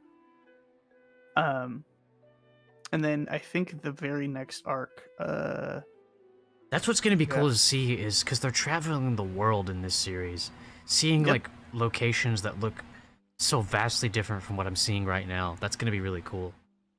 I mean, you know of Nico Robin, but I think once you get to Nico Robin and it explains her story, I think you'll love Nico Robin. Okay. Yeah, I don't know I just know the character design. I don't know anything else about her. Yeah, she a bad bitch. But yeah, she's a generational baddie. That fucking generational brown image, just like generation. It's had such an impact on me. Did Sin send that to you? No, my sibling did. Oh. It feels like something Sin would send. It's just there's so much loaded. There's just so much packed into that meme. It's like not even looking at it's the caption alone. Not even looking at the amazing image. Phantom wipe. Generational brown and phantom wipe are like that's like fire writing. Those are so that's like goes so hard. It's so iconic. It's so iconic. I feel like I'm talking about a One Piece quote. Yeah, my favorite One Piece quote: generational brown and a phantom wipe. Oh my god. That would be like you take like one of the most iconic One Piece moments and you just replace the text with that. Oh my god. It's the fucking just because it's CD notes, the fucking okay, I'll never lose again. You hear that King of the Pirates and it's fucking I'll never phantom wipe again. You hear that, you generation?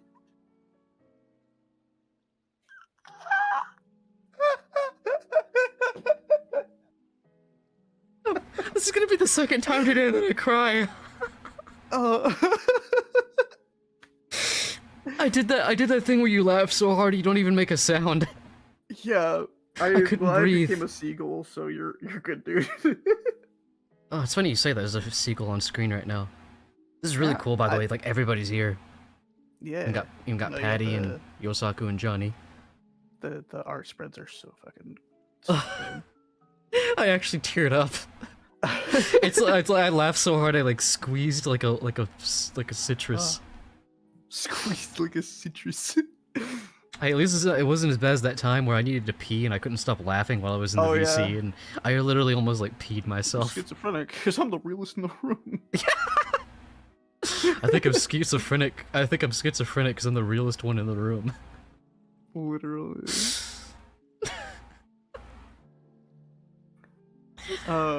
Chat, this is. I think everybody watching has been in those VCs right now anyway. But if there's anyone lurking, this is like just a taste of what it's like in my off-stream like late night VCs with the homies.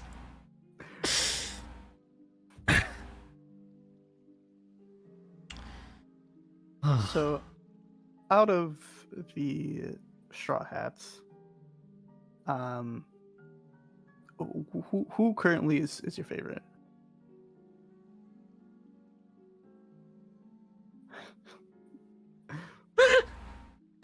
my answer is so stupid I can't say it. I was gonna say Buggy.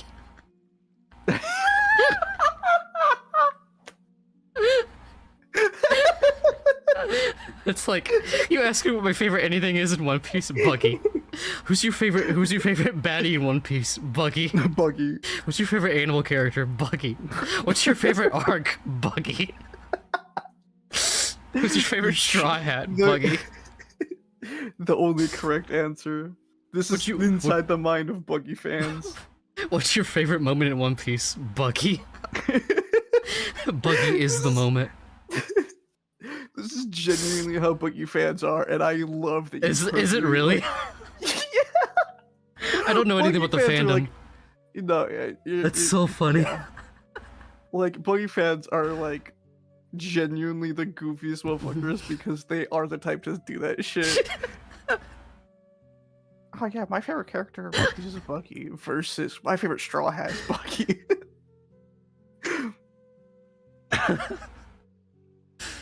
He's an honorary Straw Hat. Yeah. Well, they're all on screen right now, aren't they? I feel like I'm missing someone.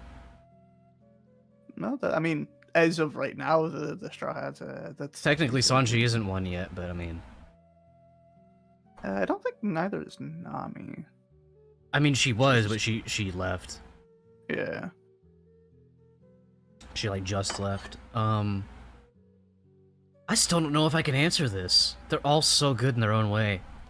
The stupid fucking image of Usopp is also kind of killing me. We got everyone like Nami, Zoro chilling, Luffy eating, Sanji smoking, and fucking Usopp just fucking just making like a Diddy Kong face. me when they said Diddy's back. my face when hashtag Diddy free is trending. For free Diddy. No. Me when I drop that generational brown and get a phantom wipe. Oh god. I'll put the image back on screen for those that don't know what I'm talking about. Yeah. It's so funny. Masses about generation. No brown, yeah. When you drop generational brown and get a phantom wipe. I love that dog. That dog has so much aura. Oh yeah. Honestly, more. Oh, I just realized he's floating. I thought he was floating over, because I saw the wings and the lighting. I thought he was floating over the pearly gates. He's floating over a toilet. I still don't know what phantom wipe means. I'm actually looking this up. Is this like a? I mean, I've never heard that phrase before. You've probably experienced it. Wipe once, nothing there. Twice, nothing. You're starting to lose all hope in your ability to wipe yourself. Third time you see nothing, then you can abandon wipe a fourth time. And wipe, and Yeah. you go to the boat, if you don't... Oh no, this is what I was talking about earlier! Okay, so this is the same thing I was talking about earlier. I always called it no paperwork. No paper. Because it's like, oh, I took a dump and I don't have to wipe today. It's rare, but it happens. Yeah, I've been calling it that since I was a kid. No paperwork today. Brown and get no paperwork. Get no paperwork. Oh my god! Everybody fucking leaves. One Piece is over. They're just like, okay, we're out of here. The real generational brown was the one piece we made along the way. Oh god. Oh my fucking Christ.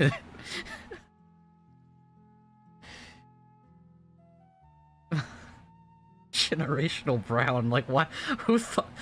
Whoever made that meme was high as shit. Oh, for sure. Like you do not be sober and come up with the term generational brown.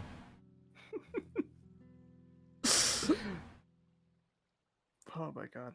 But yeah, I'm glad that I kind of extracted like some theories and ideas. I'm just gonna rename the VOD to generational brown. Oh god. No, yeah, it was a productive theory crafting for sure. Yeah, because like sometimes that is needed where you're too focused on like what's currently happened to think about what has happened. Mm-hmm. I try to make sure I slow down and reflect on the story prior. Yeah. When I'm watching stuff, at least when I'm making content on stuff, I try to do that. And you know, One Piece and Which Had Atelier, I've been trying to make that a point. But yeah, just having somebody be like, "Hey, what's your thought on this character that you really like?" I can't think of an example. Fucking Buggy, right? Like, oh yeah, that's his character's goals or treasure. And honestly, like, a sizable portion of what you've written down is like crackpot theory stuff, but again, I'm not going to confirm or deny it. And it's like that's an interesting take. That's why I haven't really said anything like confirming or denying. It's like, oh, that's an interesting way to interpret that. Yeah. I like vicariously experiencing things that I already have a deep knowledge of through someone who's fresh on it. Sometimes it can be frustrating because it's like they're so far off. Oh yeah, I've experienced that like in this VC alone, but it's also like I don't want to deter you from making a theory. You don't want a backseat. Yeah, I don't want backseat, but I also don't want to deter you from like making a wild theory just because the One Piece gets wild. So having like a early fucking because like I said earlier too, it's like idea. it can be quite unpredictable. So it's like it kind of fits to have the crazy theories. Yeah, so that's why like I fully encourage you to make some crazy shit up because and that's why I'm like, yeah, just if you have any idea that's ridiculous, like write it down anyways. You'll never know. Yeah. I need to. That's why I'd forgotten about the theory doc because again I hadn't streamed in 2 weeks. Yeah. Hopefully that doesn't happen again anytime soon, but we'll see. Yeah, unfortunately I do feel like today is just a fluke. The way the weather's gonna be, I feel like I don't know. I'm just appreciating today for what it is, but I don't expect most days to be like this. It might honestly be another couple weeks after today until I'm able to read it again. Hopefully that won't be the case, but I need to at least emotionally prepare myself for that. It's something I learned from growing up with, well, I won't get into anyone in particular because they might be watching, but people in my family who, then again, me saying it, they probably know I'm talking about them, but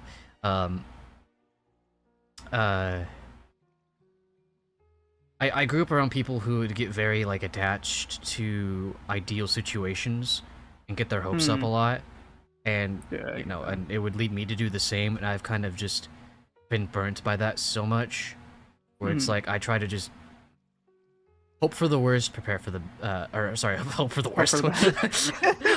I want terrible things to happen. Hope no, for the you're- best, prepare for the worst. Yeah. High hopes, low expectations. Yeah. Like, be open-minded for both positive and negative outcomes, and try to be prepared for both. Yeah. Have the whimsy to be emotionally available when good things happen to you, but try to be you know, learn from what you've experienced in the past and realize things don't always go your way, and just be prepared to do that and to focus on something else to make you happy when that thing doesn't go right. Yeah. Easier said than done, but But it's the effort.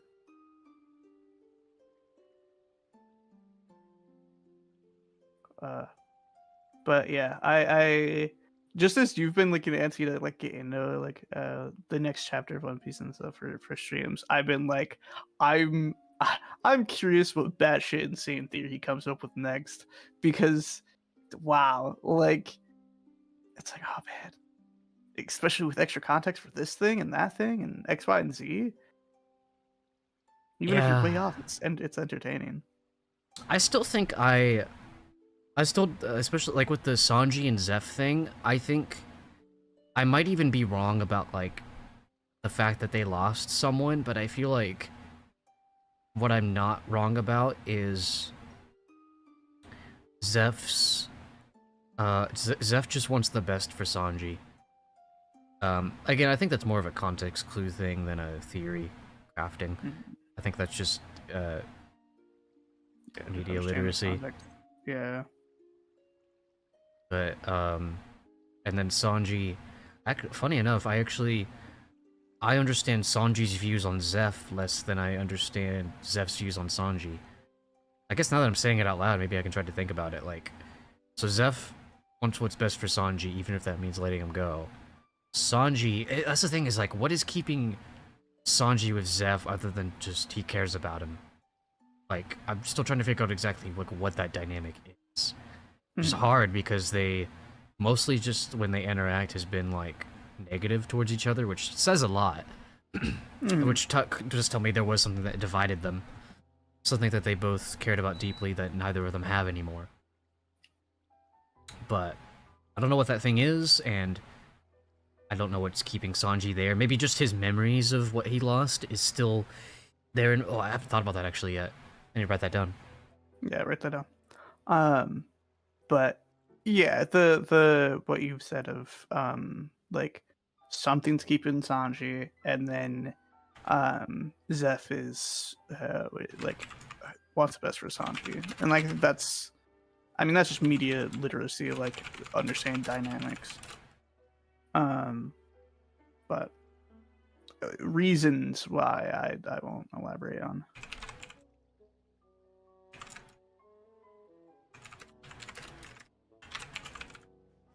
It took me a while to remember what it's stuck in my head now. Like even doing that 2-week hiatus, like the word Baratie was really easy for me to remember. But at first I was like Baratie, Baratie. Yeah, it was there too.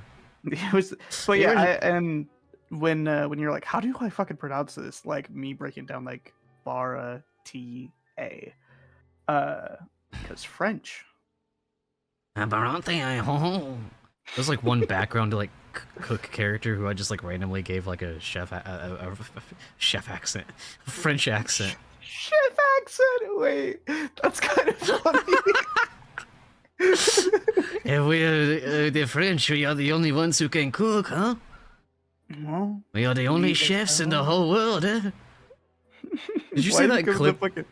Oh wait, no, you were there. I was gonna say, did you see that clip where I did that French voice? You were there. You were right behind me when I said that. Yeah. The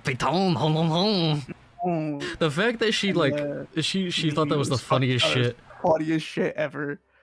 You're like I don't even it, and then you hesitated. It's like, hey, like I really want to make a joke, but I don't know if this is offensive to like French people. And she's like, yeah, I don't care. You do it, and she fucking dies.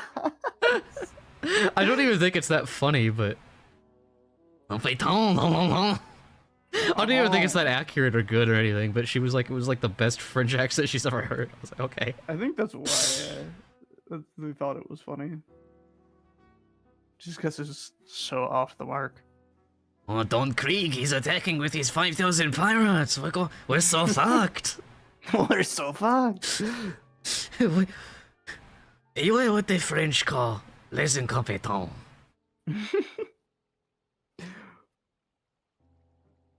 I'm getting cancelled. Yeah. Google talking. I wish I didn't chicken out when we were watching Looney Tunes the other day, and Speedy was on screen and like Sin and Poe were in VC. Yeah, Simpo like went off in like a funny way on fucking Speedy. Yeah, I wish I would have said the. Do you think he's ever called anyone Bocho?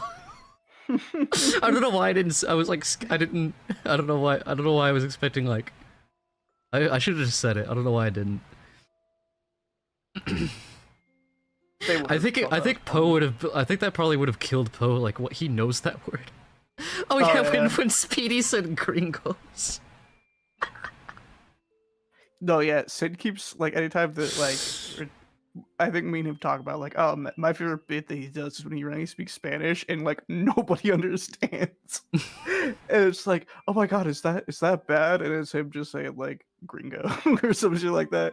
I'm just like, it's so fucking funny. And Camstar was playing like Mega Man or something like that, and he like I was talking like, man, like because we're talking about torta, it's like a type of sandwich. I made a joke of I could pound a torta right now, and like Cam was like girls named Torta, but like Torta is like a Spanish like nickname for like chubbier women. Yeah, so I was like, Hey, like I dying ain't laughing. based. But yeah, I'm a torta pounder. I'll say that with my full chest out. Yeah. Torta pounder. Why does that sound like something you ordered off of like a McDonald's menu? I'll get a torta pounder. Can you repeat that one more time? Okay. Torta That'd be pounder. 11:59. Pull up to the next window. Put that in your fucking Discord bio. Torta pounder. My current bio is something about pretzel buns because I had one the other day and I haven't. I'm like, oh, this shit Conqueror of fucks. short they thems. Conqueror short they thems. I need to stream like Sock Venture like again. Like the stupid shit that I say that you just absorb is so fucking funny. Your mother. Yeah, mother. Short they thems in my area.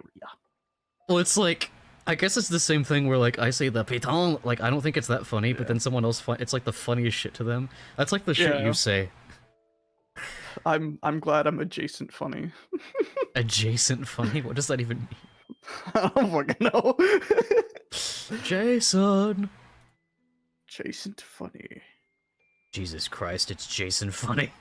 Jason yeah, you know what, I'm gonna make a new Twitch account, like a low key, make it a fucking like clown VTuber. Yeah, I'm Jason funny.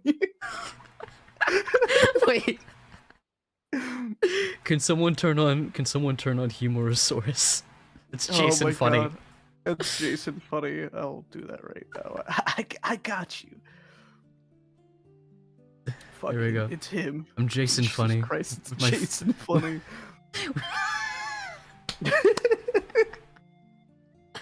Damn, I'm the clown. I'm supposed to be making y'all laugh. Here I am, Jason funny with my phantom wipe.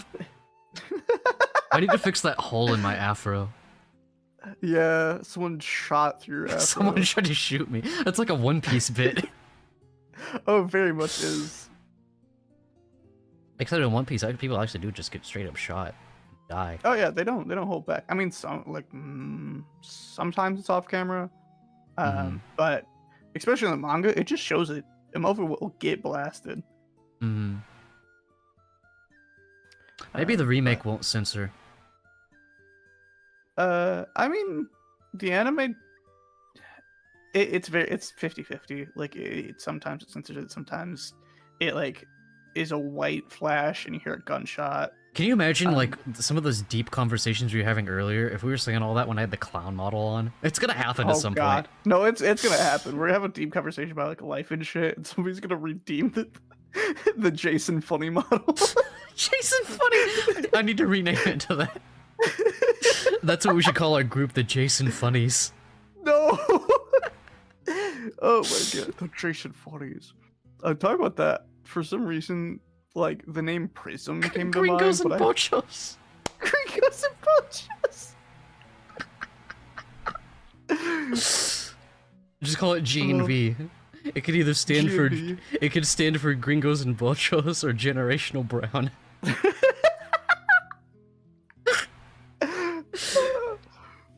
You know, it's sort of like, it's like poetry, it rhymes, it's like a stanza. It's like a stanza. Oh my god. Yeah. Truly is a poem. Well, I think at this point I'll rest up for the watch party later. Yeah, the stream is turning to a gas leak, so it's a gas leak. Yeah, I feel like I'm inhaling gas fumes. How long was this stream? It was fucking 4.5. Oh yeah, 5. perfect timing. Yeah, I want to save my energy for tomorrow's stream. Yeah. So let me see if I can find someone. Actually, I want to look at the writing and reading category. Maybe someone else is reading manga. Be cool. That would be cool. Fuck it. Here's the raid. It's just Jason Funny. Jason Funny. Dino raid. Fucking.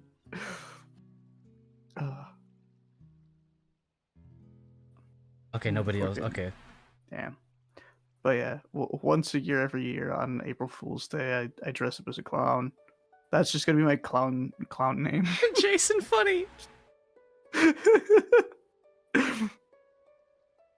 Hey guys, what's up? It's me, Jason Funny. It's me, Flying Gorilla. San Diego. San Diego. San Diego. I'm looking through my following now for someone to raid. We raid outside the usual. Outside the usual. I don't think I'm gonna raid anyone playing Deltarune, because I don't. Well, I could just say, okay, raiding, bye. I don't want to get spoiled, but. Raid and run, yeah. I'm gonna have to do anyway, because I need to go to the bathroom. And yeah, drop a generational problem. How did I not think of that? Let me see if there's anybody that I found that's left right now. Well, actually, Imp is. I was gonna say Imp isn't playing Deltarune. You want to raid into Vine Sauce? Oh, is Vinny live? Yeah, yeah. Vinny's live. Oh, he's playing with Germa. Yeah. Okay, I know I said it would raid outside the usual, but Imp is actually live pretty late. He looks like he's locked in too. He's making Gundam. Gundam.